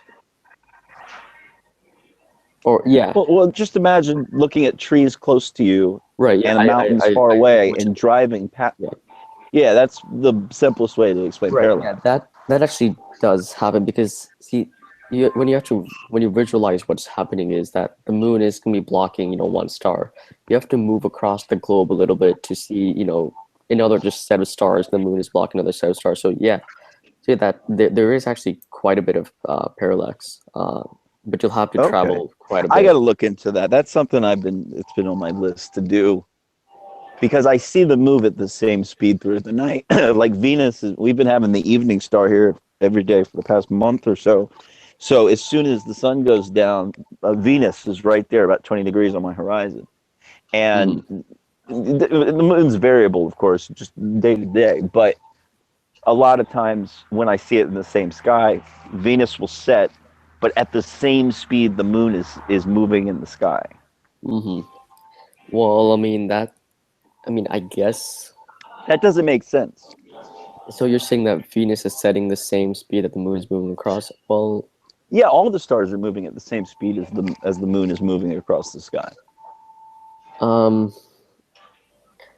Okay, well, let me think about that literature. So we're just and like I said, I haven't really dug into this. This is just my own personal observation, but I've never heard anything about parallax between the moon and the stars in that regard. But you would think if the moon were this much closer to them, those stars, that we would be seeing dramatic parallax between them. Right. I mean, but I could be wrong. I could be visualizing it wrong. Right. I mean, if you do plan to go out, I mean, if you have a friend that's like miles away and you're somewhere else, I mean, I guess you could measure the amount of parallax between the moon and the stars. I'm pretty sure that is something a method that's used. I mean, I could get back on you and sort of see what I saw. Okay. Yeah. I'm just throwing it out there. Like I said, it's just something that I've tried to conceptualize and doesn't match up to what I observed. Basically saying that if you go out little on the Earth, you should see the stars sort of like move a lot relative to the moon, right? Well, yeah. Well, no, the stars move very little compared to the moon, even though we're spinning. You know what I mean? Like the moon being closer. Just imagine you driving by a bunch of trees that are close to you, and the mountains in the distance. So the stars would be in the distance, the moon's up close. We're driving by spinning, so to speak. So those objects shouldn't be moving in the same speed in the sky, yet they do appear to be. Right. Well, I mean, the moon does go around the Earth one time for every month. So the actual, which is very slow.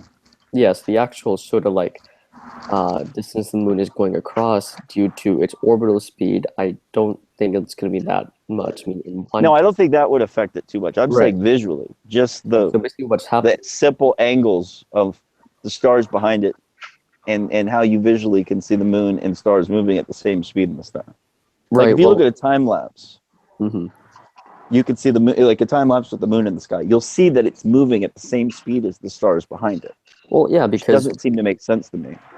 Well, no, because we're on this. See, the Earth is rotating everywhere, 360 degrees in 24 hours, right? So we would see everything go by 360 degrees in 24 hours, including, the moon and the stars, just regardless of the parallax. Like if you're I understand that, but what I'm saying is, shouldn't you see a difference in visual speed, like apparent speed, between the sun? I'm sorry, the moon and the stars. A difference in the visual speed. If it's not just like a big, it's not like this circle around. I mean, the sphere around us where everything's at the same distance away. The parallax from stars is very, very minimal because of how far away they are from us. But the moon being as close as it is to us, being just a luminary in the sky. You see what I mean? Yeah. So say that you're on like a swivel chair and you're spinning, and you have like a ball that's really close to you, and you have a lamp that's far across. The ball and lamp, they'll leave your field of view in about the same amount of time. Because if you try to imagine that you're in the chair, you'll first see the ball. It'll cover up a large majority of your field of view, relative to the lamp that's far away.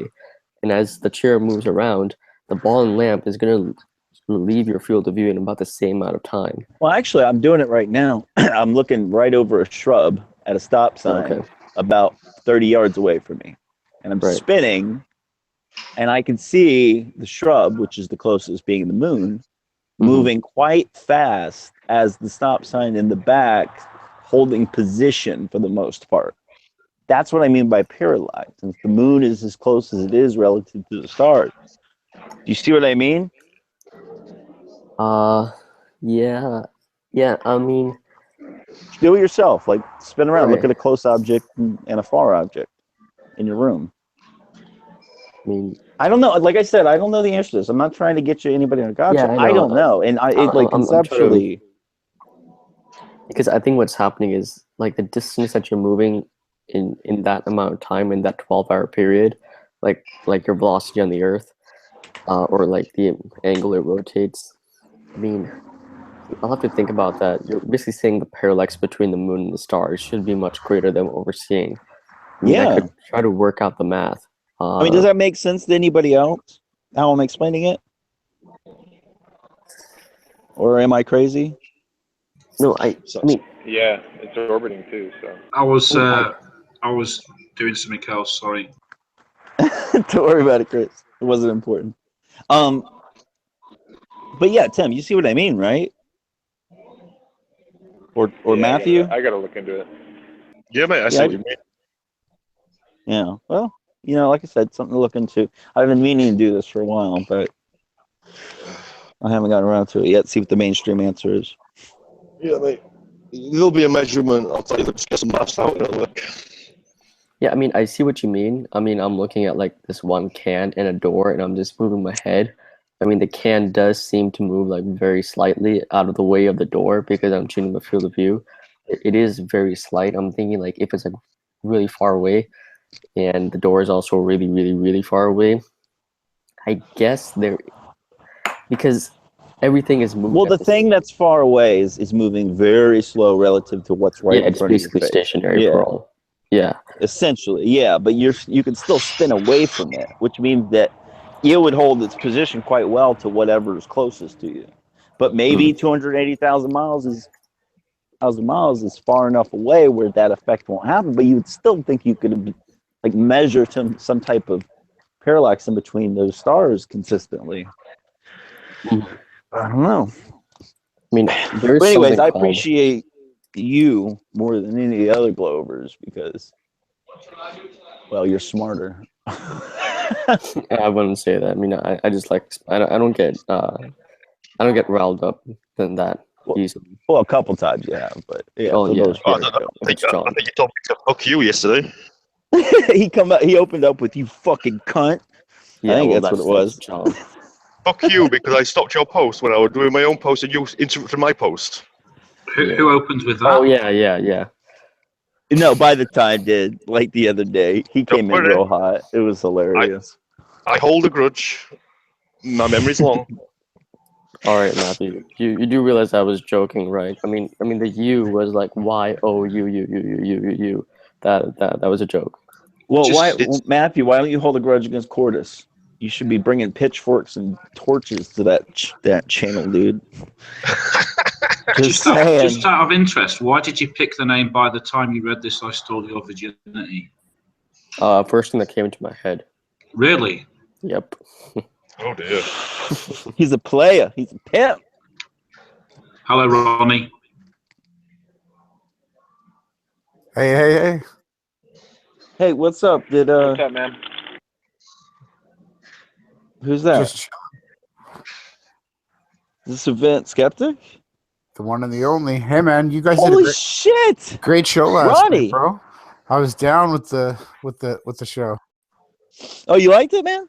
Yeah, I like it. It was a great explanation of the different sciences, and yeah, great show. Dude, appreciate it. Yeah, that's the third one. We got a series of a bit more. John's great one-on-one. He doesn't fare. Well, he fares just fine. He just gets a bit riled up here in the open debates, we'll say. But I love the guy. But yeah, his presentations are outstanding. There's not much you can argue with. Nope. That's the thing. But welcome. I haven't talked to you in a bit, man. Hey, I saw the invite. Whose show is this? It's actually Jim Panda's. Yeah, What's up, Tim Panda? invited you. Yeah, you know that Age of Chill. I saw Press Reset Earth, so I thought I'd try. Well, that might not be the real one. Right. Yeah, Katex, to just get back to your question here. Yeah.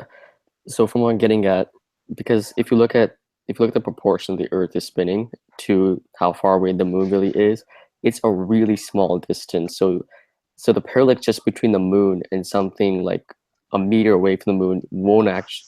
Yes, the moon and something to the stars, it actually won't be a lot, because if you look at how far away the moon is and how much distance you cover because of your rotation, that alone isn't very much. And you compare it to a far away star, that's also like the parallax will be really small. The only parallax that you would actually see is between like the moon and the star if you go to, I don't know, Greenland or a Australia. Different location on the Earth. Yeah, right. I mean, I get that, but you don't think through the rotation that there would be. I mean, the amount of distance you're covering because of rotation is very small compared to how far away the moon is.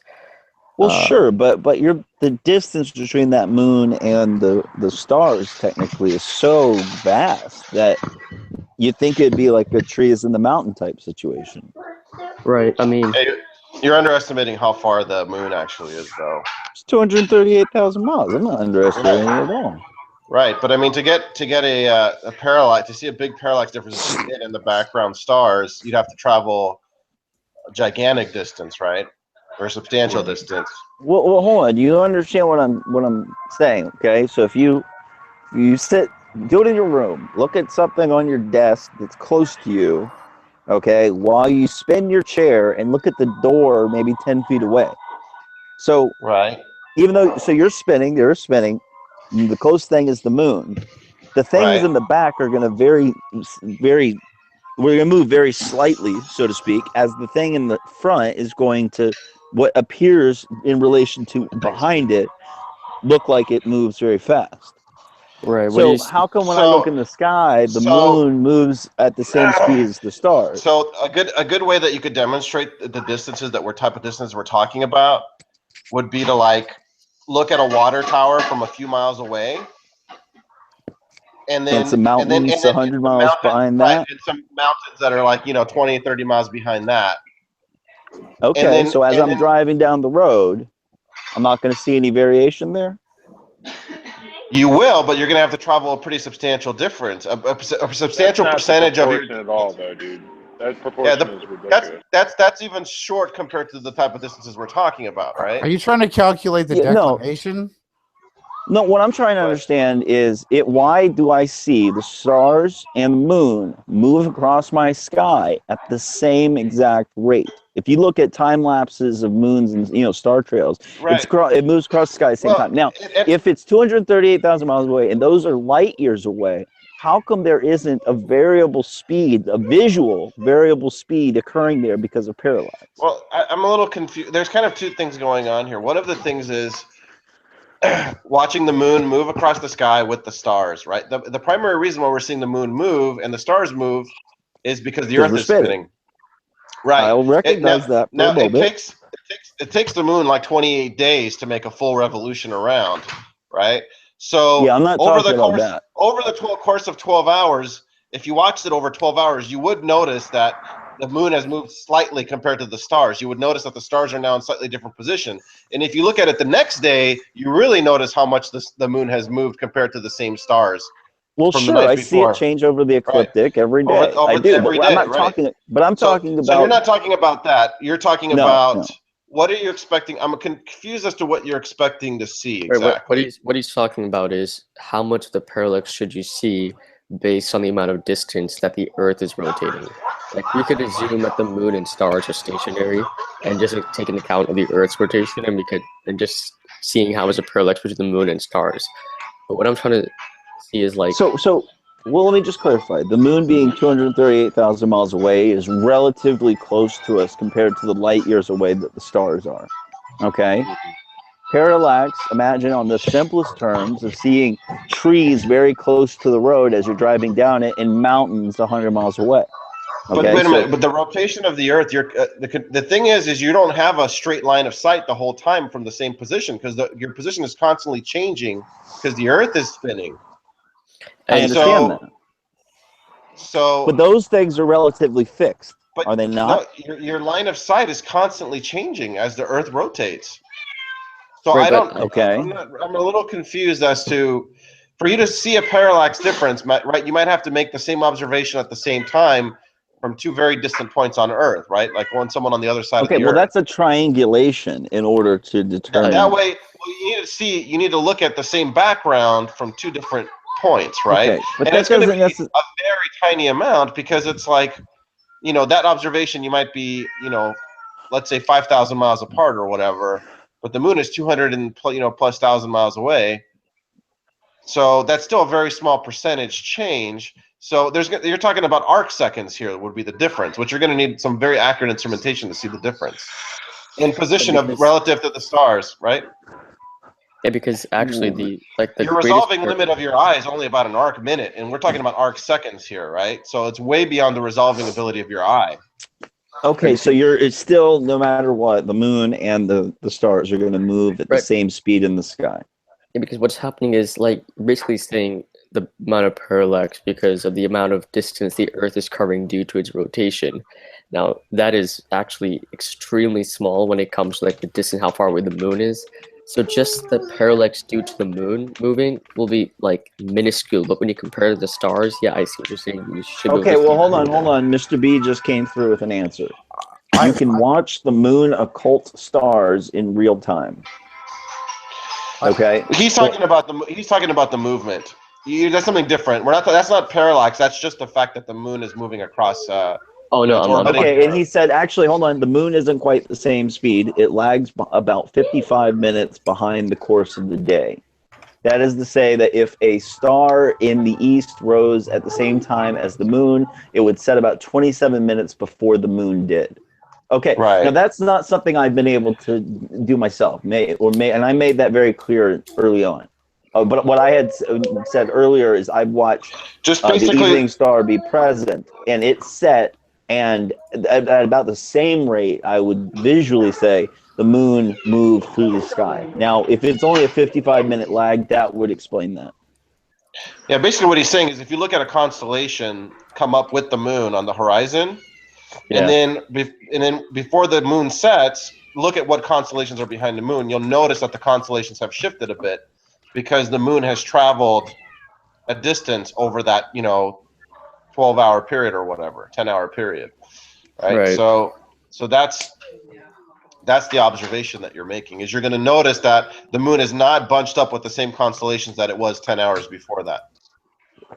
And it's even more noticeable the day after, because then you'll notice, wow, the moon is now really in a different constellation than it was the night before. I get you, man. I get you. By the way, we were talking about how to calculate the distances out to stars. When we're looking at closer stars within like 1,000 light years, we use the Hipparchus satellite, which was able to get a big enough distance from observation to measure parallax. And so we got a whole bunch of stars within 1,000 light years. So we got a whole bunch of stars that we measured with Percy to measure. But the other thing is there's certain types of stars called Cepheid variables, and they all have a certain they all emit a certain amount of light. And when we do a parallax observation of a Cepheid variable, we can measure the luminosity, and we know that luminosity decreases, with the square of the distance. And so when we see another Cepheid variable out in the distance and we measure its apparent brightness, how bright we see it, we can calculate out how far that star is. Well, Halden Arp kind of debunked the whole Big Bang theory with the quasars color being detected as local. I'd like to add a couple things about the celestial, the mechanical axis of the Earth. Please do. If we were spinning and we were placed on a rotated ball and we were surrounded by stars, you would expect to see and observe many different celestial equators, depending on your position, direction, and field of view, keeping in mind the axis of rotation of the Earth. So if you follow me here for a second, I'll just quickly go through this. So basically, this slice would be 4 slices of 4 different perspectives of the celestial sky. So what we would expect if we were on a rotating, spinning ball at a fixed axis would be anyone standing at position X on the equator would have his 90-degree angle met with the starlight above. That would be his celestial equator, right? And actually, on this depiction, that's where the Earth's supposed celestial equator is. So if I continue with the demonstration, I'll kind of speed this up. So basically, anyone standing at this position and they were to look north or south, they're going to see either stars A and B rotate to the left. These are the fixed stars we're talking about, not the planets and the wandering stars, the moons and suns. So they would rotate this way, they would rotate that way. And continuing south, you'd see the same thing, definitely from this position. But the problem lies in when we actually move the observer's position north and we look to the south, we end up seeing that we completely don't have the same equator. We basically have, we see the northern skies rotate, and we could basically see stars C and D travel in a straight line. And this is the exact same effect when moving south. And this axis of rotation and the observations of the stars and how they move above our heads completely disproves the fact that there is a rotation of axis. Because if there was, all the stars would line up like this. No matter which position you were standing on the ball, your equator and your celestial equator would always be at a 90-degree angle. Just like when you supposedly take curvature into effect, we're always on the top of the ball. This same effect should be taken into consideration when observing the motions, and they're not. So if anybody could debunk this and explain to me why when let's get into this. I have a question for you. Go back to your slices. Sure. Okay, no more, honey. That's it. Sorry, I was getting loud there. I was just trying to get the point. 'Cause Google has this really bad auto share sound. By the way, for the record, if you want to come into Earth discussions, Kara's got 3D modeling software, and she can model the camera angle from any point. And in a 3D model, you can clearly see that it perfectly matches the observations that we make. She's gonna probably come up with a Yeah. The Red Rhetoric's in there. Red Rhetoric's in there at the minute. But okay, so pass. Your Earth is a little elongated there, but so let's say you're at the top ring. Mm-hmm. I'm a little confused as to what you're saying we should observe versus what we actually observe. At the top ring versus at the actual equator. So if you're at the top ring versus at the equator, just explain to me what we observe versus what you expect to observe. Oh no, I see what he's trying to say. When you take a theodolite and you line it up with the sky, when standing on the equator and you line the theodolite up at a 90-degree angle, you get a straight celestial equator in the sky. It's right around the ring here at the center slice. But supposedly, if we have axis of rotation, everything is spinning around. We're moving around. Everything is stationary around us. When moving upwards, that 90-degree angle still applies. We should still see. Oh, so the wobble of the axis would cause a displacement of that equator, is what you're saying. Well, when you take your theodolite and you measure your meridian spot, you should have a whole other central group of stars spinning around you. And when you look north or south, you should still see the clockwise in the south and counterclockwise in the north. But really, we don't see the southern stars from the northern half. And we don't see, basically, the celestial equator is fixed. And that disproves the axis of rotation. Is what are you saying that no matter where you are on the Earth, you should see your own sort of celestial equator, like your own personal equator, or like own personal straight stars? All right. Well, yeah, you should have the. If you go to Ecuador and you do a pan up and do a star trail footage, you'll see stars traveling straight overhead, and then descending to set behind you at whatever heading it is. 90 and 270, but unfortunately we should be able to see that from all spots on the Earth. Because because the Earth is curved. What you're thinking is if the Earth is sort of like a square shaped, where it's just completely like flat and rotating around like a. Yeah, that's what he's missing exactly. I was going to say you forget that straight up is a different angle on every point on Earth. So if someone is up near, like if someone's on the North Pole, straight up is right on the axis, whereas if someone's on the equator, straight up is at C. Well, then we should observe what we observe on this demonstration. So if you're sitting on the North Pole and you look straight up, you're going to see all the stars spinning in a circle above you, with the center being straight up. But if you're on C, you're going to look straight up. You're going to see that the stars are traveling in a straight line above you. And that's exactly what we see based on even on your model here, right? If you're looking straight up at C and the Earth is spinning on this axis, you'll see that that C will be moving in a straight line across your sky. But if you're standing on the top of the Earth and the North Pole, and you look up at the axis, you're going to see what you see in this picture. Everything is going to be going around in a circle above you. You're not going to see any stars except for the stars at the horizon moving. Only the stars at the horizon you're going to see moving across as a straight line rather than the circle, which is what we expect to see. And then as you move across it, you're going to see a mixture of that depending on where you're at, because you have to remember a theodolite always finds the tangent on the Earth, right? Which is always changing with the curvature. Yeah, the tangent, the 90. Because the theodolite centers upon gravity, which is always pointing towards the center of the Earth. So it makes a right angle to gravity. So the theodolite is always looking at the tangent, right? So the theodolite is always pointing to the tangent. So what you're missing here is when you look straight up, you're going to be looking at all different angles all the way across the way, depending on what your latitude is. And that's what I'm kind of confused about I think that's where you're getting confused about. Is straight up does not mean that you're looking at, straight up on the North Pole is looking up at Polaris straight up, which isn't even on your map. Whereas straight up, on this picture here is looking at C if you're on the equator. You see what I mean? And if you're somewhere between at like 45 degrees of latitude in the north, straight up is going to be looking at A. So A is going to be straight up for you. Right, because A will be making a circle around you, and then C will be looking, straighter near the horizon, and you'll be able to even see the lower, and then you'll be able to see the lower stars start making circles again, which is what we see which is exactly what we see in long duration photography.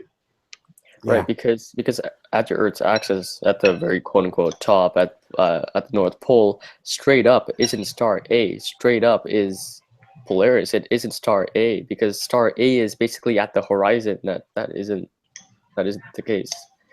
Well, this experiment is taking into account the position and the observer's perspective of what they're seeing in the sky.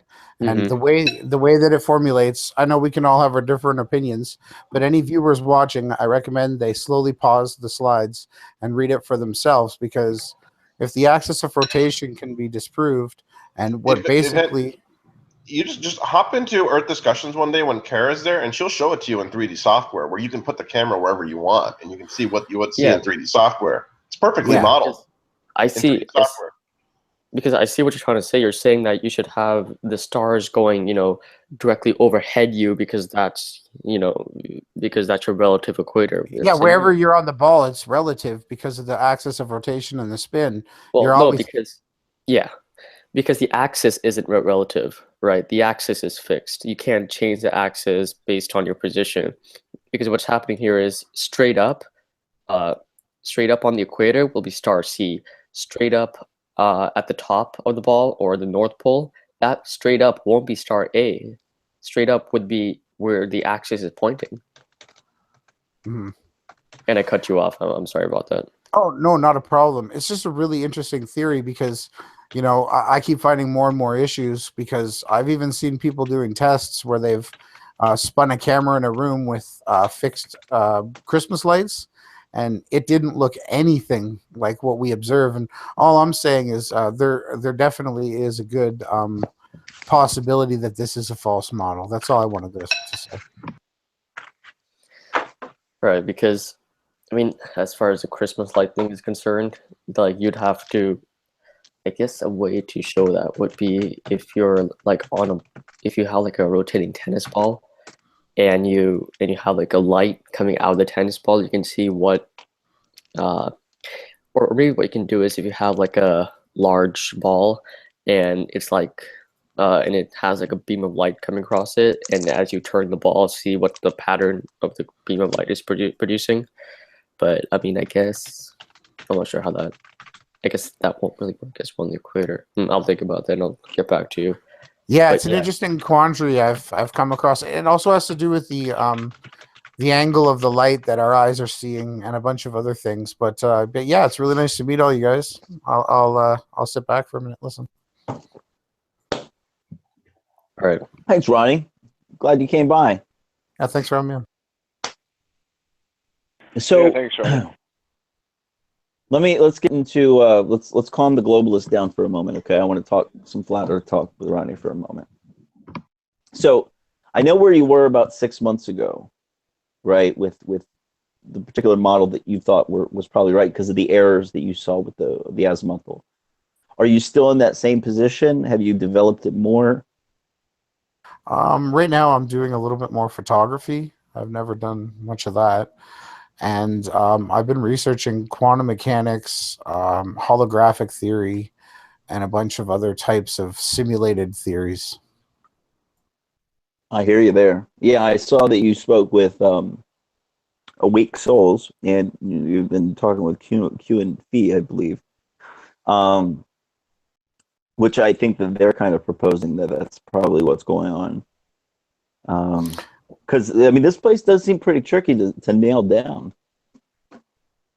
Well, there's a lot of things that are too similar to coding, RNA and DNA replacements, and as well as rainbows and the moon and the sun's position that I heard you all talking about really candidly and coolly. And I was thinking I like to add, there has been multiple people have filmed birds, planes, clouds in front of and behind the moon. And, one of the only possible answers to that would be that those images are being rendered. And the light thereof is also being rendered in its own specific way, just like we are. And, there's a whole other area to be approached. Each observer has his own local sky. Have you ever seen an object go behind the moon yourself? Oh, yeah. I've seen clouds. You've seen clouds go behind the moon? Oh yeah, even today I was out filming the sun. Do you have any pictures of that? Yeah, one sec. Let me see. I might not have too many good ones, but hold on. Now, the rational side of my brain wants to say that, well, what we're seeing here is the difference in density of the cloud. So that let's say you've got a very thin layer and a very thick layer, and then they're in the same area of the sky going in front of the moon. The thick layer will look to be in front, where it will obstruct it, make a darkening of the moon. But the thin layer, which you clearly were able to see just fine with the light of the moon shining on it, when it goes in front of the brightness of the moon, and this goes to the sun too, then what happens is it begins to become very transparent, looking as if it's going behind it. Right. That's exactly it. Does that make sense? Yeah, I think you're exactly on the money with that.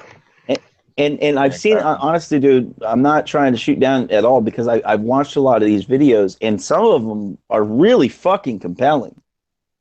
They really are. I mean, you look at some of the videos that have this and make this claim, and it's like, what the hell is going on here? Wait. And you kind of have to sit back and really think about it in a way. And, you know, I've observed it in my own sky too. And it's just something I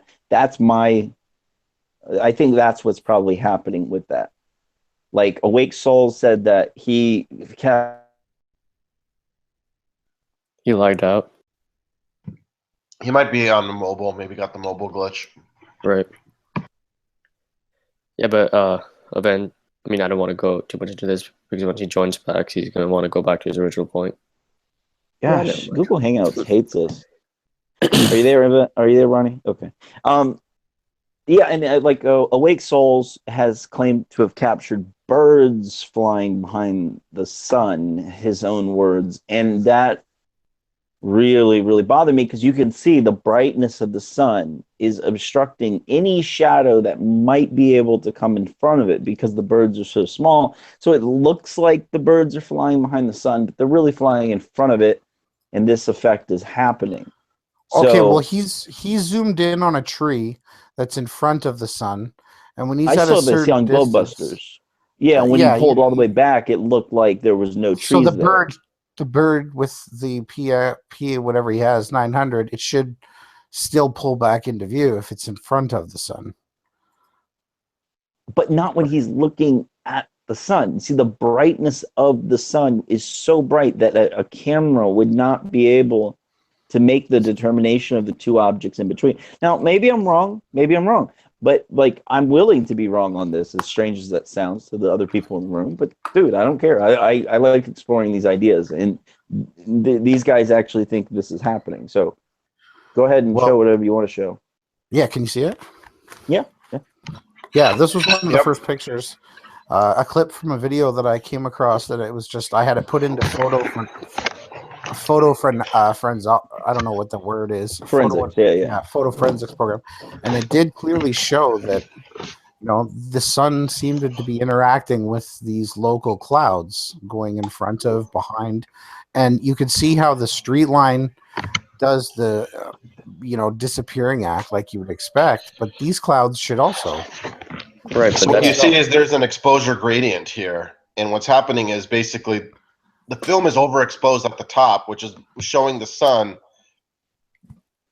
It's showing the line of overexposure that's basically erasing anything that would be showing up on the, that's the way that CCD and even film works.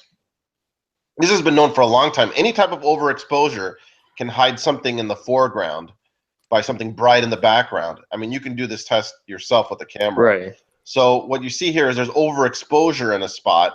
And in this particular picture, the overexposure is centered. Like, you can see the bright spot in the middle. That's where the overexposure is occurring. So that's why you're seeing, that's why you would see that overexposure. It's overexposed the image there. So you can't see anything behind it. See, I took this picture 2.5, 3 years ago when I first started doing this research, and it looked clearly to me like the sun was coming up through clouds. You see this cloud here. My next clip there, that was just above that next cloud. Right. This is sunrise? Yeah. It's just two quick pictures because never really had good equipment, but it's just another example of where it looked to me like the sun was interacting with these local clouds. And then here's something with the moon. So if you watch how she's pulled the moon in and you don't see any clouds, and then all of a sudden, bam, she changes the focus to get the surrounding areas, and the clouds come into view. Well, this is another example. It's overexposed. The film is overexposed, which is why it looks like the clouds are behind. It's just overexposed where that bright spot is. Now, another thing is, I mean, if you actually want to test this, I would recommend using an actual solar filter so it eliminates the glare, and maybe and have and next time when you're doing this, have your ISO to be like, I would say, if you're looking at the sun with a solar filter, I'm not exactly sure, but if you're looking at the moon, I would say have it at around like 300 to 400. I think that should be good. Yeah, but this is one, like, you can clearly see that it's overexposed because you can't even see the when you're zoomed at that distance, you can't even see the craters. When you decrease the ISO, you'll be able to see the craters. Yeah. So. I mean, that's just my opinion on it. I think that we're really just seeing through the clouds. You can test it yourself. Like, for example, take your webcam and point it up at a bright flashlight, like an LED flashlight or something. And then if you stick like a pen or something in front of it, you'll notice that you're not going to be able. The pen will disappear. Yeah, but you're actually mocking that experiment up in a really cruel way, because you're supposing that's 300,000 miles away or whatever, right? The moon. Okay, but this is just photography. It doesn't matter what the light is. Well, yeah, we have to somewhat simulate the distance doesn't matter here. It's just the factor is just you're oversaturating the film. That's the problem. Yeah, that's why you notice when she zooms in, you see how the clouds are appearing and disappearing. It's because the exposure is getting within range when she gets in close. See, it's not overexposed. Yeah. Right. But you go back, it's overexposed. That's why you're seeing these big differences. Yeah, that's some. I'll just show you a quick other little bit of QNV. I mean, you realize that if a photographer could, go out there and make these observations, I mean, you could become famous overnight if you're the first person to show that, birds in clouds go behind the sun, right? Well, also, Ronnie, I mean, haven't you seen the balloon videos? I mean, the moon isn't like under the balloons, No. Yeah, that makes sense. But this has to do with how we're rendering and we're observing reality from the ground. Our the local balloon sky, has its own. our perception. Yeah, the balloon has its own local perception, right? I said before, with the simulation. I see where you're type coming theory, from with that, actually. Yeah. Well, the simulator would obviously have a code written into it to the further you seek, the more you're going to be shown on a need-to-know basis. I think that's part of the programming, the code of reality, right? But I won't try to debate this too long, because I don't think it's the most important aspect of the search or the research. You know what it is, guys? I just truly believe that we can express where we live a lot easier by taking out the curvature and coming up with a more precise, grid style type model where we live. You have to admit, though, that there's a whole orgy of different observations that you could make that perfectly line up with the globe model that can't be ruled out. That can't be explained at all from any kind of a flat Earth model, right? Like what? Oh, like for example, the fact that there's a north and south celestial pole. Well, that's how. Well, yeah, that's on the celestial axis.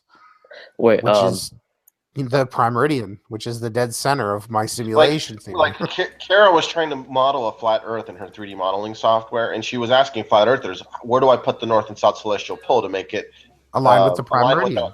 Align with our observations?" Well, you can't have a petri dish type model. That's not reality. You have to grid it out to what we have observed, and the north and the south pole are directly aligned with prime meridian. So what about the fact that anyone on the equinoxes that lives along the same line of longitude can see the sunrise dead east at the same exact moment over an 8,000 mile? Ronnie doesn't believe in a circular rotating map. I can explain that totally. And the other, to add to that, twice a month or bi-monthly, the moon does the exact same thing for everyone on Earth. So that's something that you can check readily. It's there. It rises due 90 and sets to 290. I'm not sure to check that out. but it's it rises and sets on the ecliptic, right? But yeah, More or less that east and west, doesn't. On the 8th Yeah, of- that wouldn't be able to be done on a azimuthal like circular map. The simulation theory produces a mapped, gridded out area where we live. So do you have a model of that we can look at that shows what the actual plane looks like? Well, I'm working on it. It's going to basically take like film strips. I'm not going to be able to use Blender, obviously, but the days are allotted into basically like a running film strip. Oh, it's complicated. See, I don't believe the globe model when they say like the sun and the moon, you know, the reason for them appearing nearly the same size in the sky. Like, I think that's bullshit. Like, for me to believe that coincidence. Event. What about It is a hell of a coincidence. What about the fact that the sun goes from being the same size that it was all day to disappearing once it touches the horizon within 2 minutes? Well, the sun, I got some pictures of it just today. Same with the moon. It was huge on the sky. Where is these pictures? Yeah, but if you took a solar filter and you measure the angular diameter, you would see that it does not change. Right, I was going to bring that up. Yeah, the sun and the moon are the same size. It's always 32 arc minutes. Now the moon changes a little bit. It goes from like 29 to 33 or something like that on a supermoon, because our distance slightly changes from the moon. Well, let's just be Masonic and say 32. Our distance changes from the sun too, but to a smaller extent. If you study the occult, it makes sense why the moon changes size, because the governor of the moon has to do with increasing and decreasing the size. But that change takes a long period of. We're talking about over days, over the different parts of its 28-day orbit, not over the course of the day, right? So the problem is if it's a moon that's going over a flat plane or a sun going over a flat plane, not only does the trigonometry not work for the angles that we observe, but the fact that it goes from being the same size that it was all day to disappearing within 2 minutes. Do you guys still see? No, you're not descending anymore. Okay, one sec. I got the pictures up that I wanted to show you. One sec. Yeah, the sun and the moon both appear much larger at the horizon. That's an illusion. If you actually go and measure it, you could even measure it with your thumb. Yeah. Yeah, they call it the relative size illusion. It's an illusion because when it's up high, you have nothing to compare it to, but when it's down low, you can compare it to the objects near the horizon. The total optical illusion, though. If you're really skeptical about that, you can do the experiment yourself, get a solar filter, and then as the sun is like at its highest point, take another picture with the solar filter, and then compare the two images. The angular size will not have changed. Or you can just do what.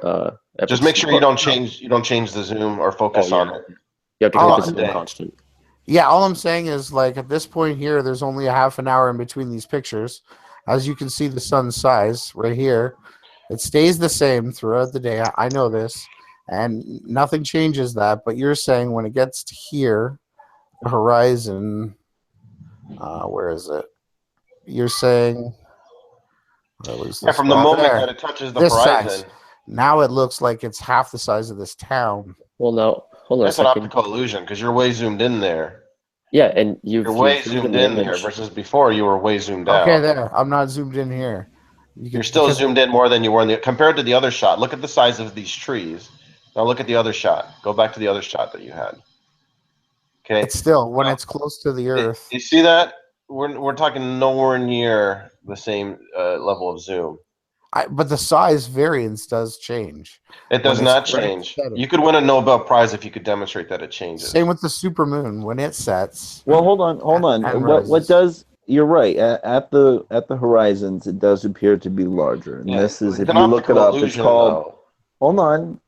It's called a relative size illusion, as he's been trying to explain, and it's due to the fact that you can see other objects on the horizon in relation to it. If you were to measure the arc seconds of it by if it's the sun, using a filter, trust me, this is an issue that I had to go over, and it was a hard one for me to grasp about 6 months ago. Well, not a hard one for me to grasp, but a hard one for me to accept. Okay, I'll be honest with you, Ryan. Because if you watch, let's say take P Brain's video on the sun moving towards you and away from you, right? And it looks like the size changes, right? Yeah. But what's changing is the glare of the light And if you put a solar filter, even Matrix Decode did this with a solar filter, and he brought it to my attention that the disk of the sun does not change. If it looks larger on the horizon, it's due to this what's called relative size. Now, before I accepted that, I actually said, wait a second, what about atmospheric lensing? We are looking through, probably 2,800 miles on a ball, if you want to say, of atmosphere. Well, not that much, but you know what I mean. Like, we're looking through a lot of thick atmosphere on the ground level. Maybe that's what's causing the change. But apparently that's not what's doing it either. If you measure it, it's the disk is the same size. Yvonne, can I ask you a quick question, please? Sure. Just a minute ago, you made a statement. I'm paraphrasing here, but it was along the lines that if we remove the curve, I think we can describe our reality and where we live a lot better. Yes. Why is that so? Why is it so necessary to remove the curve, considering the overwhelming amount of evidence that there is curve? But there is, in my opinion, no evidence physically, visually, or even practically. How do you...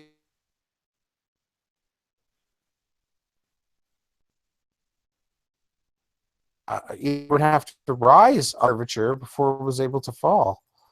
Yeah, I'm sorry, Ben. I think a few people lagged out, and then you went all kind of quiet. I missed half of what you said. Something happened. Something happened there.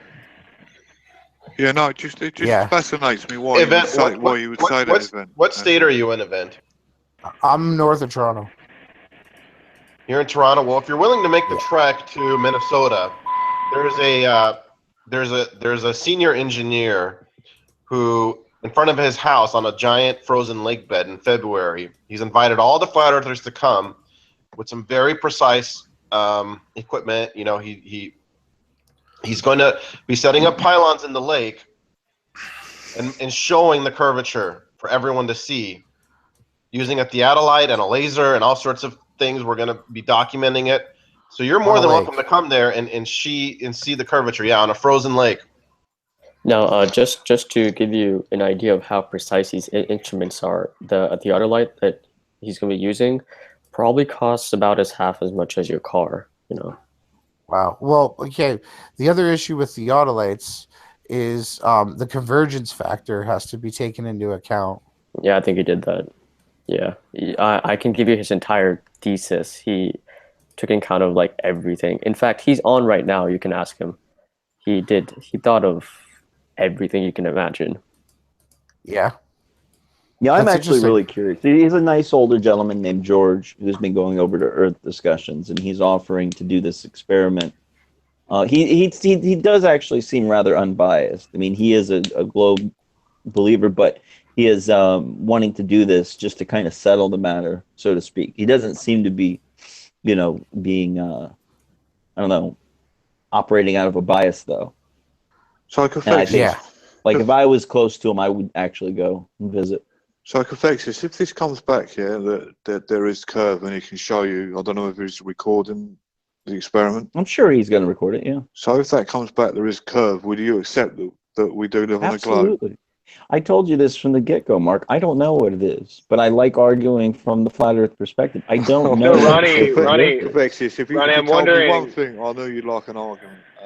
No, it's serious. Mark, you know this. I have not ever made a statement that I think the Earth is flat. You know this about me. You're 80%er. Anyway, Ronnie. Hey, fuck off, Tim. I was wondering, can't you do the Toronto skyline from afar, like when it's really cold out? I mean, is that not? Oh yeah, I have been. Curvature to you? Proof? Well, wouldn't it prove curvature if some of the buildings are missing on the bottom? No. Perspective doesn't account for that. Well, there's convergence and there's conditions that matter and whatnot. It's hard to calculate. It's very, very cold. This is almost as good as convergence, but not a lot. Some of the tower, but not others. It would shrink the whole tower. Today I went to shoot. There's no shrinking or convergence, but what I can show you is just a quick little thing that has to do with the way that curvature works, or because 60 miles, there's only 1 degree of declination in the supposed globe. Exactly. And so when you're at 100,000 feet, you're only seeing a 600-mile circle of sight from those balloon launches. Okay. So to even determine, so if you divide that 600 miles into 60 foot sections. Yeah, there would only be 10 degrees, Yeah, so 10 degrees isn't even that easy to see over 600 miles. So the whole discussion, should I be able to see the CN Tower from that's a 40, good point, 40 actually. Miles away? Well, look, there's a difference. No, wait, Tim, think about that for a second. Hold on. Between obstruction and curvature, seeing the curvature. No, it's not, because the obstruction would be the curvature. Think about what he just put, he laid out mathematically. 10 degrees over 600 miles. If you're looking 32 miles across the lake, how the hell are you supposed to see obstruction? Right, but if you see obstruction, it's atmospheric conditions. People have done that observation across Lake Ontario. Yeah, we should be able to see that far, actually. Yeah, on a globe. People can see 2/3 of the CN towers being, it's hidden by the horizon. No, but on clear days, there's images of you seeing most of the bottom. Am I still screen sharing? So, what's the explanation for losing the bottom, though? What's that? I'm going to give it to you right now. I'm ready. How does the sun set? Hang on, I'm going to give you the screen share. Convergence. No, it has to do with the circle of sight and how we see things interacting with light. Here it is. Okay. You guys ready? Okay. So light body. Okay, yeah, light body. Basically, I think it's 3 miles. But anyways, as the two objects move closer, their circles pass, they can see each other. Now, the plane will have a larger circle of sight. You can rush through that. That's basic. And then here, this is where we get into the important stuff.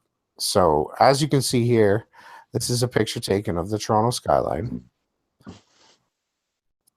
What you can see is a horizon line, and then you can see a boat within that horizon line. Now this pylon in the middle is a depiction of our circle of sight and the way that light the Earth.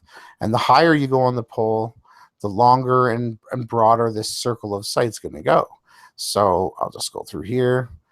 So basically, this is your circle of sight on the ground, 3 miles or whatever it is. And as you move closer to the CN Tower, you're going to start to see more and more of it. Not because the curvature is hiding it, because our eyes are physically limited to seeing this far. And this object, it has a circle of sight limited to its height and position on the Earth. So basically, when you won't be able to see the top of the pole until you're within the circle. Basically, where was it? I went right by it. Do you get that, Tim?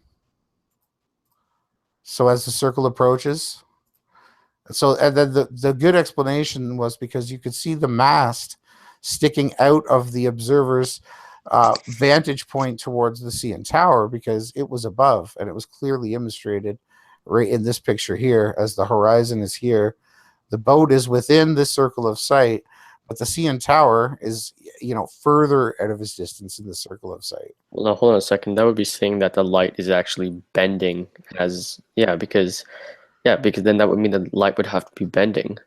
Well, light is bending down towards the Earth and then reflecting and bouncing back up into the atmosphere. We see this every day.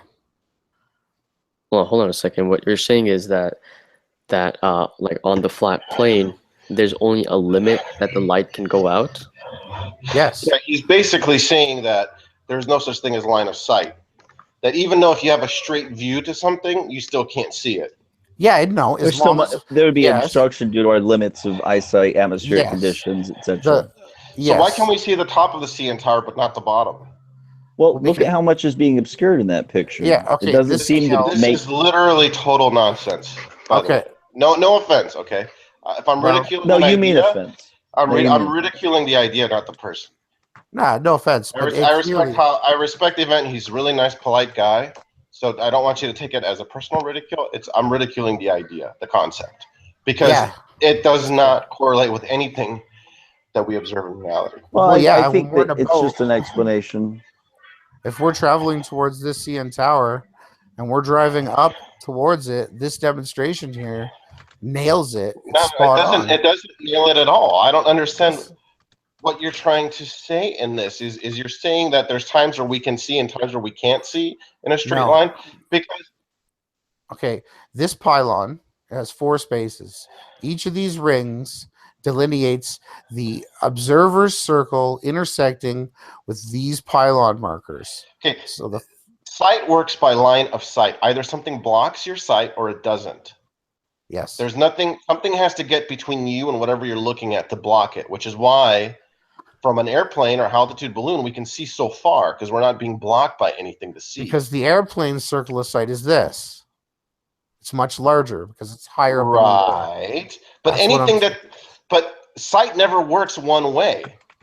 The laws of physics state that if you can see something from above, they can see you. There never works any other way than that. I'm not disagreeing with that. That's still then you can't explain why the bottom of the CN Tower is blocked. What? It's because it's outside of your circle of sight. You can't what he's see saying forever. is, yeah, because what he's trying to say is the higher up parts have larger circles. This top of this pole, its circle of sight reaches this extent. On a flat plane, hold on a second. Yeah, you could literally see. There would be no circle of sight. You could literally see as there far. is. No, there isn't. No. What would be blocking your sight on a flat plane? What would be? You would see things get smaller and smaller into the distance because of the law of perspective. But if you had good optics, you could theoretically see infinitely far. Well, this is taking the 3 dimensions of height, area, and light, and it's adding them together and explaining why. Okay. It does not explain why the bottom is obscured. It doesn't. Yes, it did. It does because it's not within your range yet. You can only see so far. Your eyes aren't magical tools that can see the end of the world. So what's the limit on the eyesight then? On that 3 model? miles. 3 miles in a circle. So you're saying I can't see anything past 3 miles? Not really. Shouldn't be able to. So what about planes in the sky? How far are they? Okay, that heightens your circle of sight like this. Look, I'll show you. Oh my God. I don't understand. I'm sorry, Evan, because it's not cohesive. It doesn't make any sense. It's totally like you're making up rules that don't happen in reality. Well, then pause that video for a second. Yeah, so see that what that image is showing is that you have an angle of elevation of like X degrees, and that's the only limit that you can see when that's just false. I mean, there's no limit of how far light can travel. Yeah, there's no limit to how far light can travel. Exactly. That's why when you're on the top of a mountain, you could see. I mean, from the top of Mount Everest, you can see for hundreds of miles. That's Mount Everest. And you're up here. It's not limited to your it's like the angle what you're looking down at. Something has to block. That's why it's called line of sight. It's the same as whether it's radar or radio or light is a type of radiation, just in a different frequency, right? So it's the same rules apply. If you can, it's only based on line of sight. If something has to block you for you not to be able to see it, right? Wow. That's the only thing that would keep you from seeing the bottom of the CN Tower in this picture is the curvature of the Earth. No. Because the water is blocking the bottom. Sorry, you think you could see things from everywhere, and you're just flat wrong. I'm sorry. No. Everything has a limited distance that it can be viewed from. Why can you see airplanes at cruising altitude for hundreds of miles into the horizon? Because they have a higher pole height. Remember, we're using this pole. You can see them, and they can see you. Okay, I'm just going to say that I enjoy talking about this topic, brother, and I feel you have a bit of animosity and you're not understanding. No. I have animosity towards the idea. I have no animosity towards you, Event. I got nothing but love. I'm just ridiculing the idea. Okay, I'm not ridiculing you, Event. I'm just trying to explain to you why it doesn't make cohesive sense. So sorry if I'm getting excitable here, and I don't mean to come off that way, Event. Honestly, I don't. Well, it works. It works. Let me just. I apologize for that, but what I'm trying to say is there is nothing in your explanation that explains why the bottom of those buildings in the CN Tower is cut off in that photo that you're showing. Yeah. Here, let me just. Well, you see here the ship. You see how it has the ship's mast, and then it has the ship's height. As the ship leaves you, you're going to see less and less of each circle of the ship's height. Yeah, but see what you're saying is that. What you're basically saying is, if you look straight out, Yes. you're not looking down at an angle. What you're basically showing Parallel. is, in order for that circle of sight thing to work, you would have to be looking straight down. So No. objects above that, you won't be able to see objects above you, and that's basically because from the diagram that you're showing, that mass thing, if you could go back a little, just so I could explain what I'm talking about with some visual aid. If you go back on the video a bit, I could be more clear. But do you see that? I just wanted to show you the ship one, and then we can go back. But just this last diagram here. Hopefully this hold your diagram first for a second, because this is a really good explanation of how we see ships leaving our sight, but yet they're not going over, because we know that if we stand on the x-axis, the ship doesn't go over any horizon. It's when the ship is directly on the y, on the straight forward path, that we supposedly see a curve. If someone was standing where the bar is on the bottom of the screen, they would see both objects pass. They wouldn't see anything go under or over a horizon. If we can't see a curve 600 miles by 600 miles, you're not going to be able to demonstrate a curve on the ground. It's impossible. So this I have to agree with that. That's I haven't put it in that terms conceptually before, but you're right. Though, I've heard the whole 60 miles, the 1 degree of arc. Some people say, oh, the buildings would be leaning away, which is fallacious. So, yes, it just absolutely couldn't. So extrapolate that out to 600 miles, if that's what you'd be able to see at 110,000 feet, if you do the math on it. Yeah. And how could anybody really kind of see 10 degrees? You can't. But see, this here brings it down to this is the macro scale. So basically, because the bottom of the ship from 3 and 4 has a smaller circle of sight because its elevation is lowered, when the person or the observer sees the ship sailing away, it's slowly going to go down the same pylon demonstration as it leaves the observer. You're going to see, now you're seeing 3, then you're seeing 2. And as it progresses further on the plane, you're going to see less of it from the top down. And that's just simple observations. And hold on, this is what I'm getting at here. In order for the circle of sight to even exist in the first place, you'd have to look down at the ground at an angle. Because what's happening is, if you look straight across, if you see those blue lines, they're going down. Means you're going to have to be looking down in order for there to be like a circle. But like the actual, if you're looking straight out the horizon, there's not going to be any circle of sight. The shades that you see are there just to accentuate the concept of the light. You're saying that we basically can't see further than 3 miles. Well, I believe they tested it. I think they tested how the speed of light was done with candles from a mile away or something. But if you really look into it, I don't think. How far away do you think you could see a school bus? Okay, but what about with the telescope? Yeah, but we're talking about our eyes here. Okay, but when stuff goes over the horizon, you can't bring it back with a telescope. Actually, it's gone. hold on. How far could a human being see a school bus? Let's say on a flat level. Let's say out in the salt flats. The angular diameter of that school bus. How far away do you think you'd be able to see it? A smaller plane like a 737 is more or less similar in size. At least just the fuselage. Not talking about the wings, right? Just the tube fuselage shape. It's more or less the size. It's a little bit longer than a school bus, but it's more or less. It's also not as wide. It's about probably about as wide and long as a school bus. How many miles away before the angular diameter is so small you can't see it? Well, 737, you could probably see at cruising altitude. You could probably see it all the way to the horizon, which would be several hundred miles. In the sky, it would be. Yeah. So you could see it as a small dot, all the way to the horizon. So hundreds I was just curious what you thought. You would see it for hundreds of miles, right? I could tell you. You can see the ISS with the naked eye. Yeah, you can see the ISS, and that's 250 miles. That's 250 and you miles. could see 40-mile wide craters on the moon at 238,000 miles. Pretty amazing. Yeah, Texas, there's not really. They say that you can see Tycho crater with the naked eye. You can. But you can kind of you really can't. I mean, I went out there. I could see it clearly with my binoculars. It's Tycho crater is less than an arc minute, and pretty much everyone says the resolving limit of the human eye is about it. Well, let me go look. The moon's right above my head right now. Let me go look.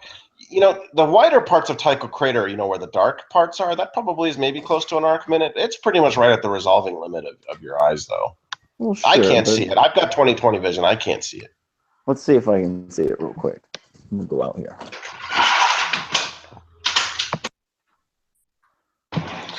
But yeah, what I don't understand, Event, is you're claiming that we cannot see on a flat plane. That basically you're saying on a flat plane, how far we can see is limited. But I don't understand how that rule. What about that rule changes when the object is higher up?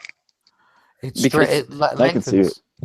Then let me just sort of summarize what you're saying, and then I'll like sort of provide a rebuttal to it.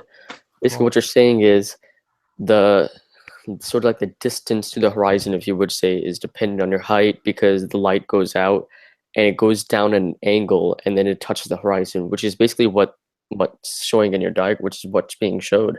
What you're saying is that the distance to the horizon is because like the light's going down and it somehow goes at an angle and it hits the horizon. But that's just not the case. I mean, if you're looking out across, you're looking out across. The only way this circle of sight would develop is if you look down at an angle, which is just that doesn't happen. I mean, you can level your camera just perfectly and you would still. If I could say, I think that this diagram and what he's trying to explain is just an alternative way to explain a phenomenon. So this is something that you probably are first hearing. I've seen it before him explain it, and I think that he thinks that it explains it well. But let's just move on. It's obviously not an idea that you're going to accept. So there's no point. We could debate it, but we should. It's just a theory. That's all it is. Yeah. Yeah, okay. I mean, I was just all right. Never mind. Hey, send me any debunkings to my channel. Post any videos. I'm down. I'm all about that. I'm not saying I don't want to be proved wrong. I just don't want to get bogged down. You obviously discard any pictures or anything from any space agencies, obviously. What's that? Very limited. So you wouldn't accept any pictures or any data or any information from any agencies? Don't matter if it's NASA or anyone. Not too many of the Hubble pictures, or there's a lot of good things that are being done on the ground. All the solar pictures. Surely, why would you discard evidence that we live on a globe, though? I don't understand that.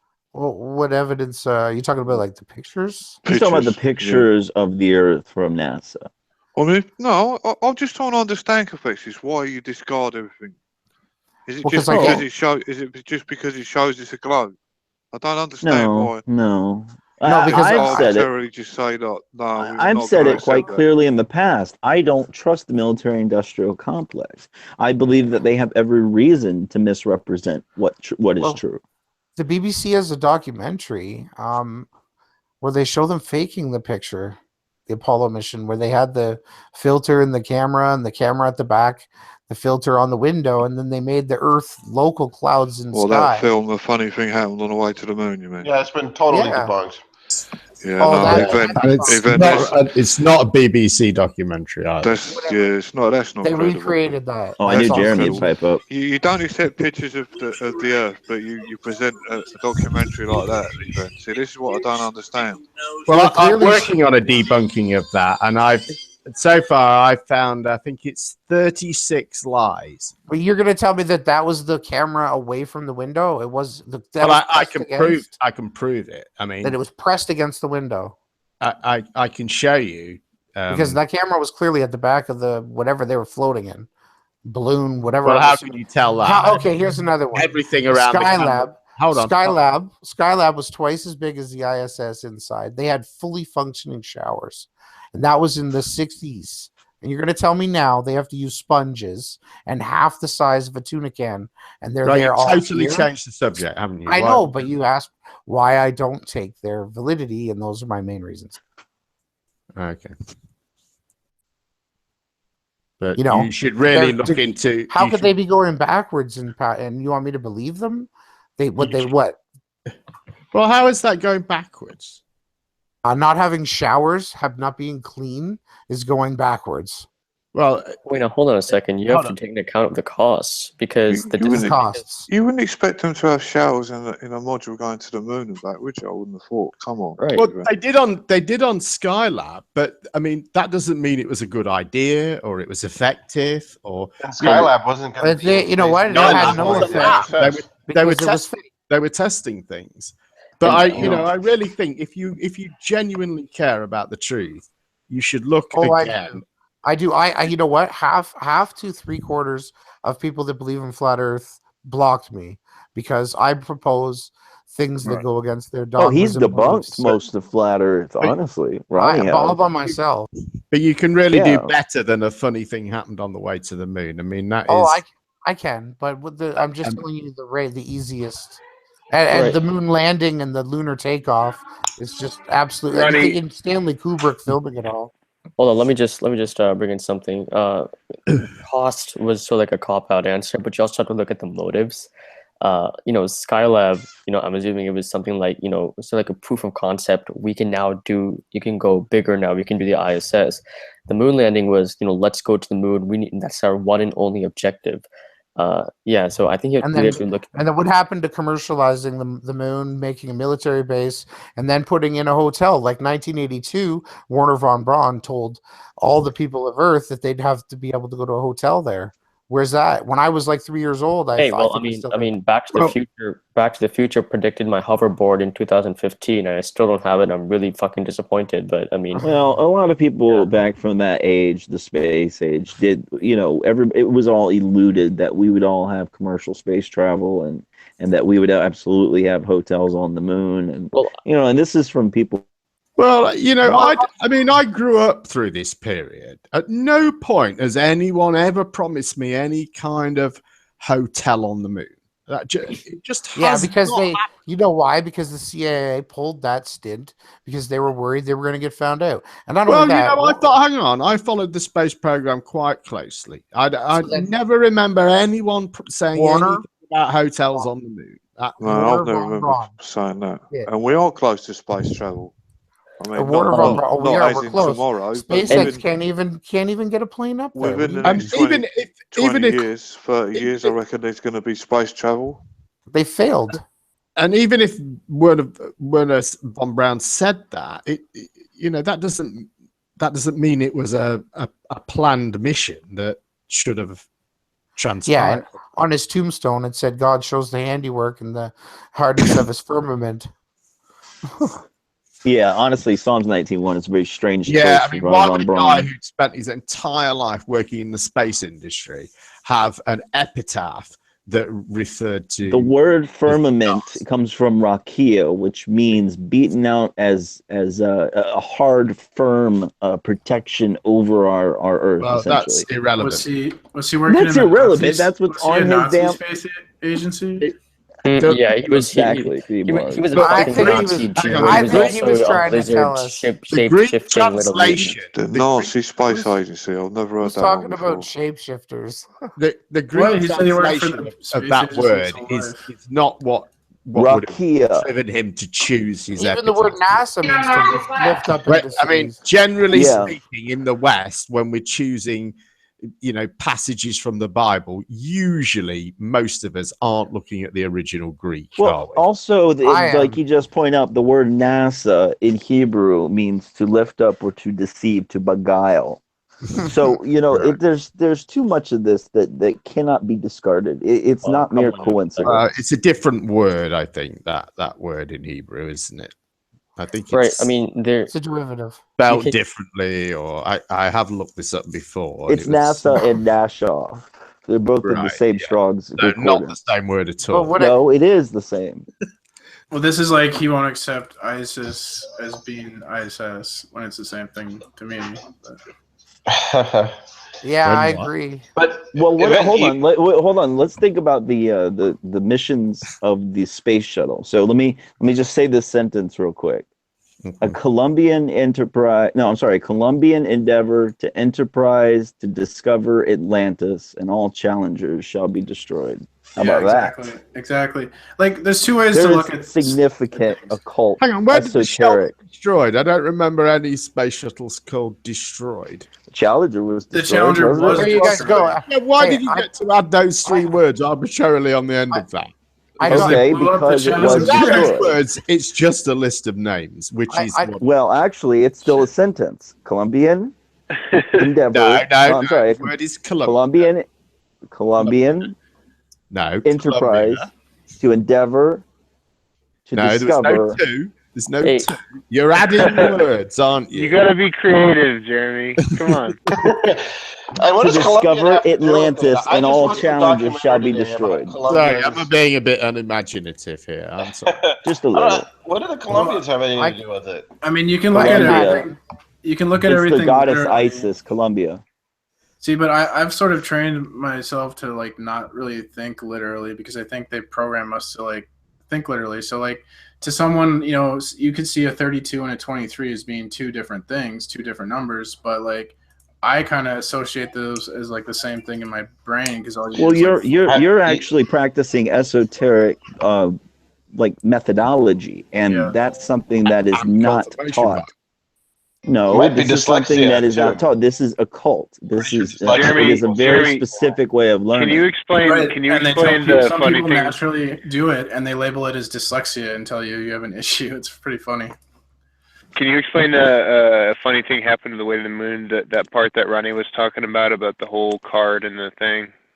Sure. Let me find it. Hold on a minute. That is. It needs to.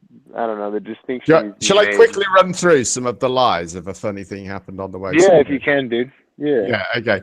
So, well, the very first thing they do is they assert that the Tower of Babel is they assert it as if it's an historical fact, and I think that really tells you a lot about what's to come in this monstrosity. It is in the historicity of the Bible. I'm sorry.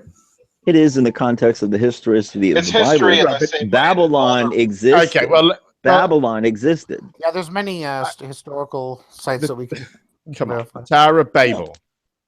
Did Babylon exist? Did King Nimrod exist? Right, let me run through these. Okay, then. Right, these are. This is in. Hang on, this is in the words of a funny thing happened.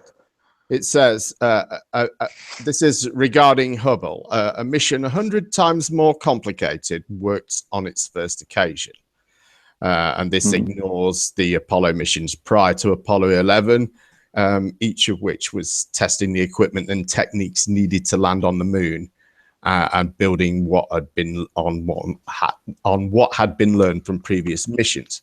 This is another one. Newly discovered footage of the crew of Apollo 11 staging part of their mission. The footage is not newly discovered. It's just TV footage. What else? This is another footage. one. Wait, whoa. Hang on. Astronaut footage.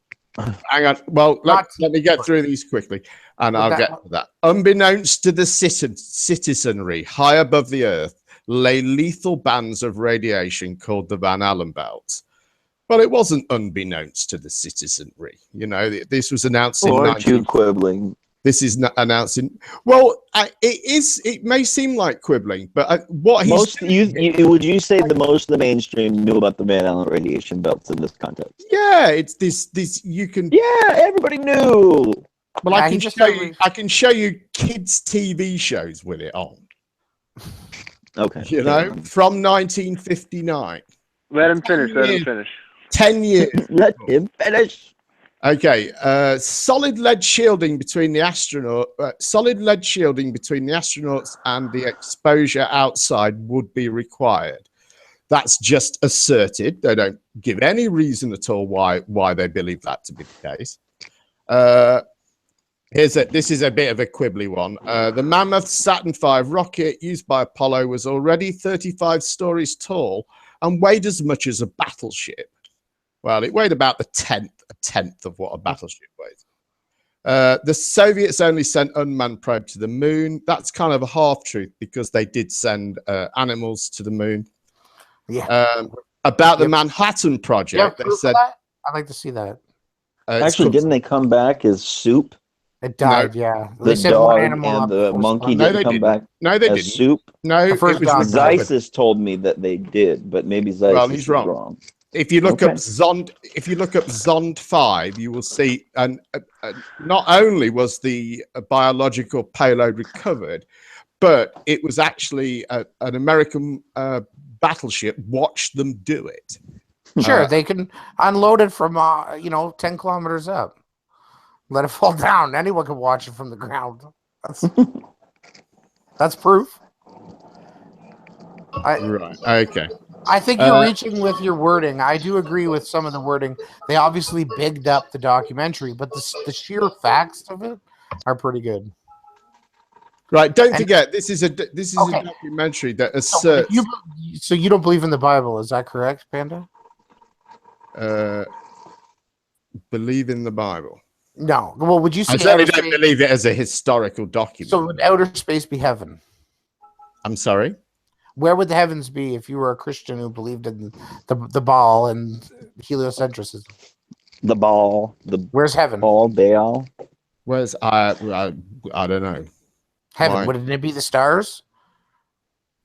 Well, I don't know. I mean, I think to a Christian, heaven is not, it's not a place. I think we use the term the heavens, but I don't think heavens. I think when we say heaven, we're talking about something else. Yeah. Okay, well, ascending up into space. So basically, one of the quotes that Jesus said was basically that no man hath ascended up to heaven, but he that came down from heaven, and even the Son of Man which is in heaven. And basically, NASA has done everything that they can to discredit the Bible, to promote a false spinning ball model, to basically confuse people so that they're more susceptible to programming. Would you say when NASA, when Apollo 8 went around the moon on Christmas Eve 1968, and they read from Genesis, Talking about the firmament? You said, would you say at that time they were trying to discredit? They were literally mocking that exact quote that I just read. How? In what way were they mocking it? Well, they're probably looking right at the firmament when they're saying it. They were saying that they had ascended into heavenly places. Well, they read directly from Genesis. So why is it when they read from Genesis, you get to assign a different meaning to what they're in my opinion, they read that just so someone like you could come along and say, "Oh, by the way, they even read parts of the Bible." Like, it's not even a hidden thing. Well, they're all Freemasons. What other evidence do you They're have all Freemasons. They're trying to discredit God? All the astronauts are Masons, and they're all sworn to military secrecy as well. And so how do you know about it then? Because you could read the reports of their medical and their, So now, hold on. You're providing me with direct evidence that they're Masons. NASA are trying to discredit. What are you talking about? They're Masons. You know this. Yeah, it's a Freemason society. That's another subject. I'll say it again. You're providing me with direct evidence that NASA are trying to discredit God. Sure. I think that's interpretive, with all due respect, Ronnie. Hang on. I've offered evidence which suggests the contrary, so go ahead. Okay. That they read a Bible verse? Well, it's better than what you guys have got. Yeah, but what I'm saying, it was mockery. I'm patient and hopeful.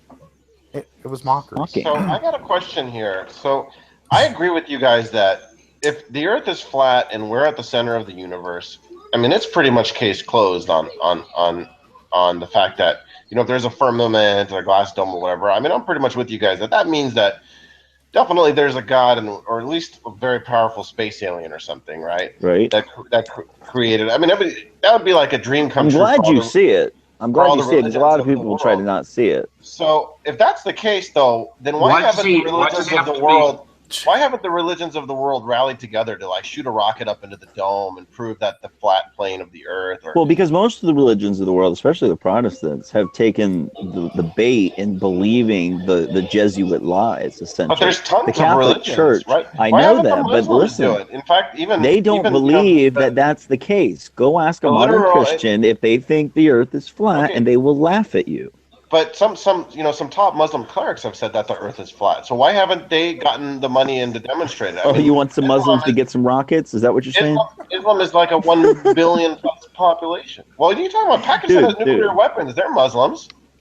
Yeah, but that doesn't mean that the people who are in charge are going to want to do that. I mean, I get your point, but it's kind of right. How come they haven't demonstrated? Why haven't the religions of the world gotten together and demonstrated the flat Earth? Because nothing would bring people to their cause than to show that we live on a very definite begging the question. place. It is begging the question. Come on, Who owns the world? Who runs the world? Who controls the media? How are you going to do anything in that? Yeah, but I don't understand why it has to be a globe. Why are they making out it's a globe? I'm so offended that it can't. Why I'm can't just trying to it be a understand globe? what makes someone think that someone's trying to make everything that they know a lie by making us live on a globe, because it makes no fucking Because sense if you can hold on, listen. Here's why, and I'll be trying to be brief. Okay, your senses tell you that you live on a flat, motionless plane, and the sun, moon, and stars move overhead. That is our primary knowledge. And if an entity is able to convince us that it is the opposite, and it actually be false, they have effectively controlled all of our minds, and any lesser indoctrination would be easy. That's why. I agree. It's a gateway. The three most important questions are: who am I? Where did I come from? And where am I going? And they've already answered all those. And it's kind of like they've answered all them by telling us we live on a globe. How have they done that? Yes, sir. There's a scene in 1984 where the main character gets broken down, and he's told like he'll basically believe whatever they tell him to believe. So atheists still make up a pretty small minority of the population, right? And it's like 46% in the UK and about 18 to 25% in the States. Okay, but over a planet with over 6 billion people, they're a pretty small. Wait, do we have any evolutionists in the chat?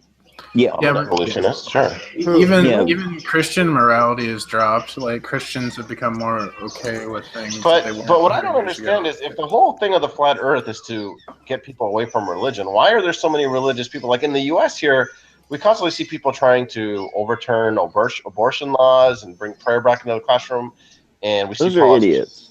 But why is it if the whole agenda is to get people away from religion? I mean, we're pretty damn religious. There's some pretty fast-growing. No, you're missing You're in the wrong point. religion, man. That's the thing. It's like the Vatican had the Protestant Reformation. The Vatican turned their sight. It's the most unsuccessful plot in history, isn't it? I mean, it's been going for 500 No, years. it is the most successful, especially by virtue of one you of the fastest-growing guys. religions in the world is Islam. No, see, I think what is happening here is religion is being replaced by science. Science is now the dominant religion.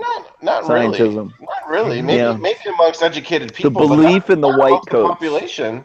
I mean, the belief in the white coats. Science says. You guys even refer to it that way. Science says. Yeah, and look at what Alton Harp exposed. But if the goal of the flat Earth is to get people to abandon God and religion, why is there so many fast-growing religions? What are you talking about? The goal of the globe Earth? It's to disconnect you. Epistemology. It's to disconnect you from the truth of the matter, possibly. It's not so much to disconnect you from God, but from give you a connection to an erroneous version of God. Yeah, the more ignorant we are and the less knowledge we have, the more power they have over us. Basically. But you have to admit, though, that the observations that we all make, the North and South Celestial Pole, that all of the Earth. Have you made that observation of the South Pole yourself? There's no. Of the North and South Celestial Pole, I have, yes. I'm an amateur astronomer, but I've seen stuff go over the horizon. I was even talking about how I saw the oil rigs over the horizon in Santa Barbara. Okay, we get it. But you don't read star charts that are a globe, do you?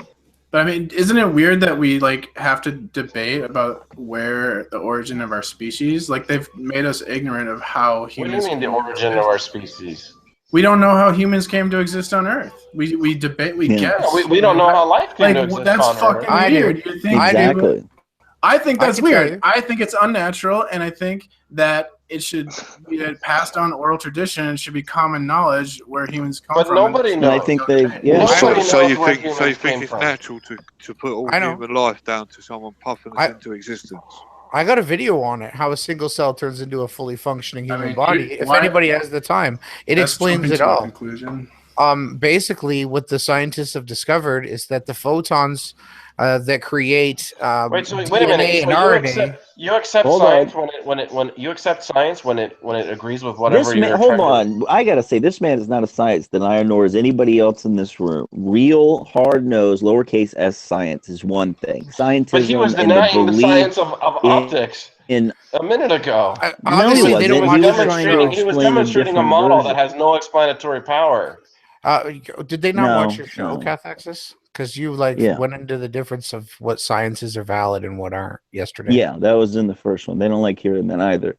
And who decided? it is what it is. It is what it is. I'm not going to even get don't into it agree today. with Yeah, the position okay, of but analysis. I could, if you guys want to hear the quick, I'll just do it really quick. So basically, when conception happens, there's a spark of light, and this is also where the Big Bang Theory got its spark of its inception from the doctors who had originally noticed the flash of light upon conception. Now, what happens is one cell then vibrates its photon into what I will call the collective information of everything, which basically is much easier to explain in a simulation theory, but it's just bits. So this one bit vibrates and it creates another bit, and those two bits vibrate, and the information that it receives is in the air, it's in the atmosphere, it's everything is made up by information. It's the vibration of the earth and the cell and the photon in what creating. That's so obviously God created the photon. He allowed the vibration or sound of his speech to then have the photon create RNA, which created the complex genes to then begin their complex machinery. And it can be gridded down and mapped out using ones and zeros or ons or offs or dots or dashes. And that's how life was created. Whoa, hold on. I just jumped in. What? Can I see your lab notes on that? Let me see. I want to see your experimentation. It was a that side note demonstrated of the man's theory. So yeah, not it's bogged down, gentlemen. The video is called "How a Single Cell Could Turn into a Fully Functioning Human Being." Check it out on my channel. Yeah, I don't think science has ever witnessed the moment of conception. I kind of had a question for Jeremy. I was wondering what you think about Gary McKinnon, the hacker who claims to have downloaded evidence of a NASA UFO cover-up. Do you think that's fake? Well, we've heard that story, a dozen times before, I think. So, do you think that it exists, craft that we don't comprehend in our modern understanding of engineering? I'd say it's bullshit. I mean, just well, do you think it's possible for like anti-gravitic electromagnetic? I think it's possible there's military aircraft that we don't know about. In fact, I think it's likely that there are military.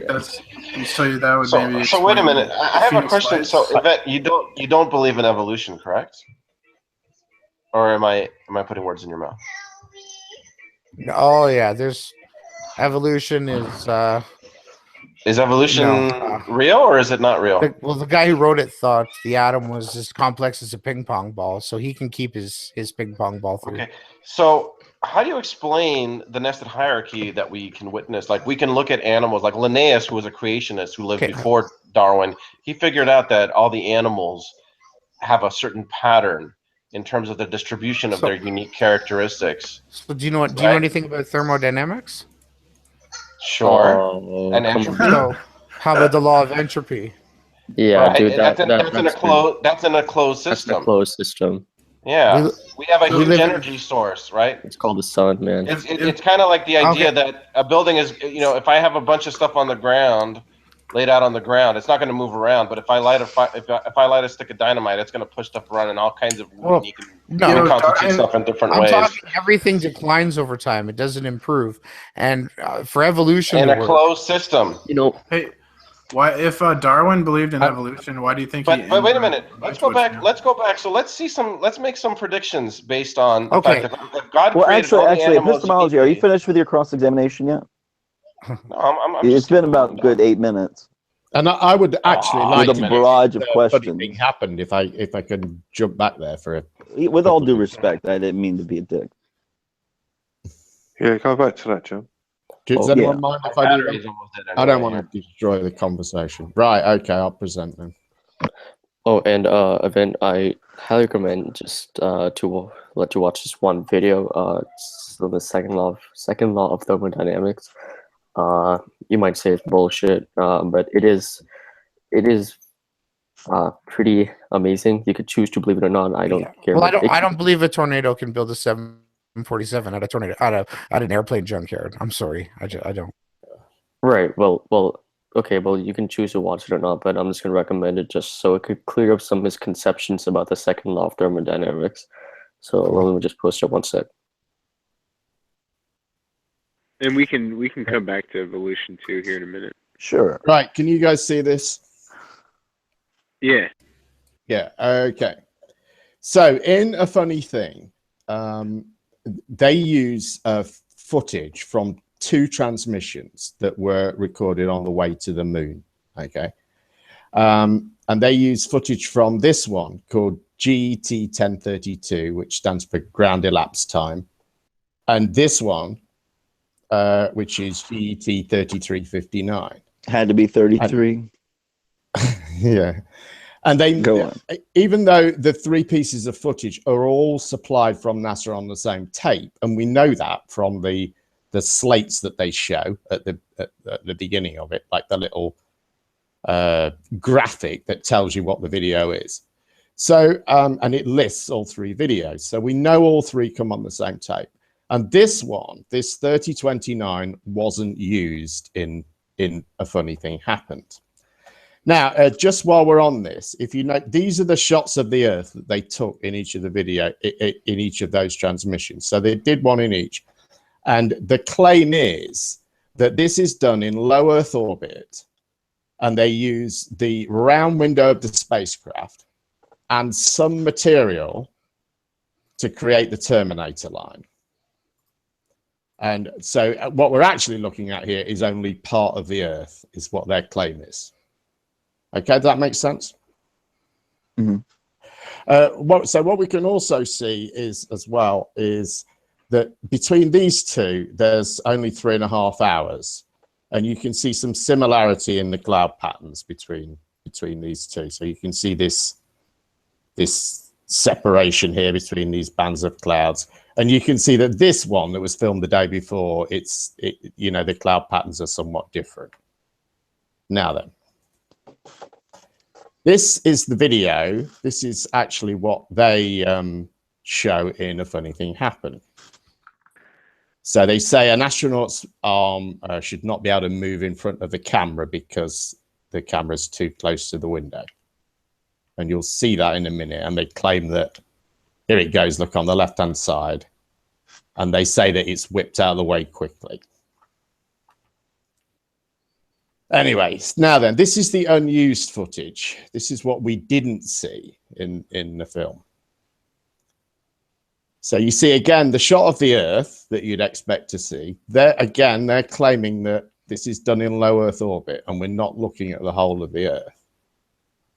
But in this one, something moves you see the edge of the window. Mm-hmm. And you'll also see that the astronaut zooms out.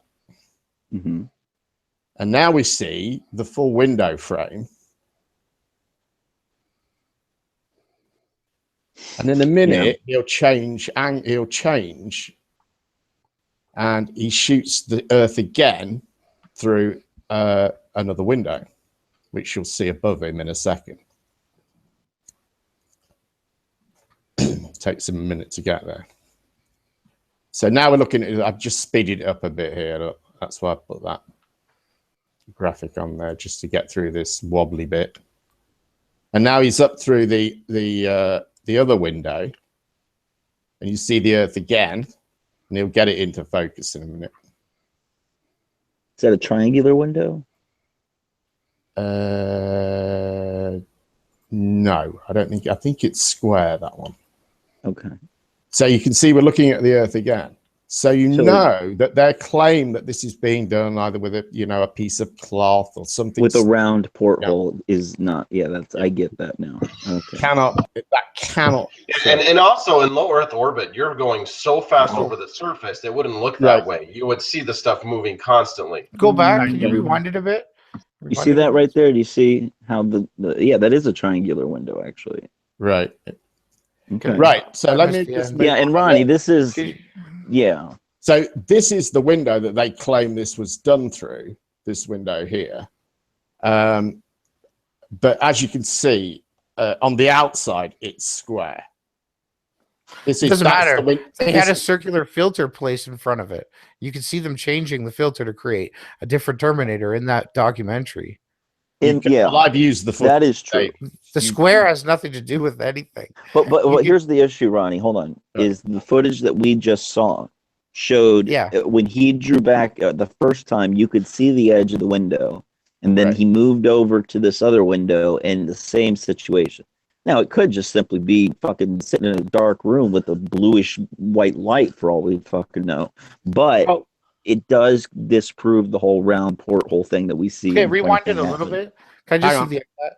Hang on. Well, I can do better than that. Again, right? These are the images from the video on this top row here, and on the bottom row are photographs taken at the similar times.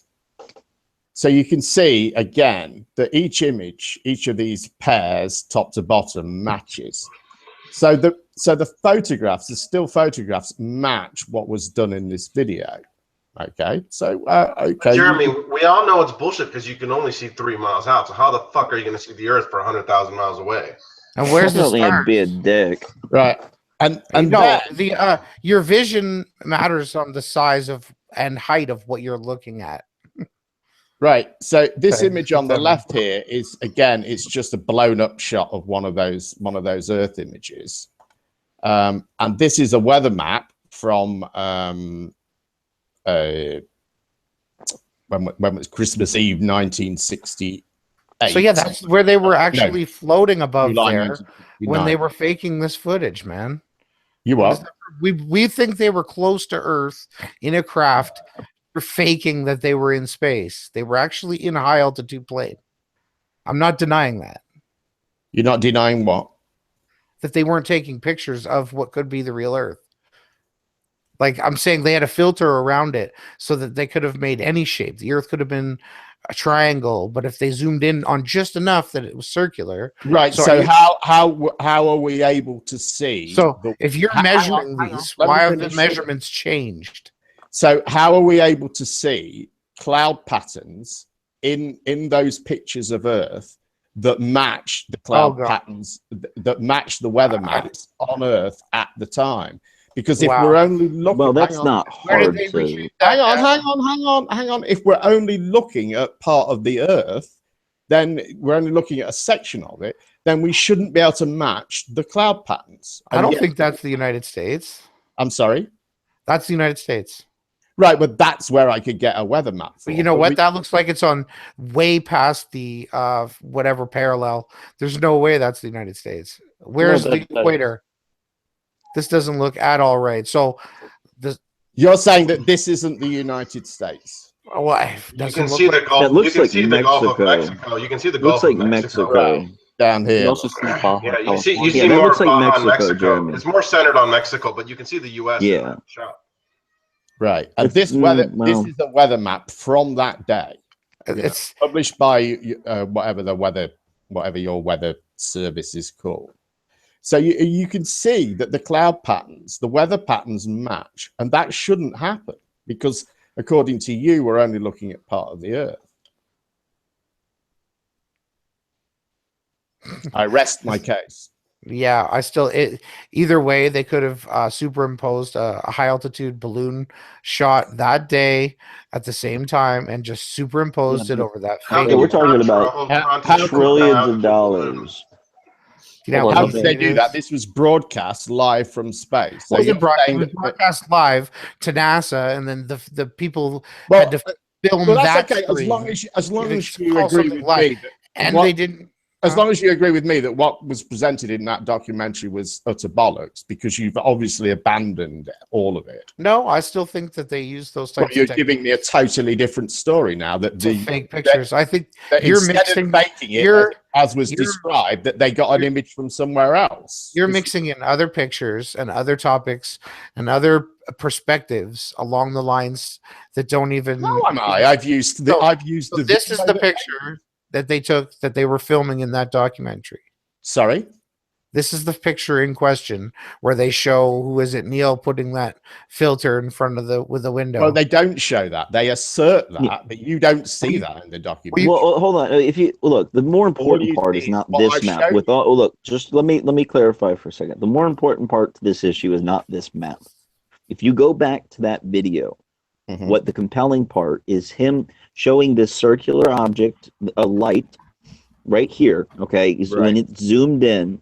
And it looks like what you would look. It looks like through the porthole, as we've been, led to believe. And when it draws back, you'll see that it's actually the square window that they're looking through. That's what was compelling to me, at least. Right.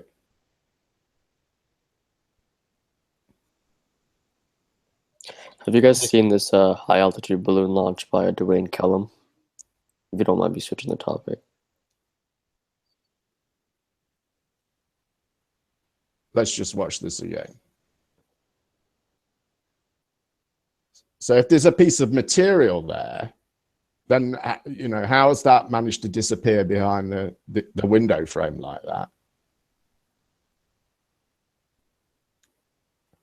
Now, honestly. And how is he able to zoom out at all? Well, hold on. I agree with you there. But honestly, like I said, they could just be sitting in a dark fucking room with some blue and white light. The position in a way to make it look like, oh, look, there's the Earth. We're zooming in on it. Just saying.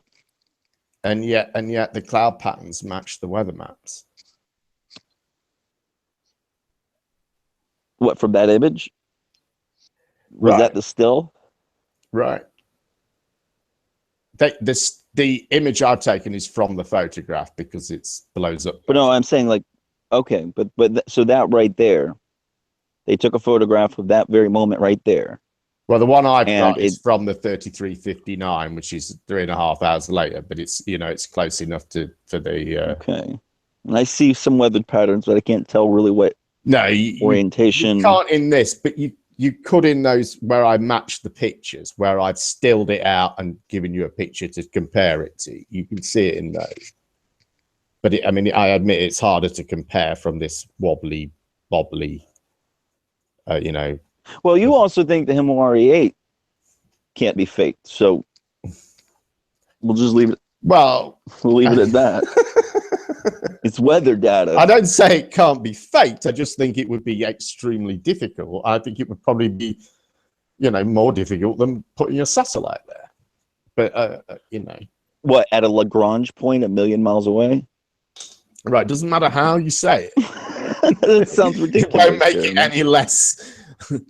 Well, no, I think just taking Doppler radar data and putting it together every 10 minutes is not hard. That's ridiculous. Well, actually, that is. But I think this clearly this at least demonstrates, at the very least, this demonstrates that documentary is bollocks. No, and I agree. I agree. We had Rocket Man in there one day, and it was funny because it was gosh, who was the kid that was talking to him? It was a good 8-9 months ago, and they brought him in with Chris Rock and that guy who went to jail. I forget his name. I know you know who I'm talking about.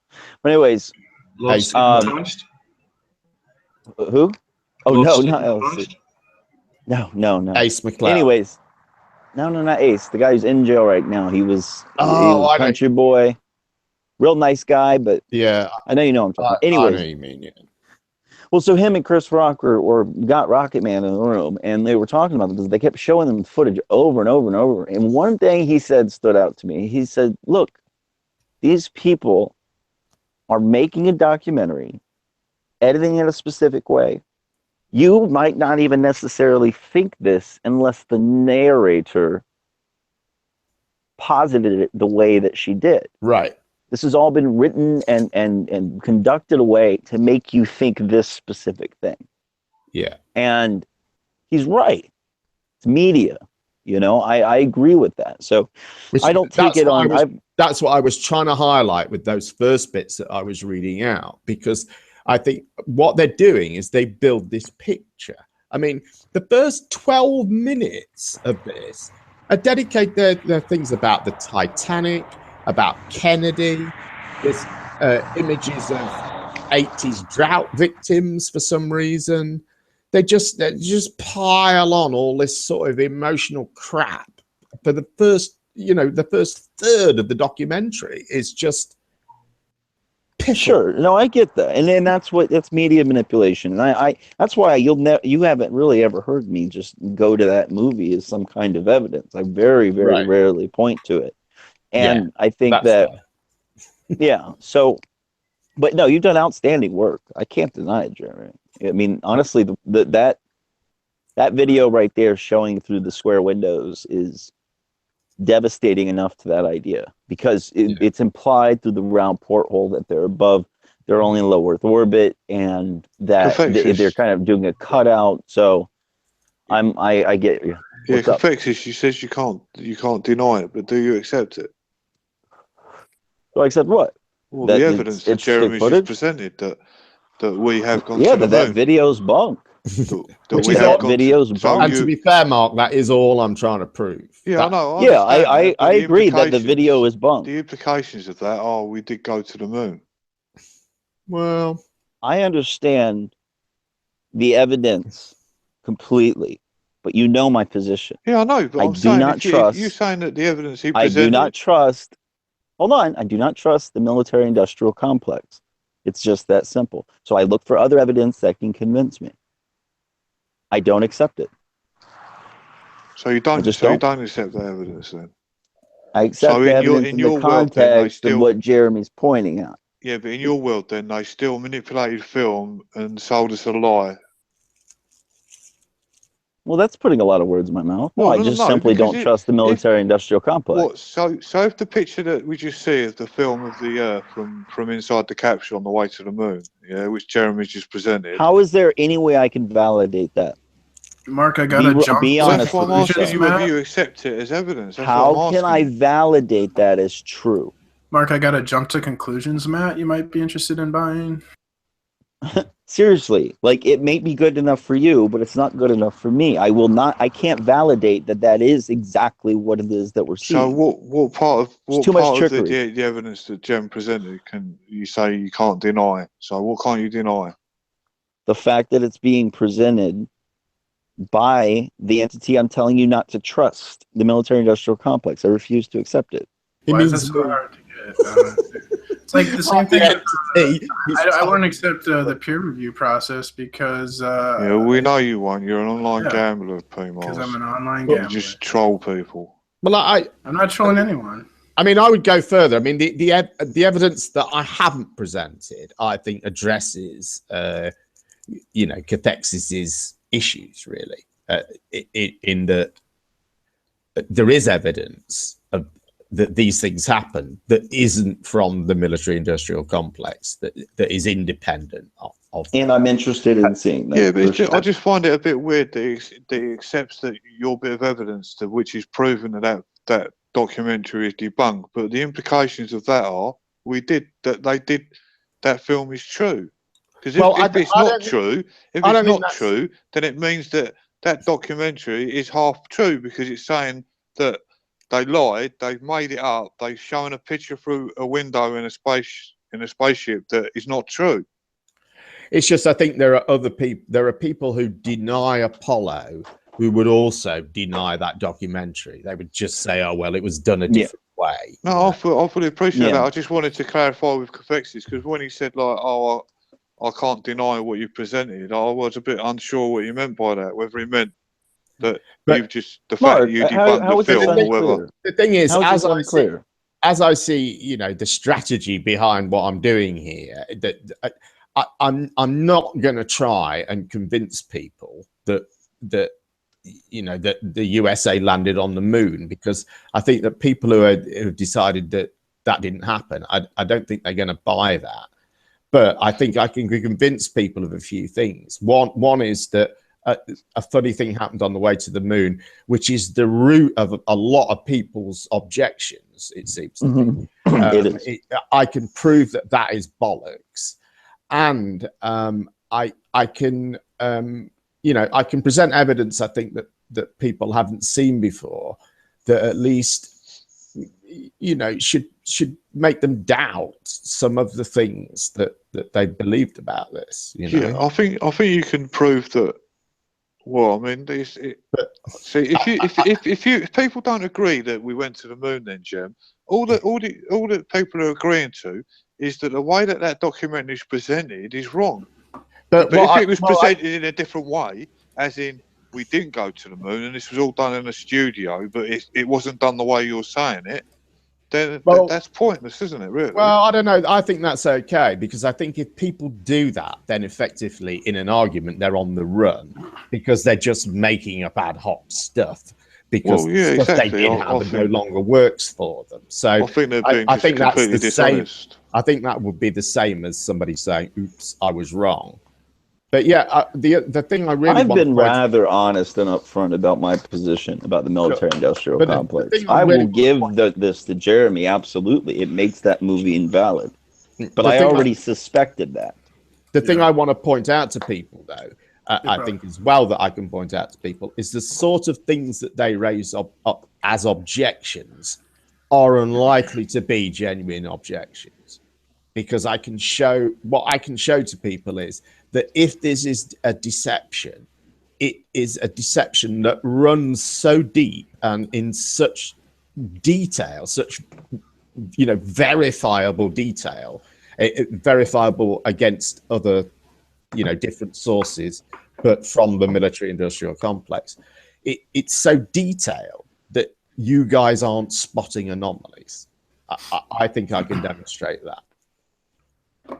There you go. I think it's very reasonable.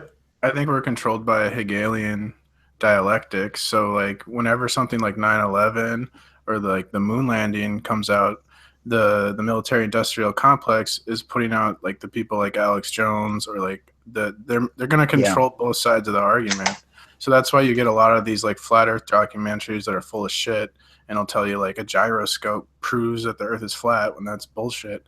And you got a lot of 9/11 videos saying a bunch of bullshit about, no planes and shit like that. It's because they're controlling both sides of the argument. And like Alex Jones is basically the figurehead of the conspiracy theorists. So like when my dad, he's allowed to go on mainstream shows, like he's on ABC's The View and shit. Like what the fuck is up with that? So it's like, that's my dad's interpretation of like a conspiracy theorist and stuff. So he, like, if I try and talk to him about stuff, he thinks of me as like, you're like Alex Jones. Yeah. And like tonight, he gave me a ride to the grocery store because my car wouldn't start, and he's like, "Oh yeah, the Podesta emails, that's all a hoax." It's like, because someone in the mainstream media came out and was talking about Alex Jones and all this Pizzagate being a hoax story, and it's just, if you actually read the emails, it's actually pretty clear they're talking about pizza and hot dogs referring to little children, and it's disgusting as hell. So yeah, we're voting for pedophiles. This is great. And yeah, space is real. Yeah, I feel you, man. I do. I mean, they know how to control public opinion, and even the public opinion of those who dissent. They absolutely Yep, this was all talked about in Bertrand Russell's powers books. that be. Yeah, what do you mean by that? Do you mean the government that we see? You can read, Mark Taylor, bro. You can go read Bertrand Russell's Impact of Science and Society. They'll go over the whole plan. You can look at history and see the plan reenacted. It's pretty simple. There's no okay, well, I'm asking a Confix's question. I'd like to be able to finish, please. What do you mean by the government we can see, or the people that are supposedly behind the scenes controlling it? A little bit of both, but mostly the unseen hand. It says, let me read this to you real quick. This is from Edward. Hold on, Mark, please. This is from Edward Bernays' Propaganda. The conscious and intelligent manipulation of the organized habits and opinions of the masses is an important element in democratic society. Those who manipulate this unseen mechanism of society constitute an invisible government, which is the true ruling power over our country. We are governed, our minds are molded, our taste forms, our ideas suggested largely by men who you have never heard of. This is a logical result of the way in which our democratic society is organized. Vast numbers of human beings must cooperate in this manner if they are to live together as a smoothly functioning society. In almost every act of our daily lives, whether in the sphere of politics or business, and our social conduct or ethical thinking, we are dominated by the relatively small number of persons who understands the mental processes and social patterns of the masses. It is they who pull the wires which control the public mind. So yeah, that's what I think. Yep. And in Benjamin Bloom's book, The Taxonomy of Education, he says the purpose of education is to change the thoughts, feelings, and actions of students. Yeah. So education is bad now, is it? Indoctrination is, and the way that we do our education system. So what's the difference between indoctrination and education? Can you show me what education has done? Like, do you think society is more intelligent I just asked now? you a question. What's the difference between indoctrination and education?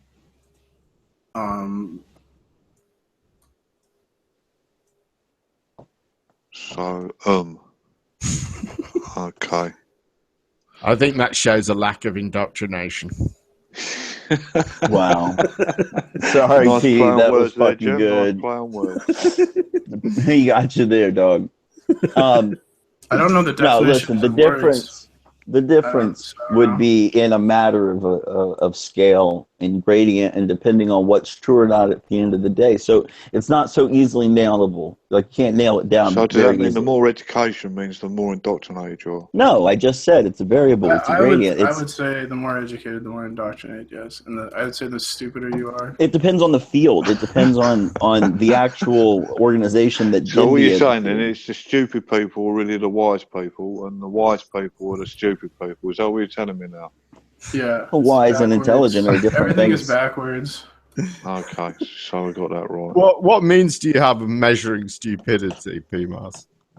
I don't know. I play poker. I don't know. He's called the baller stupid, but I thought he was a baller. He must have gone back to flat Earth. I don't know. Is he chop and change depending what room he's in? PMAS? What are you? I mean, I prefer the flat Earth to the globe Earth. Right. I prefer talking to flat earthers. It's got nothing to do with reality. It's how it makes you feel. No, actually, it's an interesting question. I've got hold on. That question things than people that the guy CD. Do you remember his channel? He was on Globebusters once, but he does Take Back Space. Yeah, I remember. Yeah, Chris. Well, I heard an interview with him, and I believe Crow 777 on the interview show that he does. And yeah, Chris, he ended up interviewing him, and he said when it came up to the flat Earth topic, he said, it's very interesting. It's very, it broadens horizons. But one thing you got to ask yourself at the end of the day, that a lot of people are not, is why do you want it to be a globe, or why do you want it to be flat? Yeah, that's quite a good question, actually. Let me And just tell even you said, well, hold on. Even you said the other day, Jeremy, that you think it would be very exciting and romantic and amazing and paradigm shifting if it were be true. Yeah, I do. I do. What do you mean? What do you mean by want, though? That's the thing. Let me just why do you want it to be a globe? Mark, you clearly want it to be a globe. Why but do what do you you mean want by it? want, though? You know what I mean? I want a Ferrari. Is that what you mean? I want it to be a globe. Mark, yeah, sure. Why do you want it to be a globe? What well, about that's what I'm saying. the I don't idea? think I do, Cathexis. See, I don't think I do, because in my world, want means that I have a need or an urgency, or you know what I mean, like that kind of want. No, I'm talking about philosophically, intellectually, emotionally. Why do you like the globe? Why do you want it to be a globe?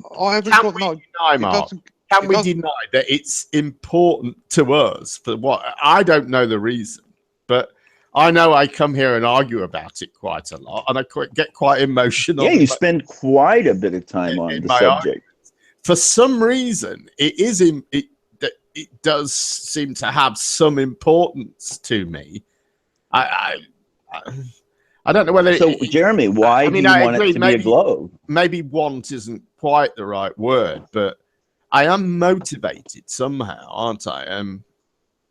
So I don't know. But are you motivated by the fact that you want you want to just engage in topics that you find, interesting? I mean, or is it the fact that you maybe think that it's a crime for people to go around spreading lies? Here we are. A purveyor of truth, defender of reality. That's why you want it to be a globe, that's for you quite a nice to be title. right. I like that, Confectus. Thanks for You saying like that? about me. Mark Taylor, purveyor of truth. Can I just add something? Defender of reality. I'm going to get a T-shirt made up with that. But, well, you know what? I mean, I do have an idea about this, and I don't know. I'm definitely only. Come on, put that idea out on the table, man. Let's bash the fuck out of that idea. I'm definitely only speaking for myself here. So, and I'm maybe not even speaking for myself. But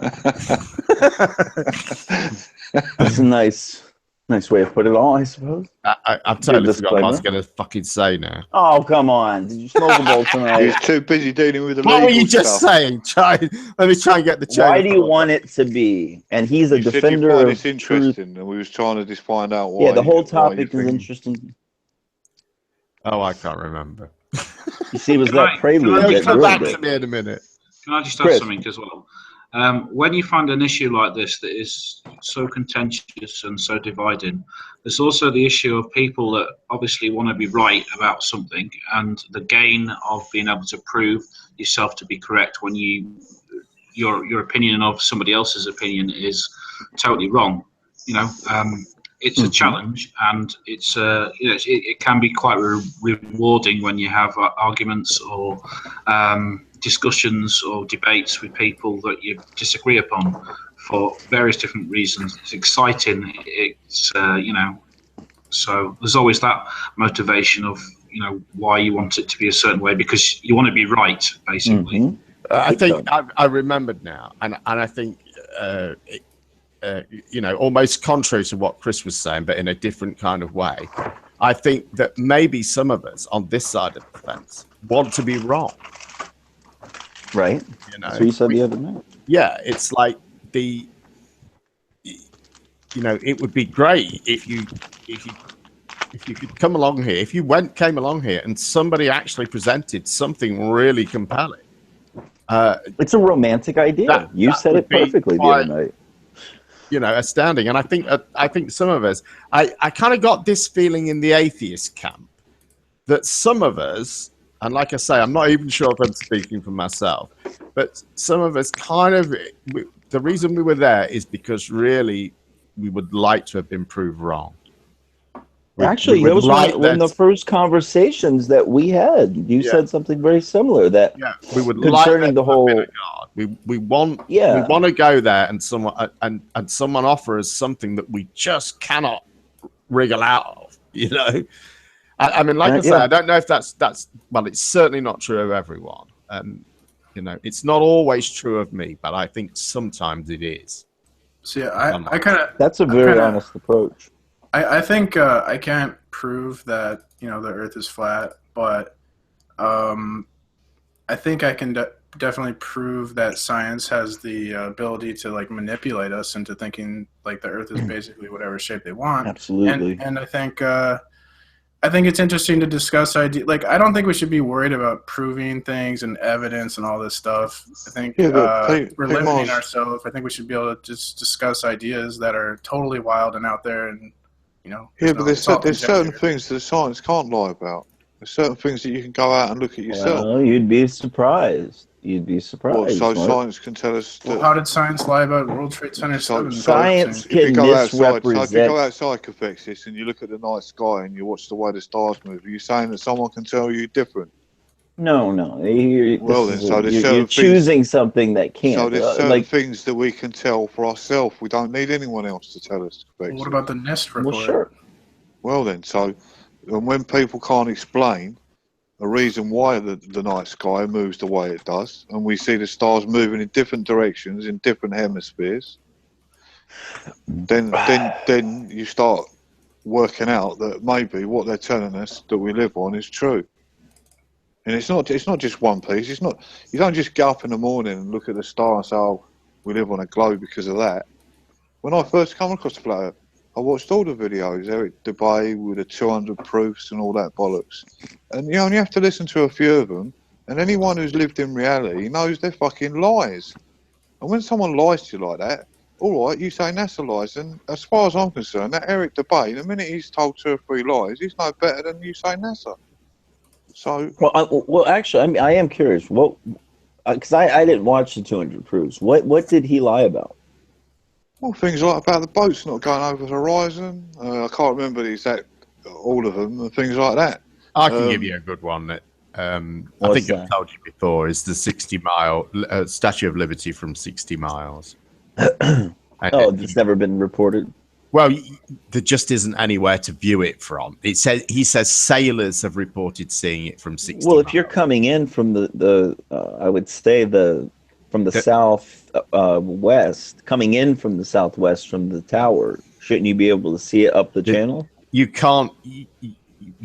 Maybe, but you're not 60 miles away. The only there is nowhere to see it from 60 miles away without there being some land in the way. Well, it is a 500. How tall is it? I'm not quibbling. It is a tall statue. Right. Is it not? I think someone looked at the land elevation and it's way over. But fair enough. Yeah, because I'm looking here. Let's see.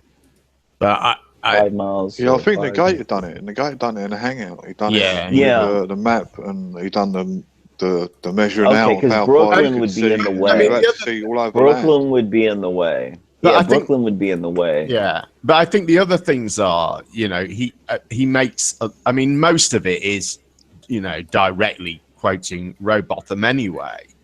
That's all it is. If he's regurgitation. If he is holding to this philosophy of only, stuff he can confirm himself, then he can't make claims about lighthouses in the Isle of Wight, for instance, because he's never been to the bloody Isle of Wight, and there's a lot of that. There's a lot of that in there, which I think is, contradictory to this, what do you call it, zetetic method or whatever it is. He's not doing the actual zetetic. He's just regurgitating some zetetic, previous zetetic. No, I get you. I am looking. There is a straight shot, but it would be very narrow. And actually, no, there really isn't. Brooklyn's kind of in the way. Yeah, it just sort of skims off the edge there, doesn't it? It would be very hard angle to be able to see that from 60 miles. And you would have to be going up the coast, going north up. You know what I mean? Like, you would still be looking over a lot of land, too. Yeah, so it just doesn't seem that hard. It seems like that one in particular is, it might be possible. I've heard honestly, it might. It doesn't get quoted a lot, actually, that one, but it does get used a lot. The Hawaii one gets used the most.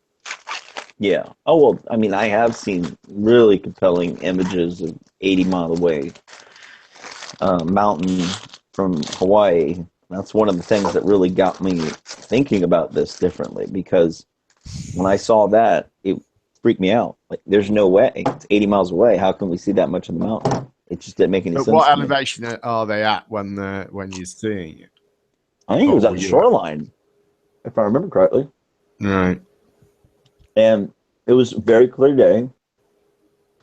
And I know how variable it is, but I wish I bookmarked it somewhere. But it was a video where he was demonstrating this, and it freaked me out enough to get looking into it. You can't deny there are some very interesting claims made by this whole community.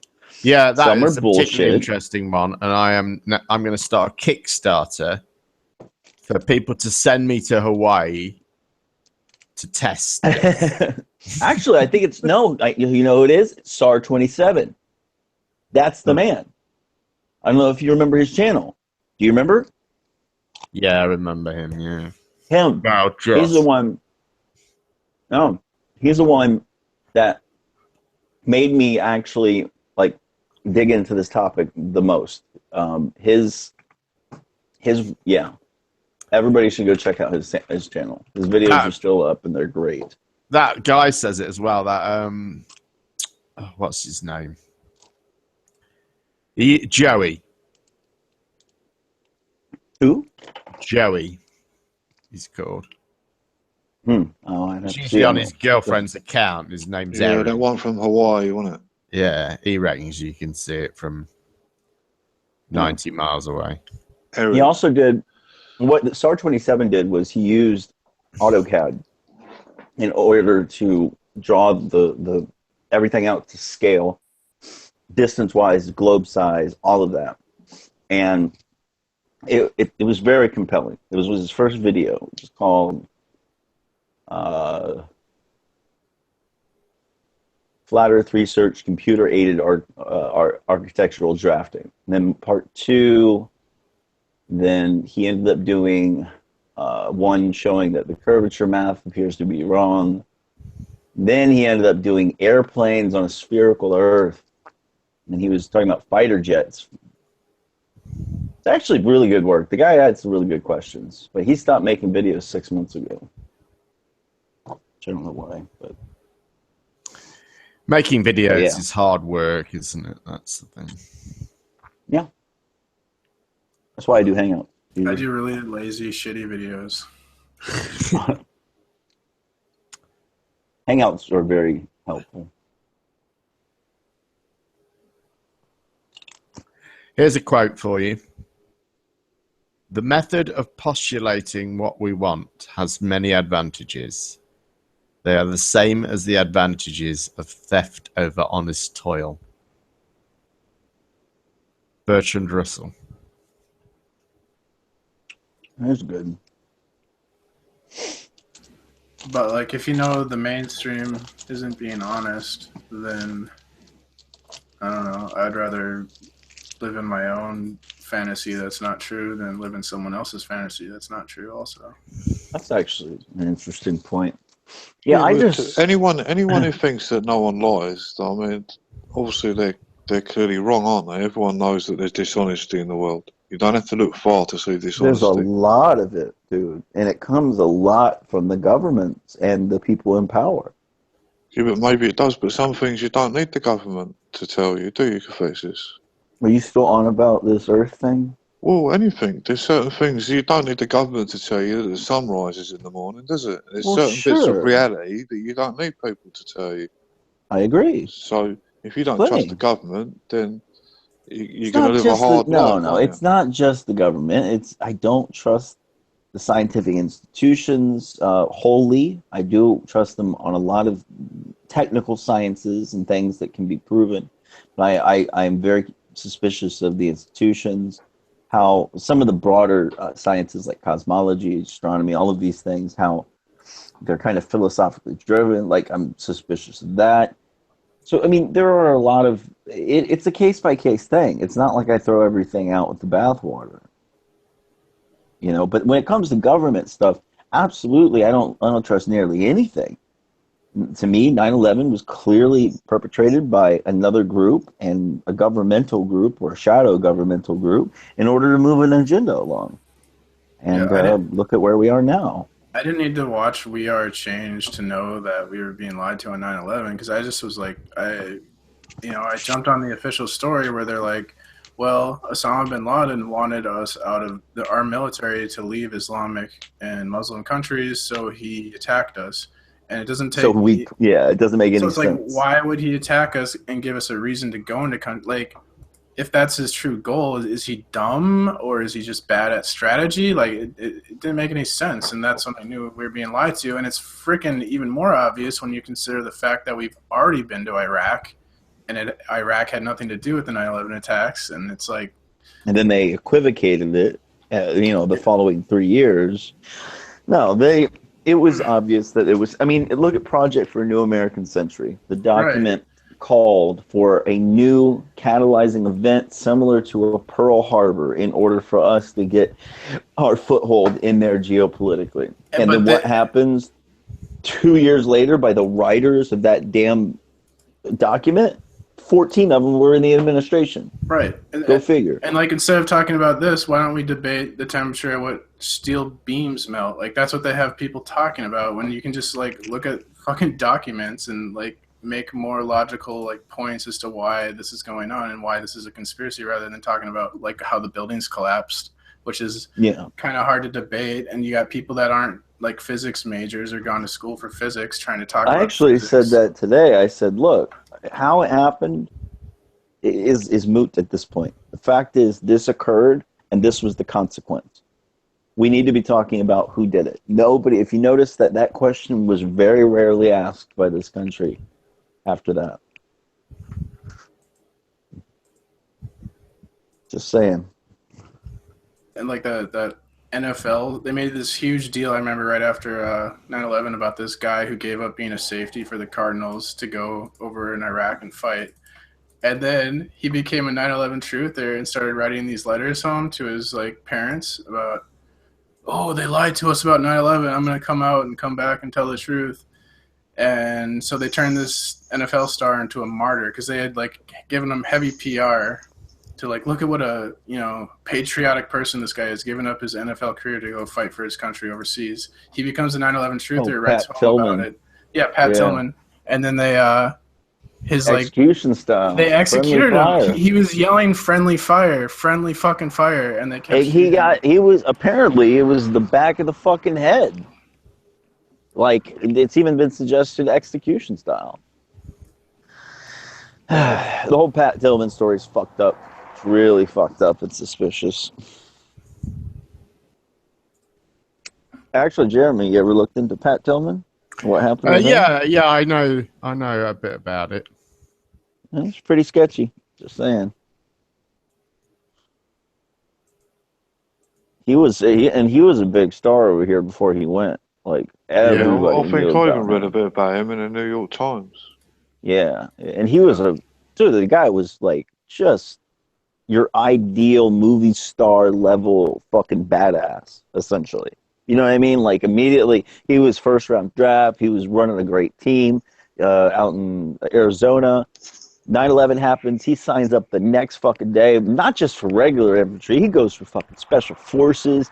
Gets right in, just running ops and shit. Like on the early days, realized something was wrong. Wrote home about it. Fucking 3 weeks later, he's dead, execution style. That's This like is why something out of a Cathexis movie. doesn't trust the military-industrial complex. Yeah, that's one of the reasons. No, it's just the internet has allowed this world to become very transparent. The age of believing is over. The age of Very knowing is upon transparent. us. Is that what you'd call it? What, the transparent information? In what way? Transparent in what way, Cathexis? The world has been very transparent with the internet. It just what way though? It takes a level of research and discernment in order to see through the veneer that we are presented. It doesn't take long to dig through it, though. That's what I mean by transparent. If you want information, you can find it. It's there. So they're suppressing the truth, but they're letting the truth out on the internet. They're not letting anything.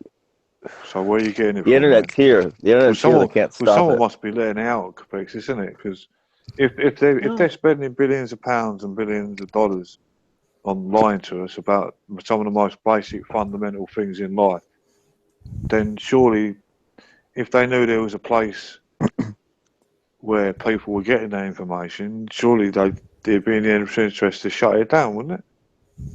Well, a lot of disinformation plays into that. A lot of controlled opposition plays into that. A lot of just taking the material down in some way, copyright, all that. They have several tools, but these agencies like CIA, but it's obviously not FBI, working, though, is it? Because you say that no, now it's not.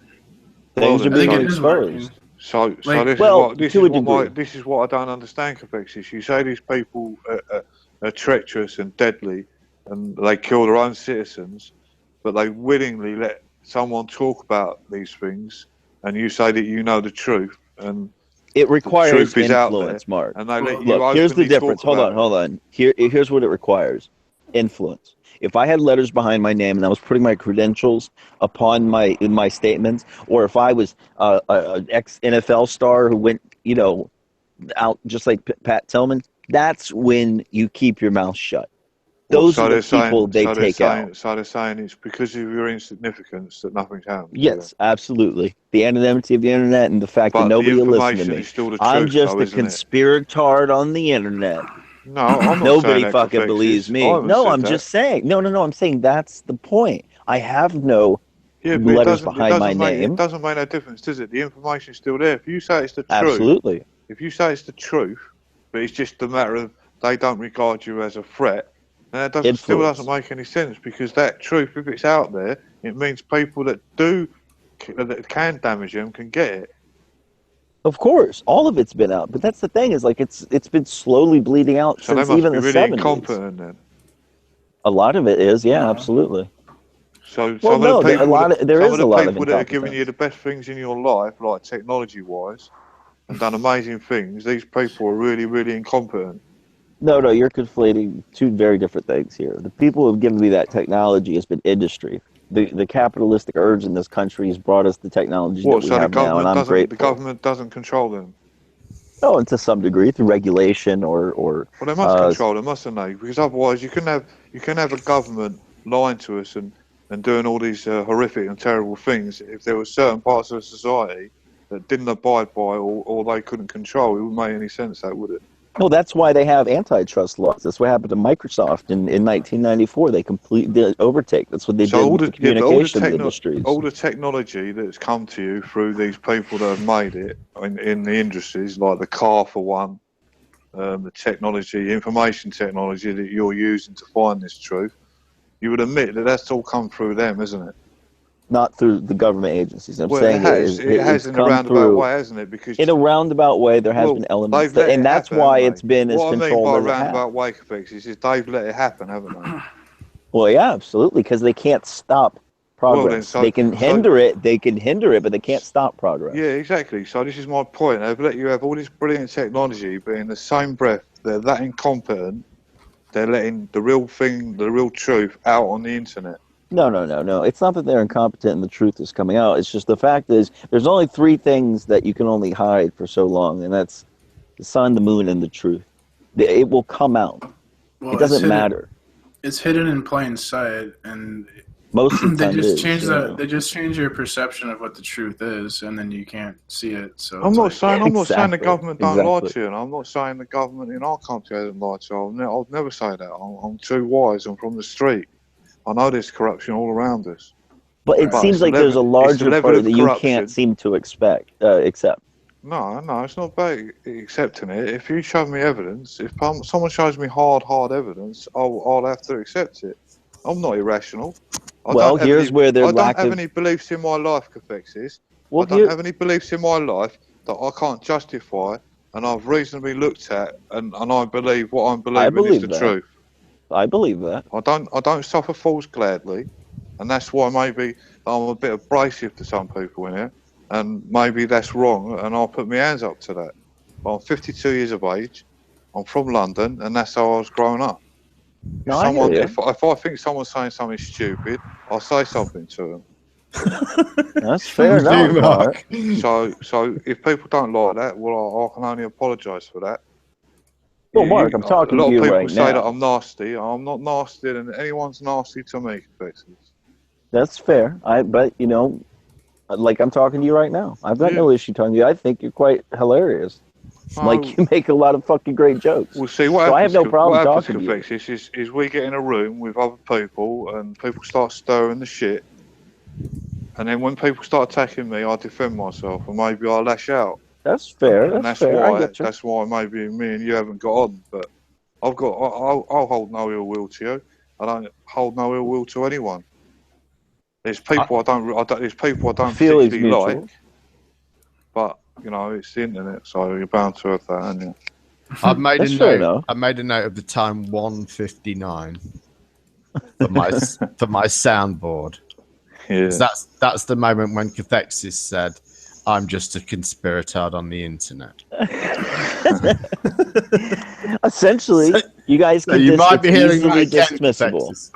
No, that's fine. It's easily dismissible, and that's the thing. I have no real influence behind or weight behind what I'm saying, because a lot of this stuff is inferences. A lot of this stuff is deductions and discernments, and it's not something you can easily hand to somebody else. These are, you can't, I can walk somebody to the research, but I can't make them learn it the way necessary to see it.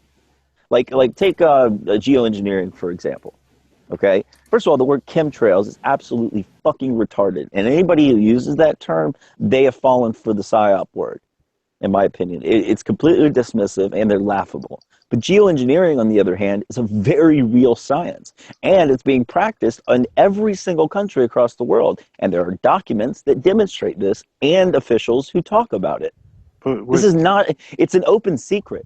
Yeah, this is the problem. They won't. I'm not denying that there's been geoengineering in the world, but not on the scale. There's a lot of geoengineering, Mark. It's not just that, it happened in China during the Olympics. No, it is a regular I'm not thing. saying that, Cathexis. I know that people, the government or the scientists or whatever want to call them, the men in white coats. I know. I know they're doing things that maybe they're not telling us about, but not nowhere near to the scale that people propose. Well, of course, and that's silly why ideas they come up with. It's just that's utterly why ridiculous. I can't stand it when they speak about it in such ridiculous ways. But I can show you document after document proving that what I'm saying is true. Geoengineering is a very real thing that we're dealing with. It's an open but secret. not one place in that document does it ever say worldwide. It's always local, Cathexis.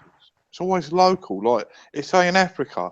In the 80s or whatever, I think there was cloud seeding then, trying to get more rain. No. I'm not talking about just cloud seeding, Mark. Listen, there's a document called Owning the Weather by 2025, put out by DARPA in the 90s, okay? It is a 65-page document that I have on my desktop, and you can just find with a simple search, that demonstrates every single technique that they're using. Everything from cloud seeding to even reversing the sun's light by putting particulates in the air, making it cooler underneath where they're doing these particular spraying, but so many other ways. And they talk about it in a warfare sense on how to make it a way to a force multiplier by using the weather against their enemies, to even in social situations over cities and such.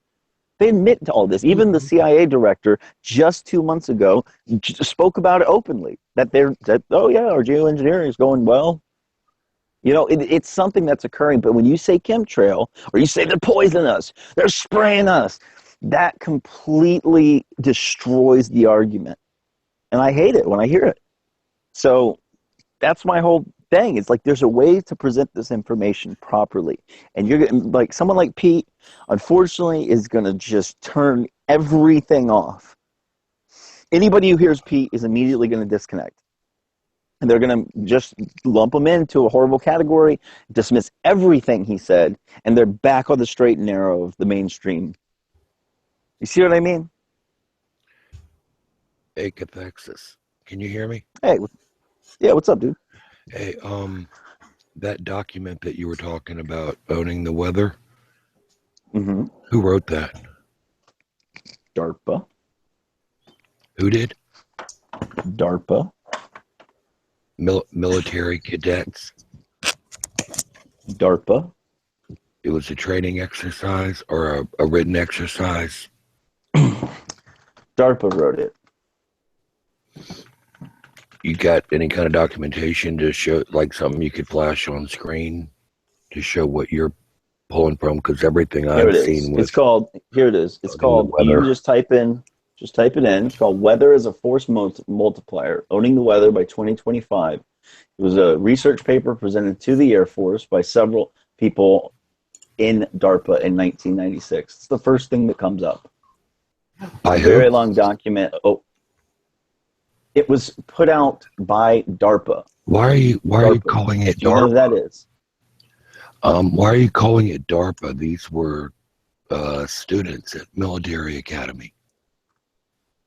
Oh, well, I'm mixing it up with another document. But still, that should be evidence enough right there.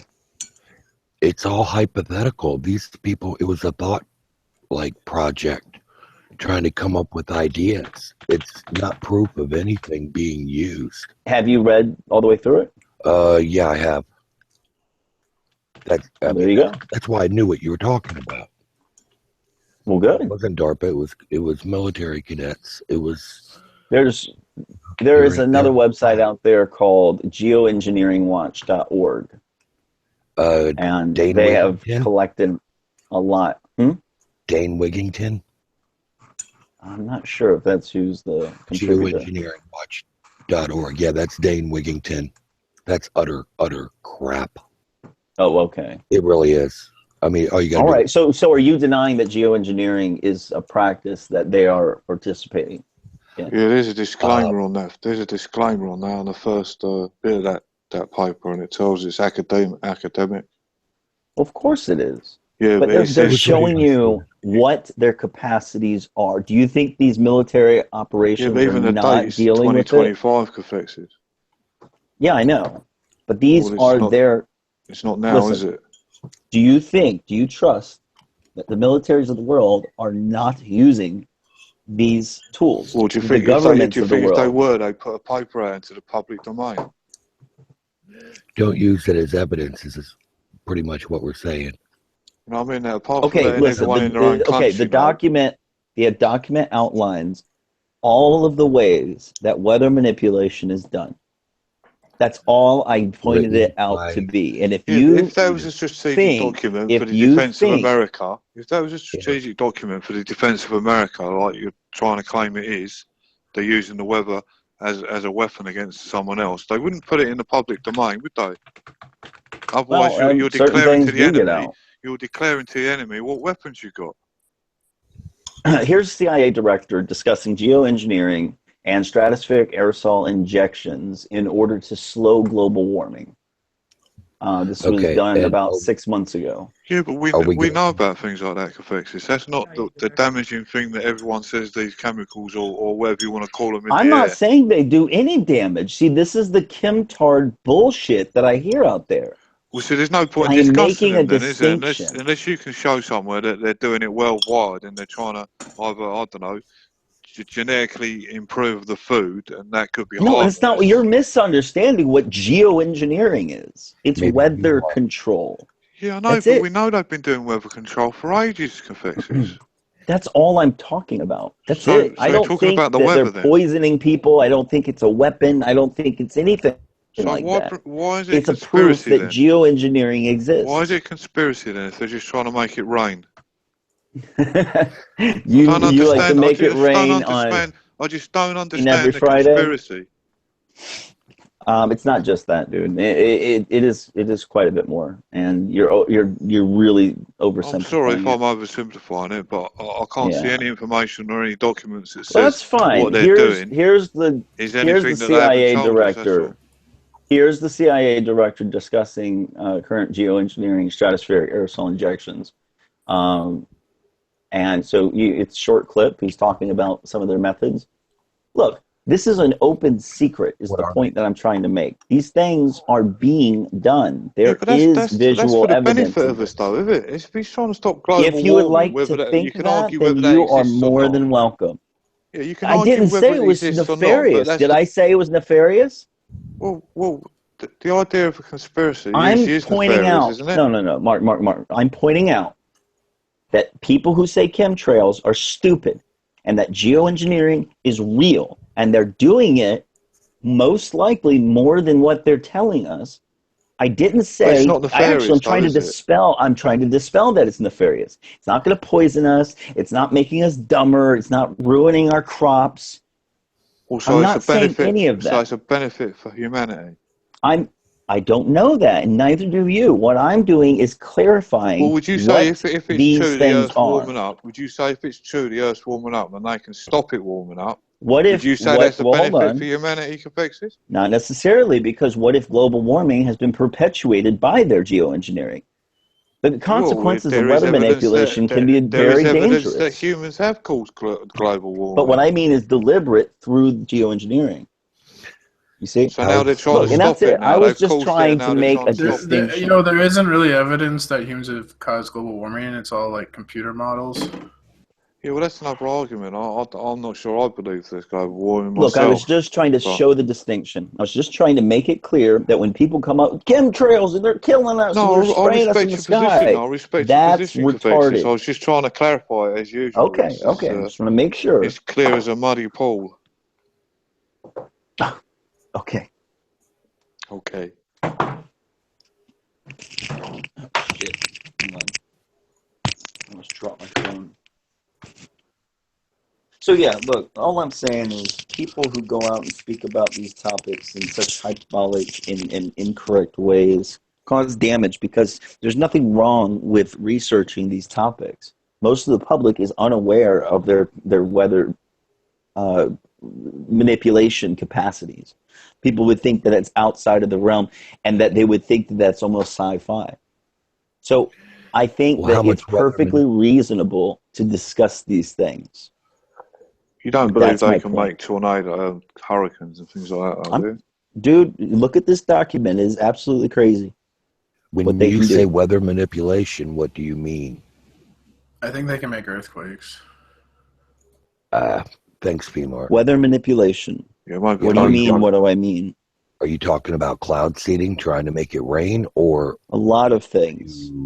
Okay, see. Spraying particulates in order of aluminum, barium, and strontium in order to reflect sunlight back into the atmosphere, so as to make it cooler underneath it. From what? From what do you mean? From what? From what aircraft? Passenger airplanes? Whatever aircraft that they use. Yeah, I wouldn't understand how they could do that, fixes. Not to a scale to make any difference underneath. Well, because... Well, listen, I can't sit here and offer an answer to your ignorance. Go and read these documents. I'm not being disrespectful. You don't know, and I'm not going to sit here and explain. I can bring you to the water. It's up to you to drink. Right, okay. They probably no disrespect. No, I didn't take it as disrespect. I thought it was quite funny. But no, that's the point. Is there's a lot of data out there. There's a lot of documentation, and every person should be looking into these things. It is our world, and there are entities who are doing things that we may not agree with. That's all my point is on the subject. And all I'm trying to say is, if it is going on, there's no reason, and it's actually damaging, to try to tie it to the contrails from your passenger aircraft. Who said that? Who said that? Did I say that? Me. I'm just saying. Don't try to link. Real. Contrails are real. Contrails are vapor. It's water vapor. It's ice crystals in the air. What are you trying to say? You think contrails are some kind of chemtrail? Herb? No, I know better. Oh, do you? Okay, I just want to make sure you didn't think that. I thought that for a moment you did. No, that's the impression that I'm getting from you when you talk about. No, I've been very clear, and I've never said anything about contrail, persistent contrail, chemtrail. I actually said that those terms were disgusting and they shouldn't be used. Okay, but the chemtrailers tried to hijack contrails. Did you hear the start of this conversation? Yeah, and I was making this. I was pointing out that they're retards. Was I not? But you didn't distinguish the geoengineering from the contrails. Well, so the geoengineering. Why would I need to? To make sure that you're not just trying to rename contrails geoengineering. No, that's your assumption. No, that wasn't the case. I was very clear in the way I put all this. It's the way that the chemtrailers push it. So if you're saying don't, I know, dude, they're retarded. Well, you're saying don't call them chemtrails, call it geoengineering, and that's what they've been saying. Okay, I see what you mean. Look, man, the whole problem I have with them is they're using the wrong language, and they're putting it a specific way where it's turning people off to wanting to even understand this subject. Right. That's my whole problem. And they're pointing at the wrong thing. Absolutely. I'm with you on that, dude. If there is any geoengineering going on, it would be much higher than what the typical passenger planes fly. Sure. David Keith outlined a plan how they could take military engines and put them in like Gulfstream jets, and they could fly a number of these things, typically from the equator, and go up and spray all these different chemicals and they're testing it. Doing all kinds of modeling. I don't know that it's being done. I have saved the video that you linked. I will watch it. Okay. But I just want to make sure that nobody's trying to promote the contrails as being Not at all. Not at all. That's it. Yeah. Give me 1 second, guys.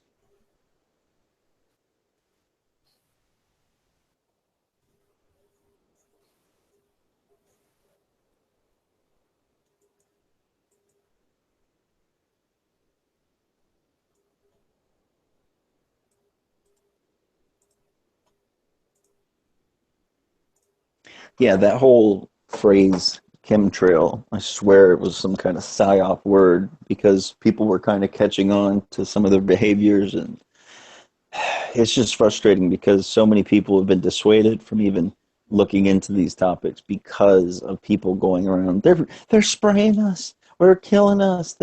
It's ridiculous. So, anyways. So yeah, the whole point I'm trying to make with you, Mark, is there are tons of things. Yeah, sorry, go on. No, so I was just going to say, do you close people down if you're in a room and you hear someone say that? Absolutely.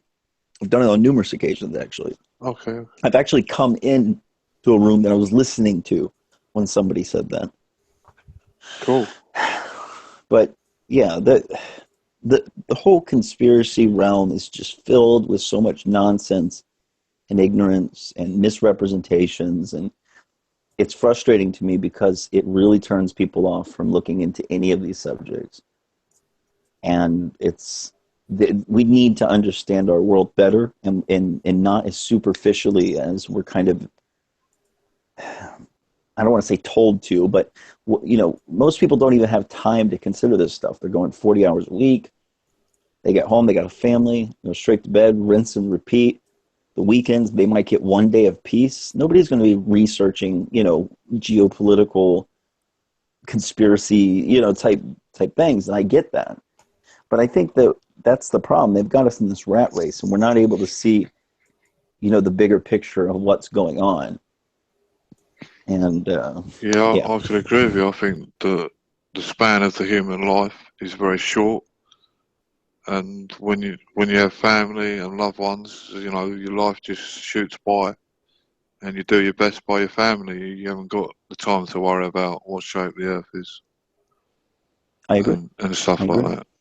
You see, and that's also why I take the apologist perspective, because I think learning about the world around you is an amazing thing. Like, my life has been enriched by trying to figure this out on my own. And so I'll argue from that position just so that I will be able to get people thinking. I've noticed that it really gets a person digging into wanting to know if you're able to argue for it correctly. So it's enriching. I can't put it any other way. And every person, even people who are devout, ballers, they will say that this has been an outstanding way to learn about their model. I've heard Negator say it. I've heard all the guys say that, wow, I really went back to school on this just to figure out why they're wrong. So I don't see, this is a net positive in my opinion, the whole conversation. Yeah, I must admit, it's had it all really, comedy, knowledge. Right? Yeah, a lot of comedy. Talking to people around the world while you're sitting in your front room. So yeah, absolutely. I've actually made some pretty decent friends in the process. Not like a real life friend situation that you see all the time, but a lot of people who I've talked to privately and exchanged ideas, and it really just opens up your whole world too.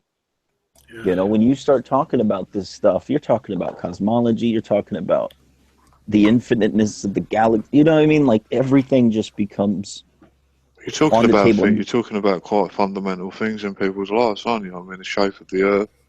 I mean, not a lot of people think about it, but when you look at it and you look down at it, it's where you live, it's where you grew up, it's where you're going to die. Yeah. So it'd be nice to know the shape of it, wouldn't it? You know what I mean? Absolutely. And see, I don't see why there's such a need for it to be flat. You say there's a need. Well, you did say both sides, the globe and the well, yeah, flat that's why that question should be asked. Why do you want it to be flat, or why do you want it to be a globe? It's an interesting philosophical question when you really dig into it. And yeah, I mean, I've noticed that was driving a lot of people. My view, what I've seen and what I've heard on here, not only being in the rooms but watching outside for 18 months, I've watched these hangouts. I'd say that 90% of these people are religious in some way, shape or form. there is a strong religious undertone. There is. Whether they actually believe the God of the Bible, the Allah, or any other gods they want to believe in. You know, some are just very vague that they think there's a maker, but they can't say who. So, yeah, but like, I don't understand why. I mean, a globe spinning through the space, you know, around the sun, and if half of what they tell you is true, it's just fucking an amazing place to be. So I don't really understand why they want to take that amazing stuff away and make it flat. That might play into your answer for why do you want it to be round. You know what I mean? Well, no, not really, because I've never really thought about ecophysis, you know what I mean? Like I said, in your everyday life, I worry about my family, you know, and my life myself. I live my life. I never really thought about where we lived. It's only been recently, since certain things have happened in my life, that I've found a lot more time on my hands. I've always been interested in looking at the stars, so I bought myself a telescope, and that's where I've got into this. That's why. Not because I was wanting or I needed to know or anything, just out of the interest of studying where I live. But you did just say that if just half of what they say is true, then this would be absolutely, like, insanely magnificent. I believe in cathexis. I believe in when I've seen for myself. You know what I mean? Like when you can look in the night sky and you can look at something, like there's a nebula not far, well, not exactly how far away it is, but you can see it in a night sky, and it's where a star's blown up, and around it there's a blue ring of gas, and the gas, like the blue, is supposedly oxygen, and inside this ring of gas there's a little star called a white dwarf, and you can see that, you can take a picture of it, and when you see that on your camera, and when you take it home and you have a look at it, and you can see that and read about what it is, it's just fucking amazing. You know what I mean? You can see there's a galaxy called the Cigar Galaxy. You can have a look at that through the telescope and take a picture of it, and it's like a cigar, shape of a cigar. That's why it's I've heard of called that one, yeah. Yeah, and like there's like M51, which is a big galaxy eating a little galaxy, and you can see that interaction through the telescope, and you can take a picture of it. And you can see the spiral arm of the big galaxy leading off and going into the smaller galaxy. And that's another thing that you can see. I mean, these things, I've never seen them before. I didn't even know they existed. But once you start looking in the sky and seeing the amazing things that are going on, and that's not someone telling you that that's what's happening, that's what you can see yourself. Yeah, you discover them essentially. Your own self, in a way. Well, yeah, because like, you know, you never expect to see things like that when you look in the sky. You look in the sky, you see all these things twinkling, and yeah, and if you wanted to believe they're really close or something, that's up to you. But when you actually look in between the stars, in between them things that are twinkling, and you have a look at the galaxies that are really faint, and like millions, well, they say millions of miles away, and I've got no reason to doubt them. You know what I mean? They told me that thing was going to be there. They told me what it looked like. And when I looked and saw it, where they said it would be, and it was exactly the same as what they said it was, and I can see that time and time again, and it's always there where they say it's going to be, then I have to start believing what they're telling me. Fair enough. It sounds like that you know, it's given you a newfound respect for where you are going through this process. That's true. Yeah. That sound like that. Yeah, I respect that a lot, Mark. Definitely. You know what I mean? Like I said, I grew up in London. You know, I grew up in London, and I didn't have time to think about these things. But now I live down by the coast, and I've got a lot more time on my hands because I know I'm retired. So, yeah. Well, I can respect it a lot, Mark. You sound very genuine in that statement. So, but they're the kind of things you can tell. You can have a look for yourself, cathexis, that you haven't got. All right, I mean, you can look at what they say the things are in the sky, but they're the things you can look for yourself. Well, sure. I agree. Like I don't dispute the any moons of of that. Jupiter. You can see Jupiter, yeah? When you look through the telescope, you can see Jupiter. And if you watch the moons over the course of a night or a couple of nights, you'll see them go round. And when you have a look on the app that tells you what moons they are, you can actually see what the moons are called, and you can see the moons move. You know what I mean? So you know there's things out there, not just lights in the sky like people say. No, I know. The way that light falls on the moons, it makes it clear that it's directional. It's not just a beaming light. Yeah, but you can see it move, like effects, because, like, you know, a lot of things in the night sky, you don't actually see them move it, but you can watch the moons move. So you know that the things out there, and it's not just lights in the sky or some kind of protection. You know that the things out there are actually moving. Yeah. Well, those in particular are unique, though. You could argue that they are the wandering stars, and they each have their own element about them. But I see 100% what you're saying. The other stars being fixed, essentially. But you're right. The moons do demonstrate some type of physical property. They absolutely do. I can't deny that. And the biggest indicator is the way the light falls on them. Like I said, as they move, and depending on where the sun is supposed to be in relation to it, you can see, you know, like a half of the moon being covered up by the light. And that's a huge indicator that it is a physical object right there. So I'm with you, Mark. I understand it. And it's amazing to view. I've looked at a lot of telescope. I don't have one personally yet, but I've looked at a lot of very great images from amateur stuff over the past year and a half, learning about all this. Yeah, there's some great videos on YouTube. I mean, I'm not a great believer that you should be looking on YouTube for evidence of anything, but there's some good demonstrational videos about, you know, what, you know, just people like me and you, everybody in just normal life are taking pictures and having a look through telescopes. So at the very least, you have to admit that this has been a net positive, I think, for anybody who's encountered it. Yeah, it depends what they're coming here to come in here for. I mean, obviously people are coming here just to be 100% negative, aren't they? You know what I mean? Yeah, and there's a lot of believers too. People who didn't know much about their own, you know, heliocentric model, saw this, and they didn't know much about science, so it made sense to them. And then all of a sudden now they adamantly believe in the flat Earth, and space is fake, and there's probably a dome, and all of these things. Now, I don't have time for those people because they've changed one belief for another.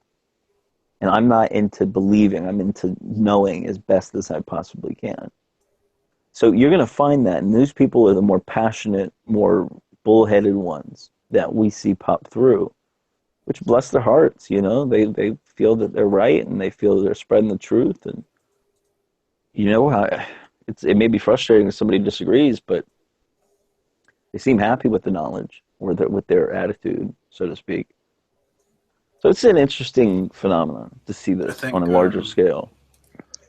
I think there's some brainwashing within the truth or conspiracy, whatever you want to call it, to make people think that they have to like save the world and convert everyone to their beliefs and stuff. Yeah, but there's no kind of middle ground that I can see. It's, you know, we're not with the shape of the Earth anyway. I mean, that they're either like way over on the flat Earth, or they're way over on the globe. There's no one really. Well, what about me?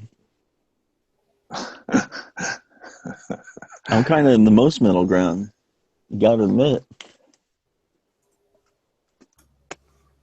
You know what? At the end of the day, Mark, you really want to know what motivates me? The idea, to me, is awesome. It's interesting. It's amazing. Like Jeremy said, even himself, he admitted to it. It's romantic. It's this notion of a paradigm shift. I think you say 80% of it's engagement with you. I think you like the engagement of it. Well, I think you're very intelligent, and I think you know when your arguments are weak, and you know when your arguments are strong. Fair play. Yeah, I mean, absolutely. That aspect of it, because I've learned so much interacting with people here for the past year, that I just hope that I can somebody can learn from me, and I've been learning constantly from all these other people. So you're right. It's the engagement for sure. No, But I mean, to take the position that I do it is controversial, and I know that, and I know I get people thinking differently. Like, I'm trying to shake people's paradigms just to wake them up a little bit to the fact that they're in a paradigm that they might not have chosen for themselves, if that makes sense. Yeah, but I think you're pretty close to the line of dishonesty, though, Cathexis. I mean, Oh, really? Yeah. In the most regard. I don't want to call you dishonest because, don't want to like. Well, jump on the bandwagon. I've been called that by Negator and you in the We've past. all done that. But I do think you're pretty close to the line. Why? Because some of the things that these flat earthers, and I don't want to call them flat earthers. I don't know all their names, so I'm just going to call them flat earthers. But they're just blatantly dishonest. And when you argue their cause, their case, then it Couldn't you makes say you look. case by case? Oh, what if I argued that? No, honestly, what if I argued that but is when you say explicitly things like dishonest? when you say things like ships don't go away from you bottom first, when we all know that well. I mean, anyone that's honest and goes down to the coast knows that you can't bring it back in. Once it's gone, you can't bring it back into I focus. agree. I've never said you can bring it back in. What I've said is the atmospheric conditions make it so that it appears that it's going away. About yeah, but see what I mean. Now you're dancing on that line of dishonesty. Seriously. No, hold on. I have never said you can go down to the shore. Actually, Negator is the one who put me in my place on that about a year ago when I first got into this. I said that. I can't remember saying it, but I said this early on, and Negator and him and I and Spaceman had a private conversation, and he showed me that that's not possible. So I do not say that that's what happens. What I say is the atmospheric conditions make it so the boat looks obscured. It honestly is compelling enough for me to make that argument that it's most likely the atmospheric conditions and the swells and waves that do this. That's what it appears to me through everything that I've looked at. It doesn't appear to be the curve. It doesn't. I'm not saying the curve's not there, but it's too close. It's too clear that the conditions have more to do with this. And that's why I talk about it like this, because just as we just pointed out with Ronnie, 1 degree is 60 miles. No, I think it's 69. I think it's 69. Oh, 69. Okay, but still, 1 degree is 69 miles. How can we see 4 feet of a boat obscured within 5 miles if 1 degree is 60? Think about that. Well, it's about. You see what I mean? It's a ratio thing, isn't it? Sure, but still, let's think about that very clearly for a moment. And I think it has more to do with atmospherics than it has to do with anything. So where'd you get 4 feet from, though? Yeah, well, isn't there a calculation? Any feet, like 2 feet, whatever. It doesn't matter. Even 1 foot. We're talking about 1 degree over 69 miles. So how would at 5 miles you even? I'm not. Well, I throw any feet. Say I said 2, I didn't say 4, but say 1 foot. Whatever. Like, how is that going to be able to be? How are you going to begin to obscure a boat if it's 1 degree and 69 miles? So you're saying if say at 3 miles, like the horizon is, you're saying that the boat, if it was the bottom was invisible 1 foot, you couldn't see 1 foot at the bottom of the boat. You're saying that we couldn't see that? Well, no, I'm saying it's variable and it shouldn't be. Look, that's not to say that the curve's not there. What I'm saying, though, is these are factors that you guys don't ever take into account, and it appears to be more of a factor. Do you agree that refraction can? Oh, absolutely. Absolutely. So refraction is bending of light, yeah. Well, no, it's a warping, so to speak. It's a lot of things. So if the Earth was flat, of many if the Earth was flat, then how could it bend round something if it was flat? What do you mean by that? Well, if you're looking at the water and the light's refracting on a globe, that's what it does. It bends round, and then that's why it lifts up the image, and that's why we see things that we shouldn't do with mirages. So if you're on a flat, if it's flat, like you claim, like, well, not particularly you, but flat earthers, where would the light be be refracting to? Because it's nowhere to go, is it?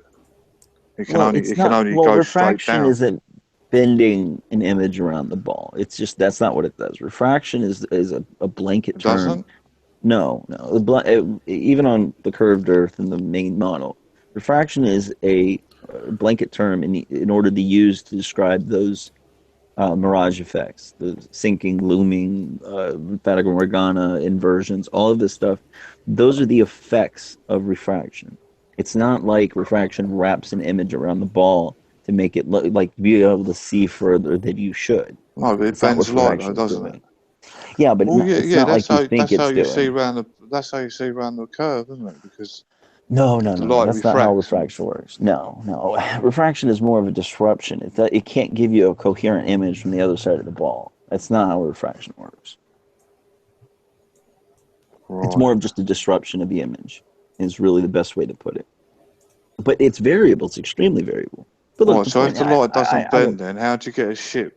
How do you get the pictures of ships that are right up in the air and not in the water? How does that work if the light's not bending? Well, those are the type of aberrations I'm talking about. When you see a boat high up on the water, what you're seeing is no, it's out of the water, isn't it? The mirage. I'm not sure what one they call it. I know what you're talking about. It's called looming.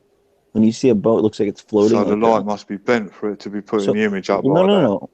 that. What's happening is from you all the way up to the bottom of that boat, about 30 yards before that boat, what's happening is there's a reflection occurring of the sky. And at that moment, it gives you a false horizon, and it looks to be that the boat is floating. And it's all variable. So many different ways this can happen, but that's the thing. It's a reflection in the sky then. It is the sky reflecting. So what's on the that reflection going on to then? The water is reflecting the sky at that point. So the sky can reflect things, a solid image. No, not reflecting the boat. It's the water reflecting the color of the sky, giving the appearance of a false horizon, where it looks like the boat, which is further out on that reflected point, looks like it's floating. How does it reflect onto the sky? A picture of a boat. I don't understand. I don't understand. Do you do that? I can tell. I'm not saying. What I'm saying is the color of the sky is reflected off of the water. So if you're looking straight down the water, and as the water line rises to your eye level, right, you'll have about 5 degrees of that where it looks like the boat is lifted up, but really it's just a reflection of the sky at that point. It's a very well understood concept. So if it's a reflection of the sky, it wouldn't be showing the boat, would it? And it does sometimes. It shows an I'm saying it wouldn't do, of the wouldn't boat. it? If it was a reflection of the sky, then it wouldn't be showing a boat, No. would it? If the water is simply reflecting the color of the sky, the boat is still there, but it appears the boat is hovering because it gives a false. Jeremy, do you understand what I mean? Yeah, I think I know what you mean. Yeah. But it's the light bending, though. It's the light bending that does that, isn't it? But no, that's what I'm saying. Like we have this misunderstanding. So you're saying it's a reflection that's hovering in the sky. But there's a variety of things that occur when we use the term refraction. That's a type of mirroring and looming effect that occurs in this specific instance. This is why I talk about this, because it's a lot more complicated than what people want to give credit to. They just want to go, see, the boat's obscured, fucking curve, deal with it. And I don't think that's the case. I think the curve is much further out if it were there. So that's the only reason I bring it up the way that I do. And I could show you a video, like if you really want to see what I'm talking about. Here, let me see if I can find one. A thing called Ghost Boat. The best one. Ghost Boat.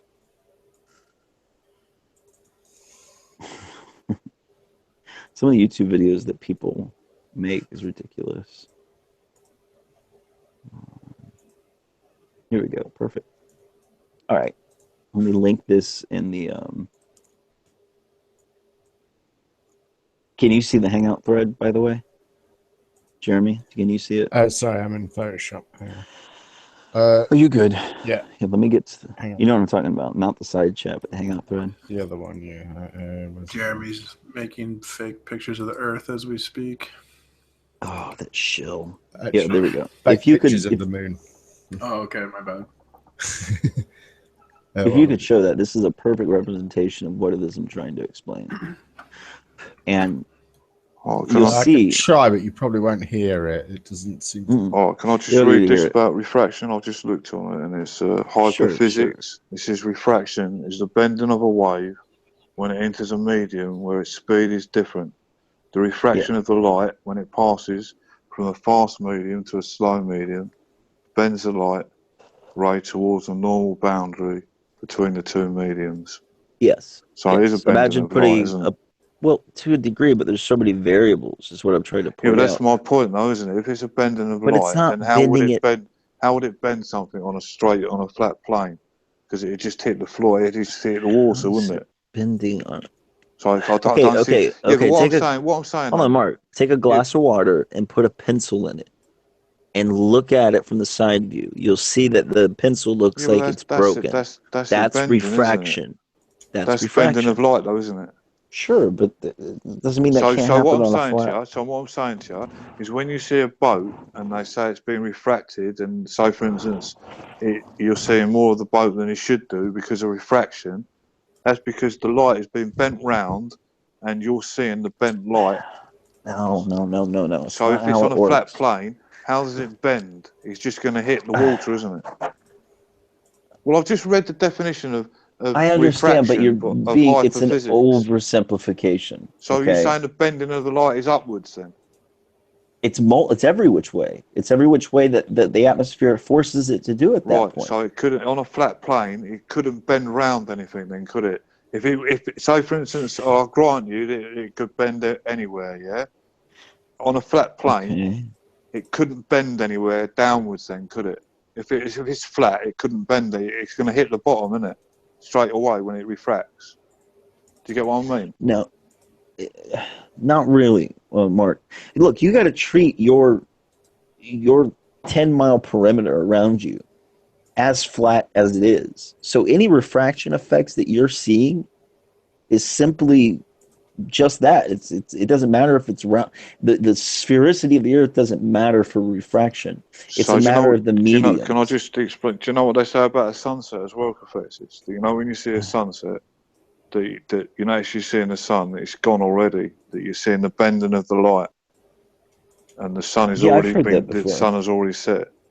So how does I've heard that before. So how would that work on a flat Earth? All these. Well, it can't Dude, work. Because the bending of light. I don't know. If the sun had already set, then, like I said before, if it goes down, it can't go anywhere, can it? Because it's flat. Oh, I know. Hold on, I know. Opaque moisture depth. That's how. But you get what I mean, though, it's on a flat Earth. I get where you're coming from, but this is. I think it's just a. I don't want to say a misunderstanding, but it's like an inner misrepresentation of what refraction really is. No, that's how it works.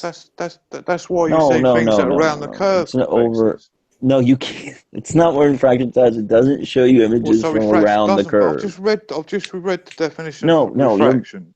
Bending of light. Misunderstanding bending of light. That's all. So it doesn't bend an image around the curve and show you more than you should see. That's not how refraction works, dude.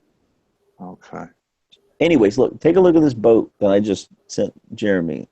Okay, this is a mirroring effect, looming, where the water is mirroring the sky, and this is an effect of refraction. This is why it's not so simple as you're trying to make it out. It'll happen on a flat plane or on a sphere. Refraction we deal with all the time. Jeremy, can you put it on or? Hang on, that's it. Where have we gone? Where the hell are you? Oh, there you go. Screen share. How's it go? Look at that one.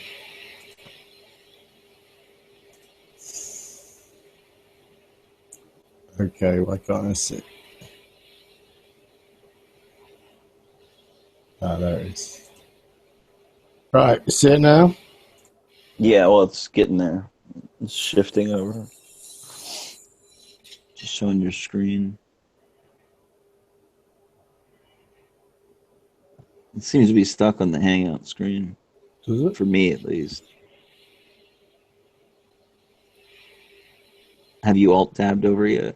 Yeah, it's doing the infinity of the screens. Yeah, it's going really slow, isn't it? There's you your have Photoshop up? Mm-hmm. Chris gets it. Is it that opaque moisture deck again? Well, that kind of explains the whole convergence thing there.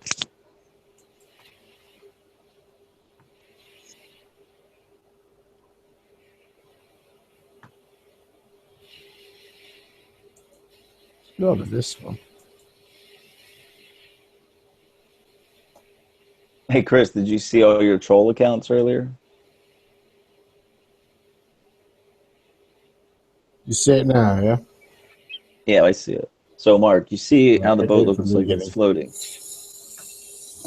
floating? Yeah, the my soccer counts for sniping purpose. I mean, in case I get sniped, soccer. Oh, okay. So, I don't Mark, have take a a- look.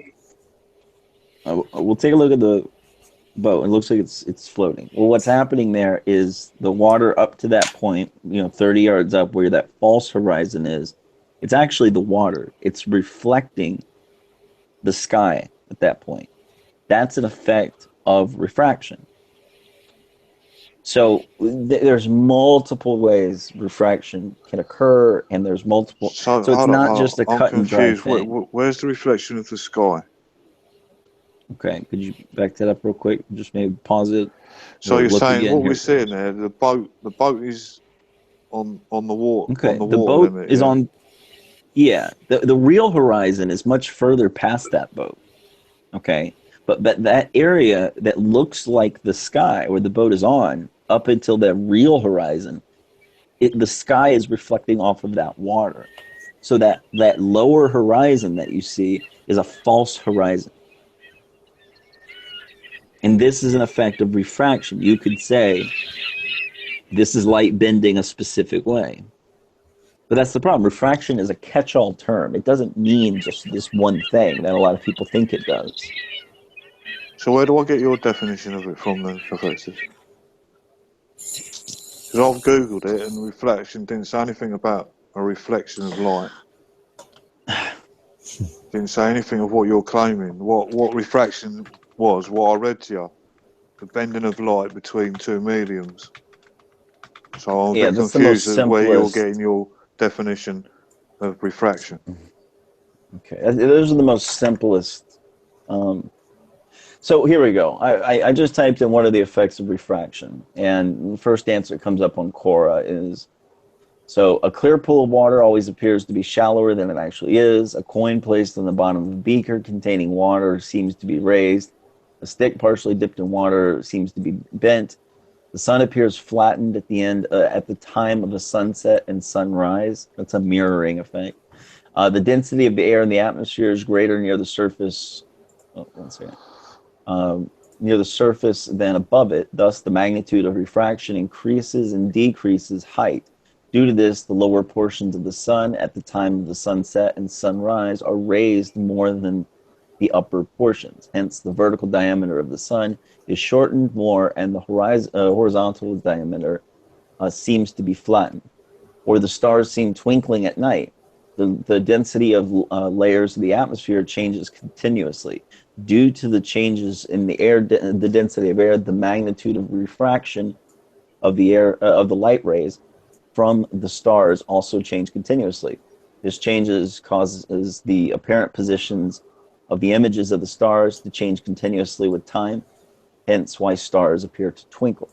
And this is just a very brief, like effects of refraction. And so when you're dealing with the horizon and the atmospheric effects that cause the different, so it's not just the mirroring, it's not just looming or sinking, it's also the fata morganas, the inversions, all of these things.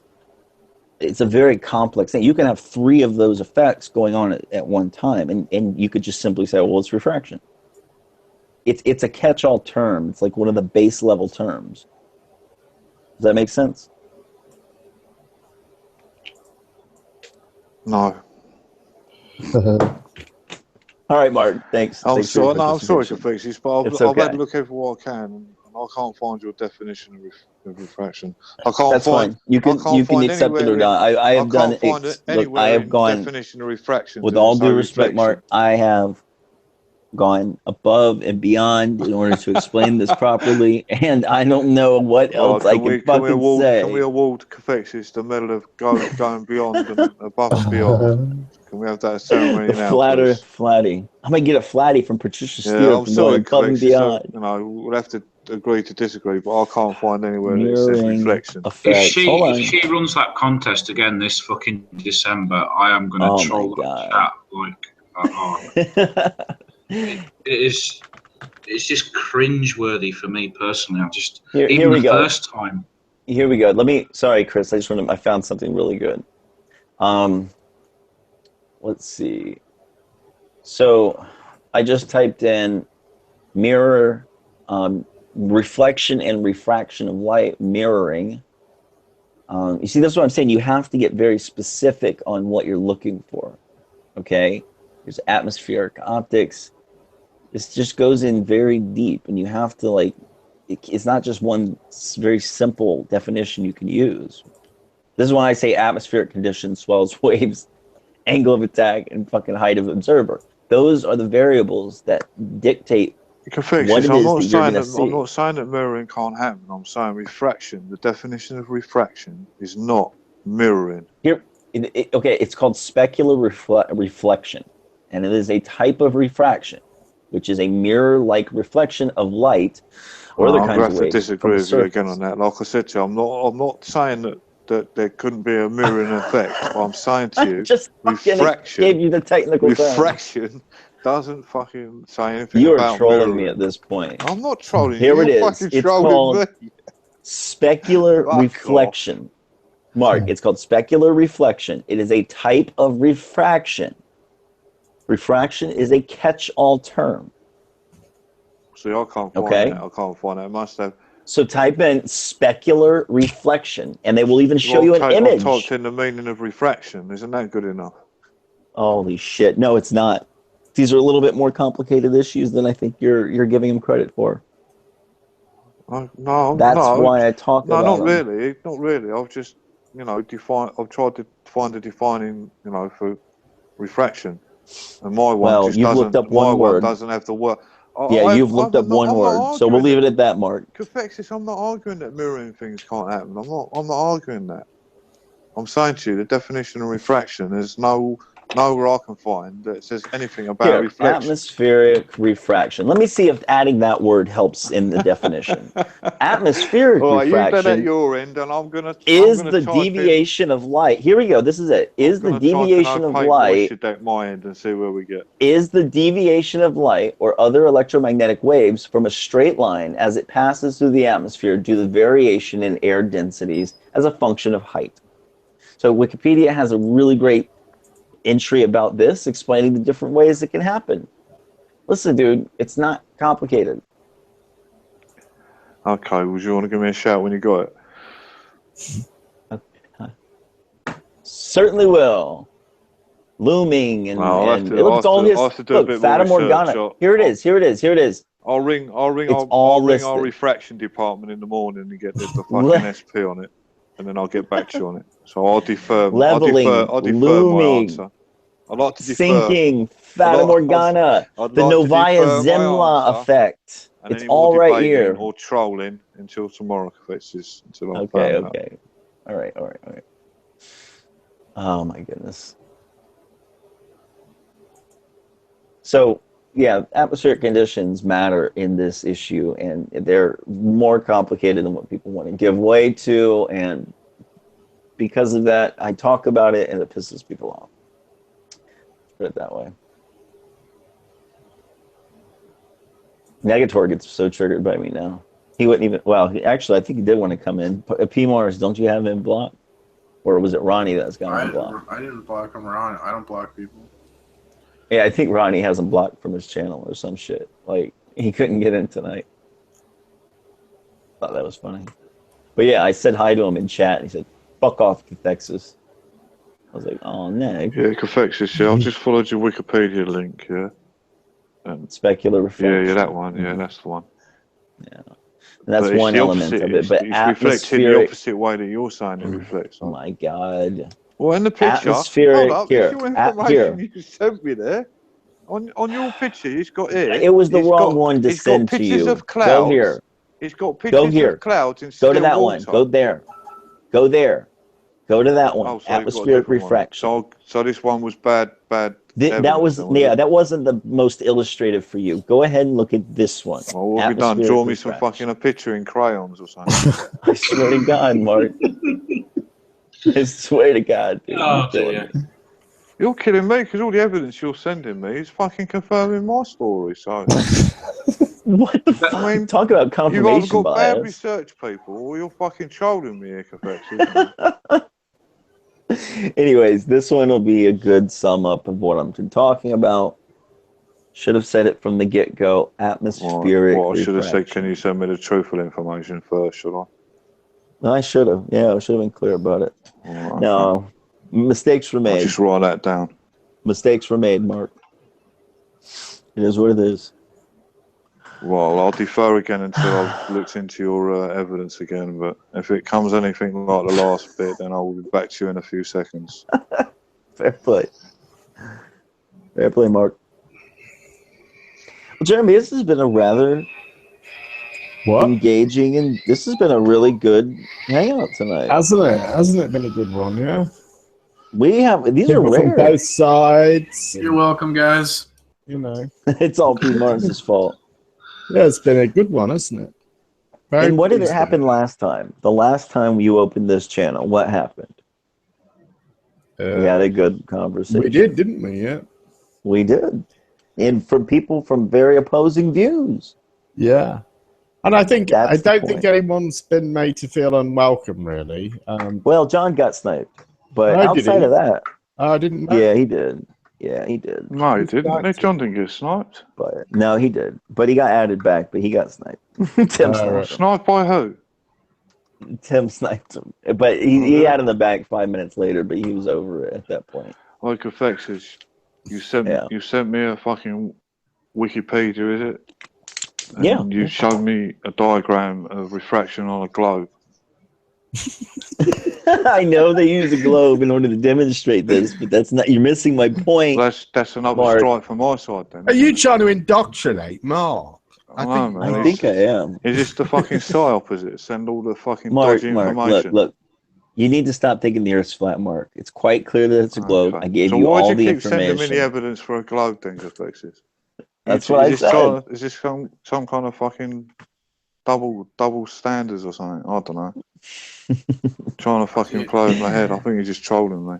Everything's a lie, right? So the globe Earth is flat, but the flat Earth is a globe. That's pretty sure. Right. Exactly. Right. I like flipping it on people. They can't even see it coming. I can see where you might be falling up with Ecofexis, man, because your fucking research is shit, man. Why? Because I can type in atmospheric refraction into Google and send you the first link? Well, no, it's the second link, wasn't it? Because the first link... It certainly was the second link. Here, somebody wrote it in the chat.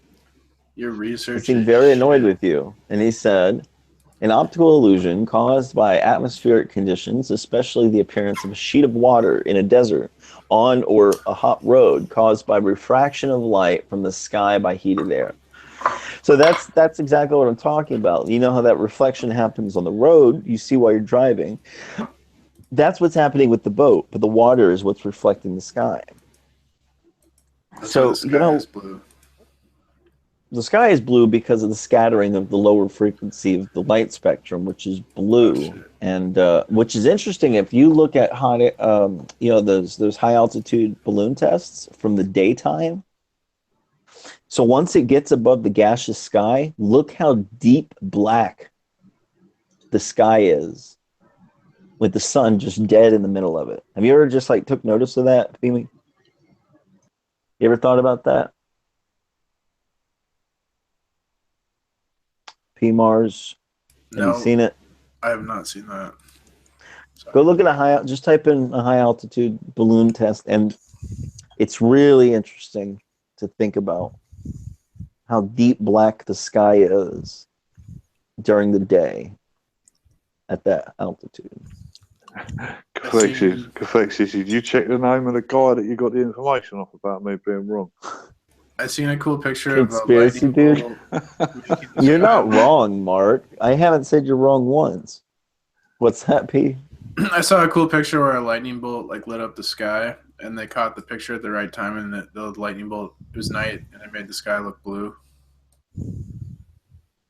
Huh. Yeah, I've seen those kind of shots.